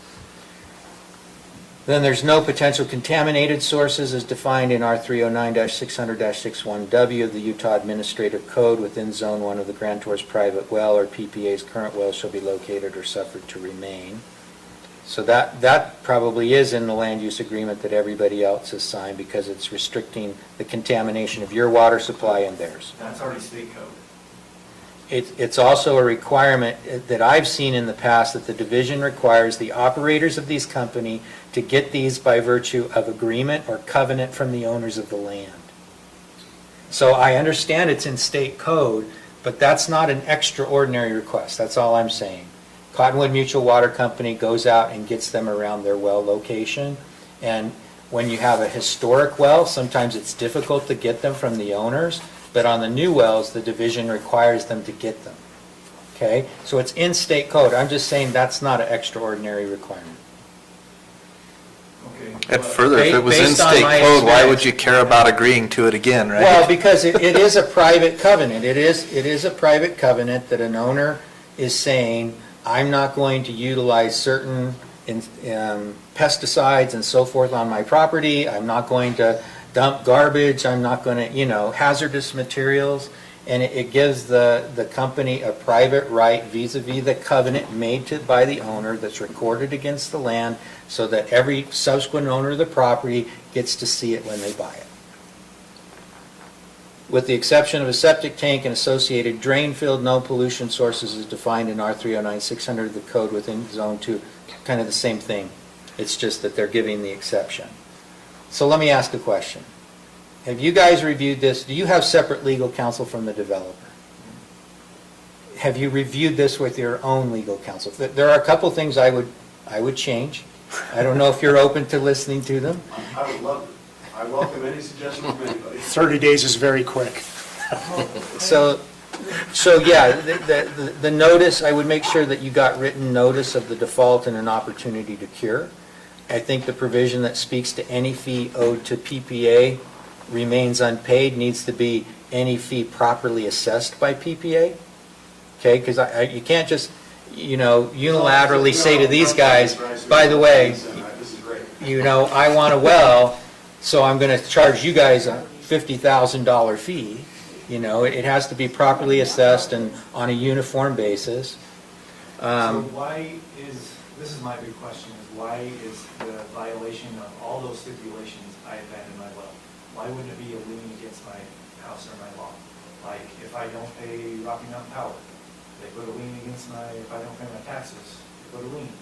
Why, the fact that he lists all these requirements, 30 days, he can, essentially that document is an opportunity for him to sue me at will, take all my money, I'm not gonna make a 30-day payment, I have to abandon my well. What legal counsel told you that that was an open thing to sue you? The attorney, Mr. Schmidt.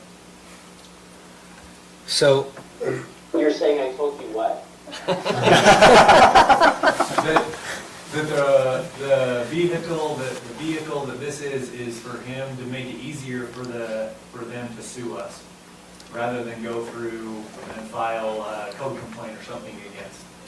it clearly does identify this. No, I said, I did say that he can sue you regardless of that. True. He doesn't have to have a contract that he can sue you. I said he can sue you anyway.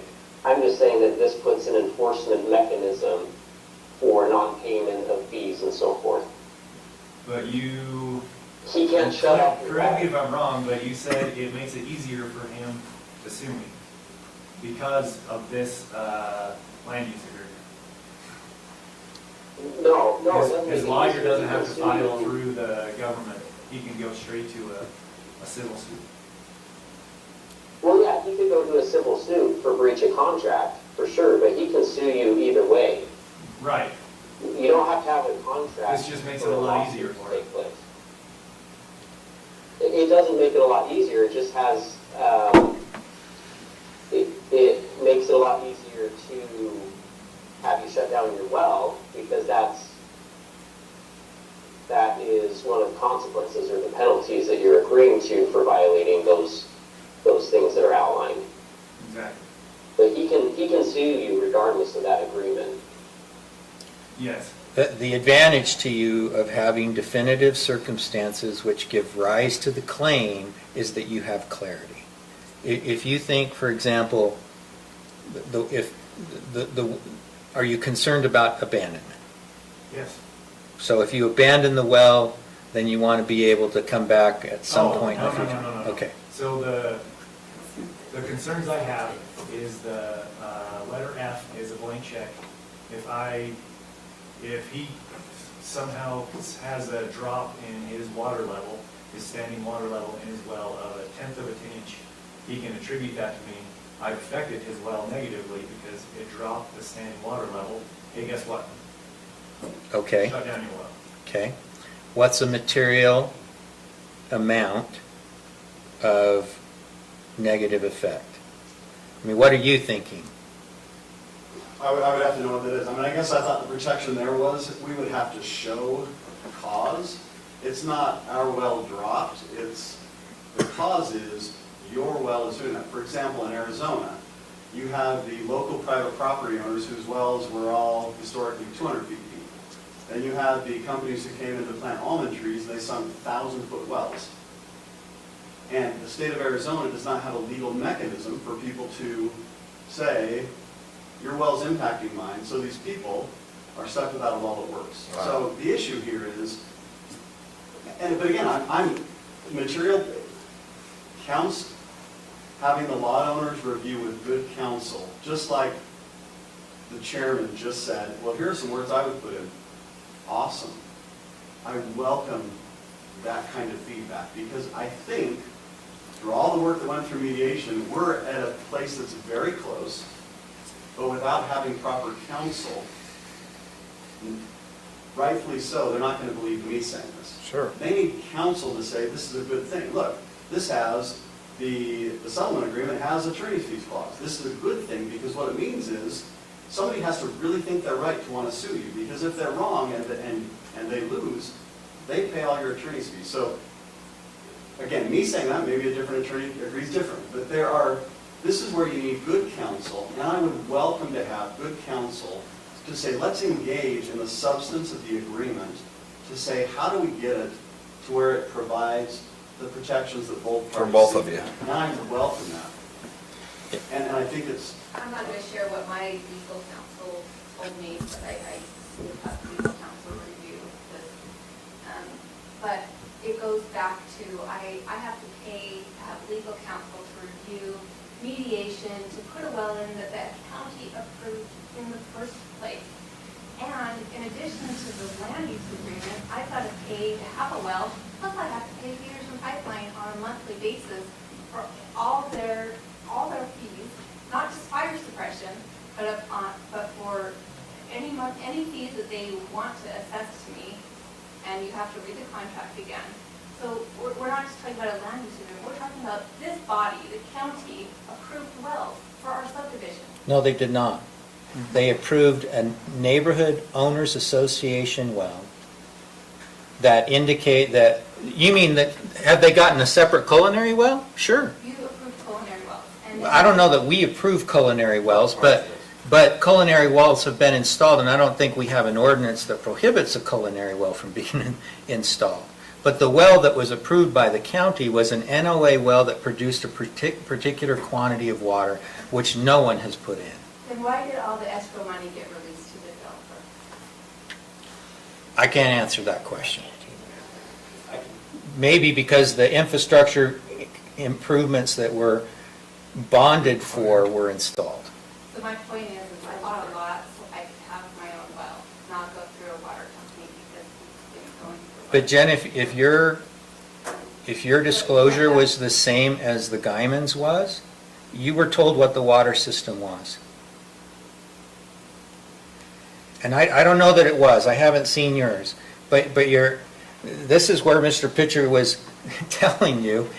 I don't agree that everything in that disclosure was accurate, but he said the water system is the private water company Peterson Pipeline Association, and they're making improvements, which would have suggested to you as the buyer, you might have to wait until those improvements are done to be connected. That didn't necessarily preclude you from also putting in the well, which he also marked that box.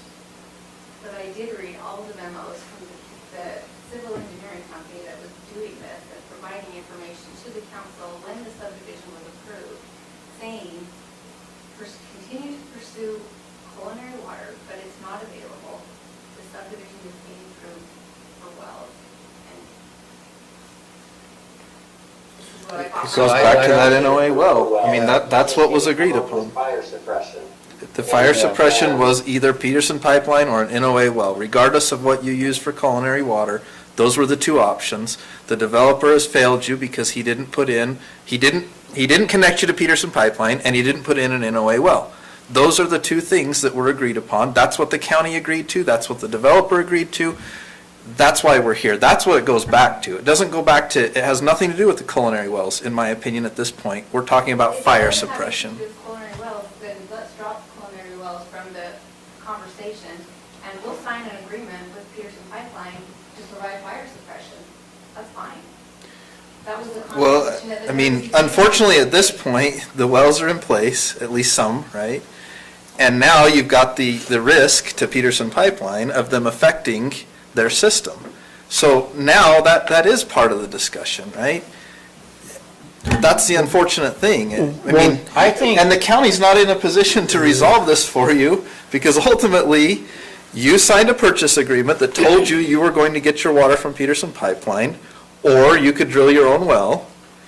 Your agreement, I don't think it addressed fire suppression, but it should have. It doesn't. And the developer didn't provide either. Here's what I'm worried about.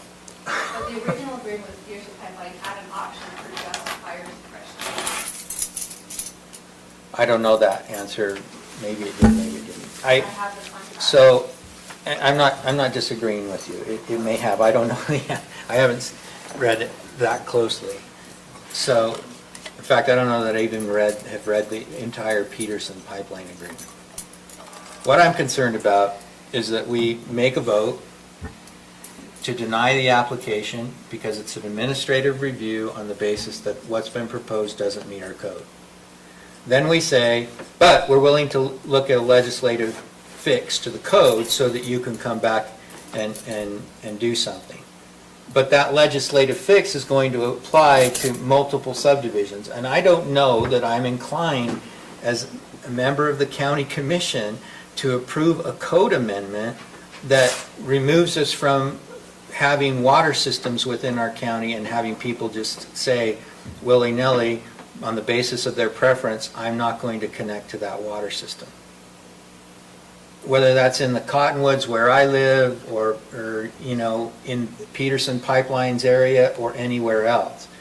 Now, before Councilwoman Cannon left the county council, she did bring us an ordinance from Summit County that included a lot more detail in terms of what we ask and what we require of these private water providers to make sure that they are not just available technically, but available practically.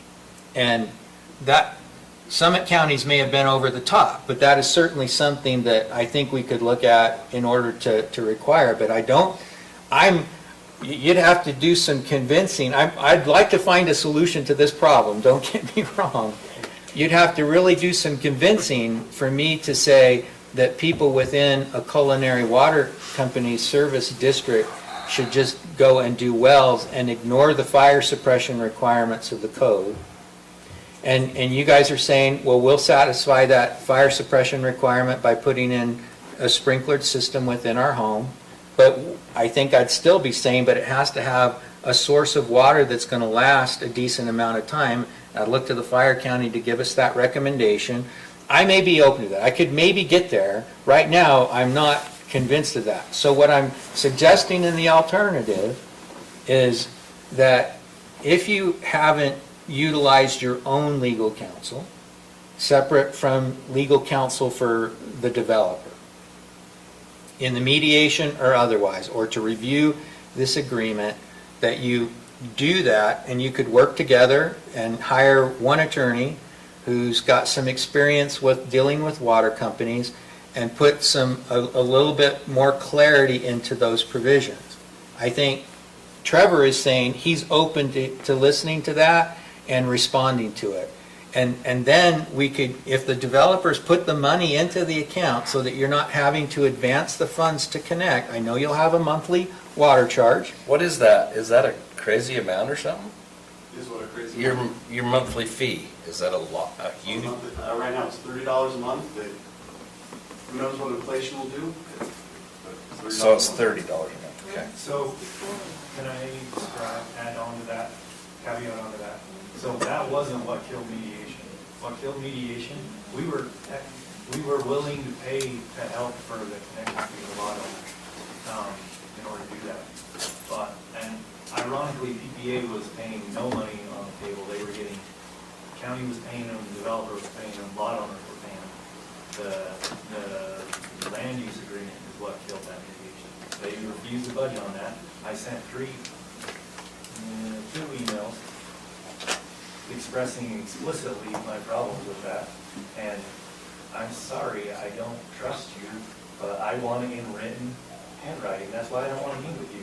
No, I appreciate that this is recorded. This is why an attorney is really helpful though. And I know we all sometimes hate to pay attorney fees, but what'll happen, I know you express that it's a trap, but what you have to do is not say what you don't like about it. You have to say, here's what I propose. And so if you get really good counsel, they'll actually redline it and say, this section, I see what we're trying to accomplish. I would add this word and this word here. Just like the chairman already was listing off some wording that he would recommend on those things.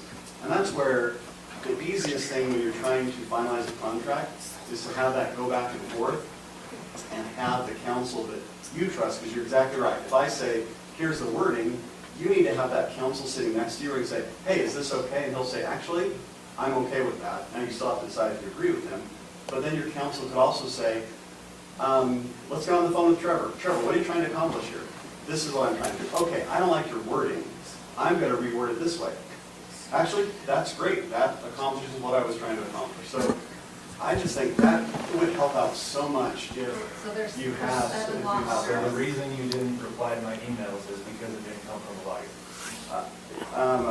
I'm happy to share emails with everybody. Your emails were rather caustic, and I didn't know how to respond to them, honestly. Like even the one that I got on Sunday, just I don't know how to respond to that. That's why I said let's sit down. There's too many people hide behind email communications, and just to sit down and go through it. And I'm happy to sit down anytime and talk through it, but I don't want to get in the fiery email exchange because I've just found in other situations those actually don't help to resolve the situation.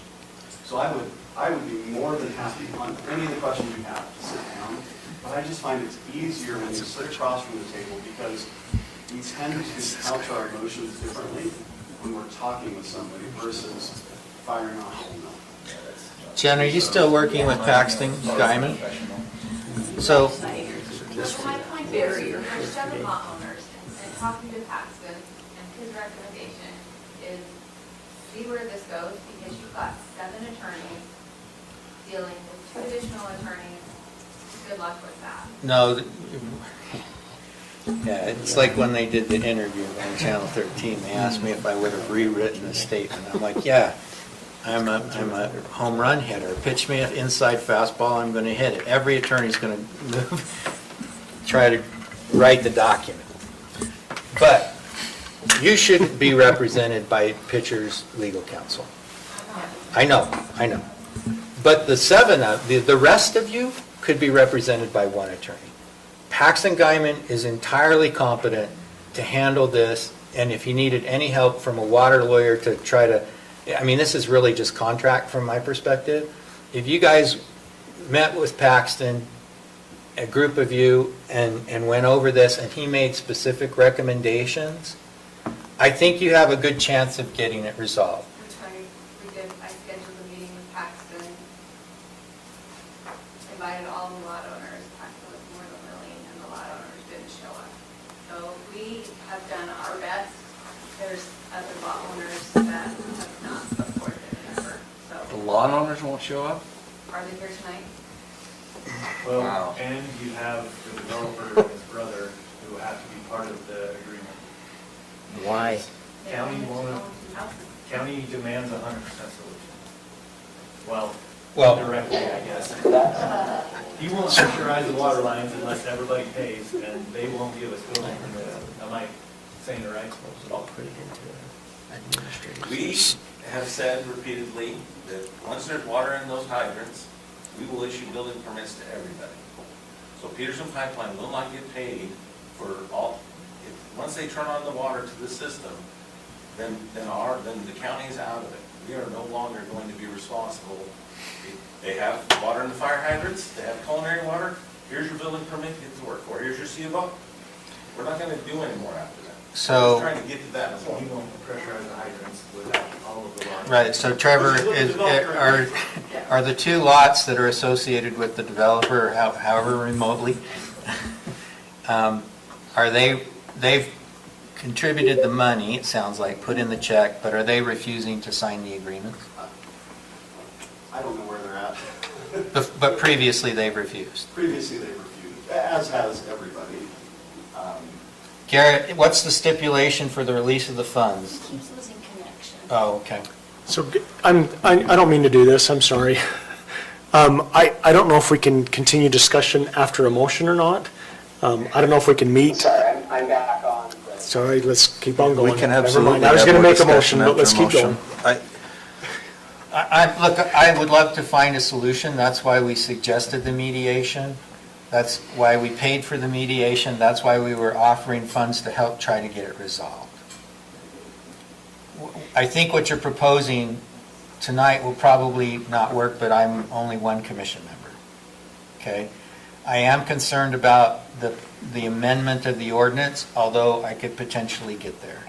And so what I'm suggesting is, I don't know why the other owners wouldn't want to participate, but even frankly, if the two of you paid Paxton to make the suggestions, and if you got to the language that was acceptable to you, because you guys are the ones with the wells, right? Whereas the others, does any of the other owners have a well? So they're really not going to carry about those provisions on the well. Yeah, at least 2 of them want their well. Okay, but if you guys, as representatives of the other owners, not formally but informally, negotiated language that you guys got comfortable with PPA and sent it to them and said, here we are, this language works for us, we think it should work for you, do you think you could get any traction with that? I know you don't know for sure. David and his brother are a wild card. I'm setting aside those two. I'm talking about the rest of you. But it has to be 100%. Well, I have a follow-up question for Trevor. If you got that agreement worked out so that you guys were comfortable with the provisions that allowed you to have the well, but you know, let's say on the drawdown on their well, there was a materiality element imposed, there would probably be some, the proof element of that's going to be difficult, you know, and in order for him to get a court to say that you guys are causing a materially detrimental impact on his well, he's got a big burden of proof.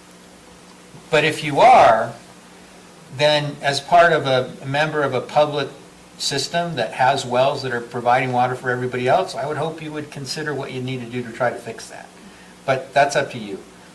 If the non-developer lot owners got into agreement on that, the ones that want to have a well, and reached language approved, I think it would carry weight with the other owners if you guys did that. And then what I think we need to try to work out is, if I need to understand the stipulations for the release of the funds. But if the and I know Garrett's the one that's got them, is he's saying he won't pay unless they drop Lawsuits. the funding, or what do you call it, the separate agreement, the land agreement? No, he just gave that, I asked for it as a sign of good faith to help move mediation efforts along. Because I've been meeting with people to say, hey, at least the money exists.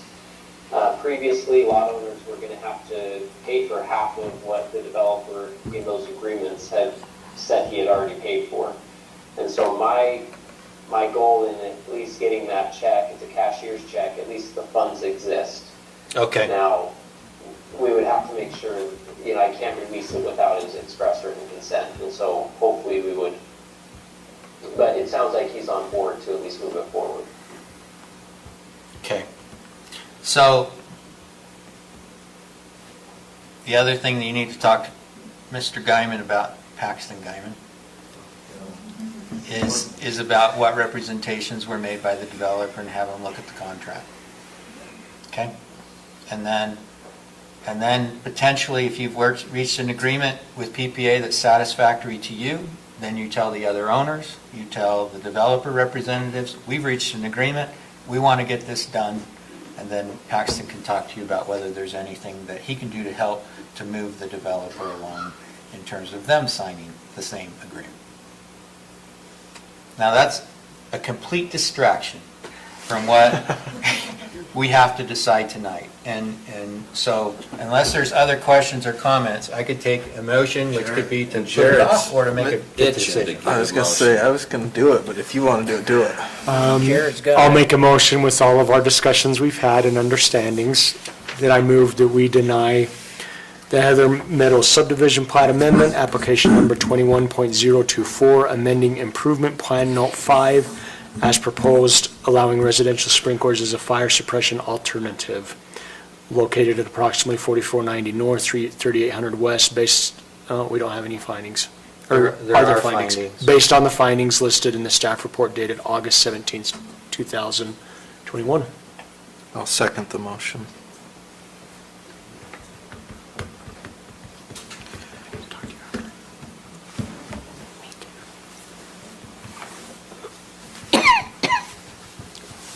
So there's a motion by Commissioner Anderson, seconded by Commissioner Newton, to deny the Heather Meadows plat amendment, a proposed amendment to the Heather Meadows subdivision, adding a third option for fire suppression based upon the findings stated in the staff report, which go to the fact that the proposal doesn't comply with Morgan County Code. Any questions on the motion? All in favor? Aye. Any opposed? Okay. We're going to go to commissioner comments. I'll make a comment, and this is actually regarding this item that we just voted on. And that is, I know that there's been a lot of discussion back and forth. I think there's been misrepresentations that maybe the commission is not wanting to resolve this. We would like to see this resolved. We don't like that you're not in your home today. That's frustrating to us too. So I hope that we can come to a resolution. I'm going to say something that my grandma used to always say, and that is you got to get all the liars in a room and talk about it. And sometimes the liars have to bring lawyers to do it, but if that's what it takes, we want it resolved every bit as much as you do. That's why, as the chair mentioned, the county was willing to come to the table in mediation. The county was willing to put forth some funds to pay for both the mediation and to help resolve it, because we want it resolved. We don't like it any more than you do. And so I guess that's my comment to you. We do care and we do want it resolved. We've got to find the proper way to do it. Anyone else? I'd like to say too, in all fairness to PPA, I know you said that they didn't want to put anything on the table, but in all fairness to the lot owners and PPA, this has cost a lot of time and a lot of money and funds to attorneys, and that's a lot to put on the table for all of you guys. And I don't think it's any of your issues, to tell you the truth. So there's been a lot of money spent on this, and now prices have gone up too, to boot, you know. So we have anxiously been engaged in this cause, trying to get this resolved. Whether people know it or not, we meet afterwards. You can see we're all pretty passionate about it. We're frustrated and would like to see things handled, and we care about our county people, our citizens. So We really do, and we appreciate you for doing what you've done, but we hope we can at least get this settled, because we were hoping it was done before we took office. yeah, we were promised. And it wasn't, and we, like they've all said, we've been in a lot of discussions on this, and I personally would like to see it end real quick, in one way or another. And I feel for you, because I do know what wells cost. But anyway. Trevor, I will ask you to get that letter from the division, if you would. And then if you guys, I'll leave that comment till later. Okay. Is there a motion to adjourn? I'll make a motion to adjourn. I'll second. All in Can- favor? Can I just say Oh, one thing? Too late. Sorry, can't. One thing. I just want to say thank you to the Fair Board for that wonderful fair. Yeah, that was very. It was a good fair. Well I done. wish the cows would have Well come at us, attended. though. It was awesome. Then why didn't you sit on the edge where the calves were coming out? Because I might have just gotten. Robert was leaning away pretty good there. Don't forget lunch on Thursday, 1:30. Okay, tell And me don't not to forget let him- tomorrow. Oh, all in favor? Aye. Thanks. Where's Don't it at? forget tomorrow. Stay hungry.